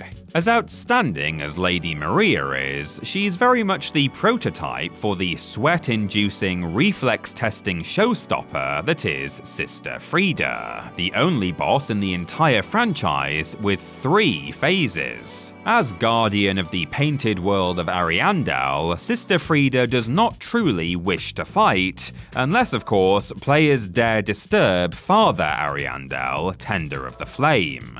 Do so, and Frieda will drop the nice nun act and come in swinging with a frost-edged scythe. The first phase is mechanically simple, with Frida simply attacking slowly yet gracefully, but this is merely the warm-up. Take her down, and Father Ariandel loses it. He ignites the flame, setting the church on fire, and resurrects Frida. Now you have to fight a large stampeding Ariandel and a lithe, agile Frida at the same time. Luckily, Frida holds back here, and they both share a health bar, so focusing on the slower, easier to manage Ariandel is key. Defeat them in this second phase, and the game gives you just enough time to breathe before Frida rises again for a third and final showdown. This is Frida at full power. Mimicking Lady Maria, she attacks with 2 blades, each exploding with a delayed flourish of black flame.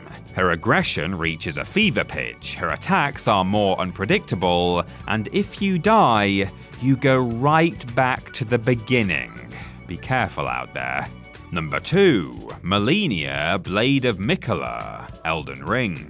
Malenia is exceedingly tough, almost to the point of being unfair, but holds back just enough to let players actually stand a chance, should they have the skill, that is. Sister of the eternally youthful Mikola, Malenia is a demigod and highly skilled swordstress. She also happens to be the host of the Outer God of Rot, and it's destroying her from within. But it's also what gave her the power to destroy Caelid, and to destroy you, should you dare to challenge her. Fought at the base of the Halig Tree, Malenia is a true endgame challenge, meant only for those who've mastered Elden Ring. She never holds back, immediately launching into furious balletic flurries, her sword moving so quickly you can only glimpse the anime-esque afterimage of where it sliced. Each attack not only rinses through a player's health, but also rejuvenates Malenia's even if blocked. That's right, fail to dodge her onslaught, and the damage you've managed to inflict will be undone. If you are able to defeat her though, Malenia will burst forth from a flame-red flower, reborn as the Goddess of Rot. Now, not only can she fly, but her attacks inflict scarlet rot, which can end the fight in a heartbeat. Oh, and then there's her dreaded waterfowl dance, another attack that all but assures defeat. God help you if you get caught in that.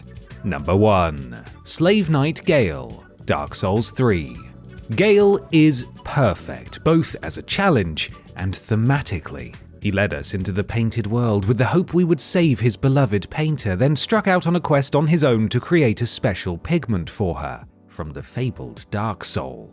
When we find him again in the ashes of the Ringed City, it's clear his journey has been longer than ours. There, at the end of time, he slaughtered the Pygmy Kings, devoured their souls, and lost his mind. And so, it's up to the player to take the Dark Soul from him and deliver it so the painter can create a new, gentler world. But Gale won't simply hand it over. Draped in a heavy red cloak and hunched from age, he doesn't look like much of a fighter. But then, he springs into action. Like Ludwig, his first form is bestial, with Gale bounding around his enormous arena, dealing rapid, heavy blows, leaping thrusts, and airborne pirouettes, all of which deal hefty damage. Manage to wound him though, and upon the sight of his own dark blood, a final burst of humanity takes hold. Standing tall, Gale now fights you as a man whose skill has been honed since time immemorial. This is the true final fight, but it's more than that. This is FromSoft at their absolute finest. This is Dark Souls.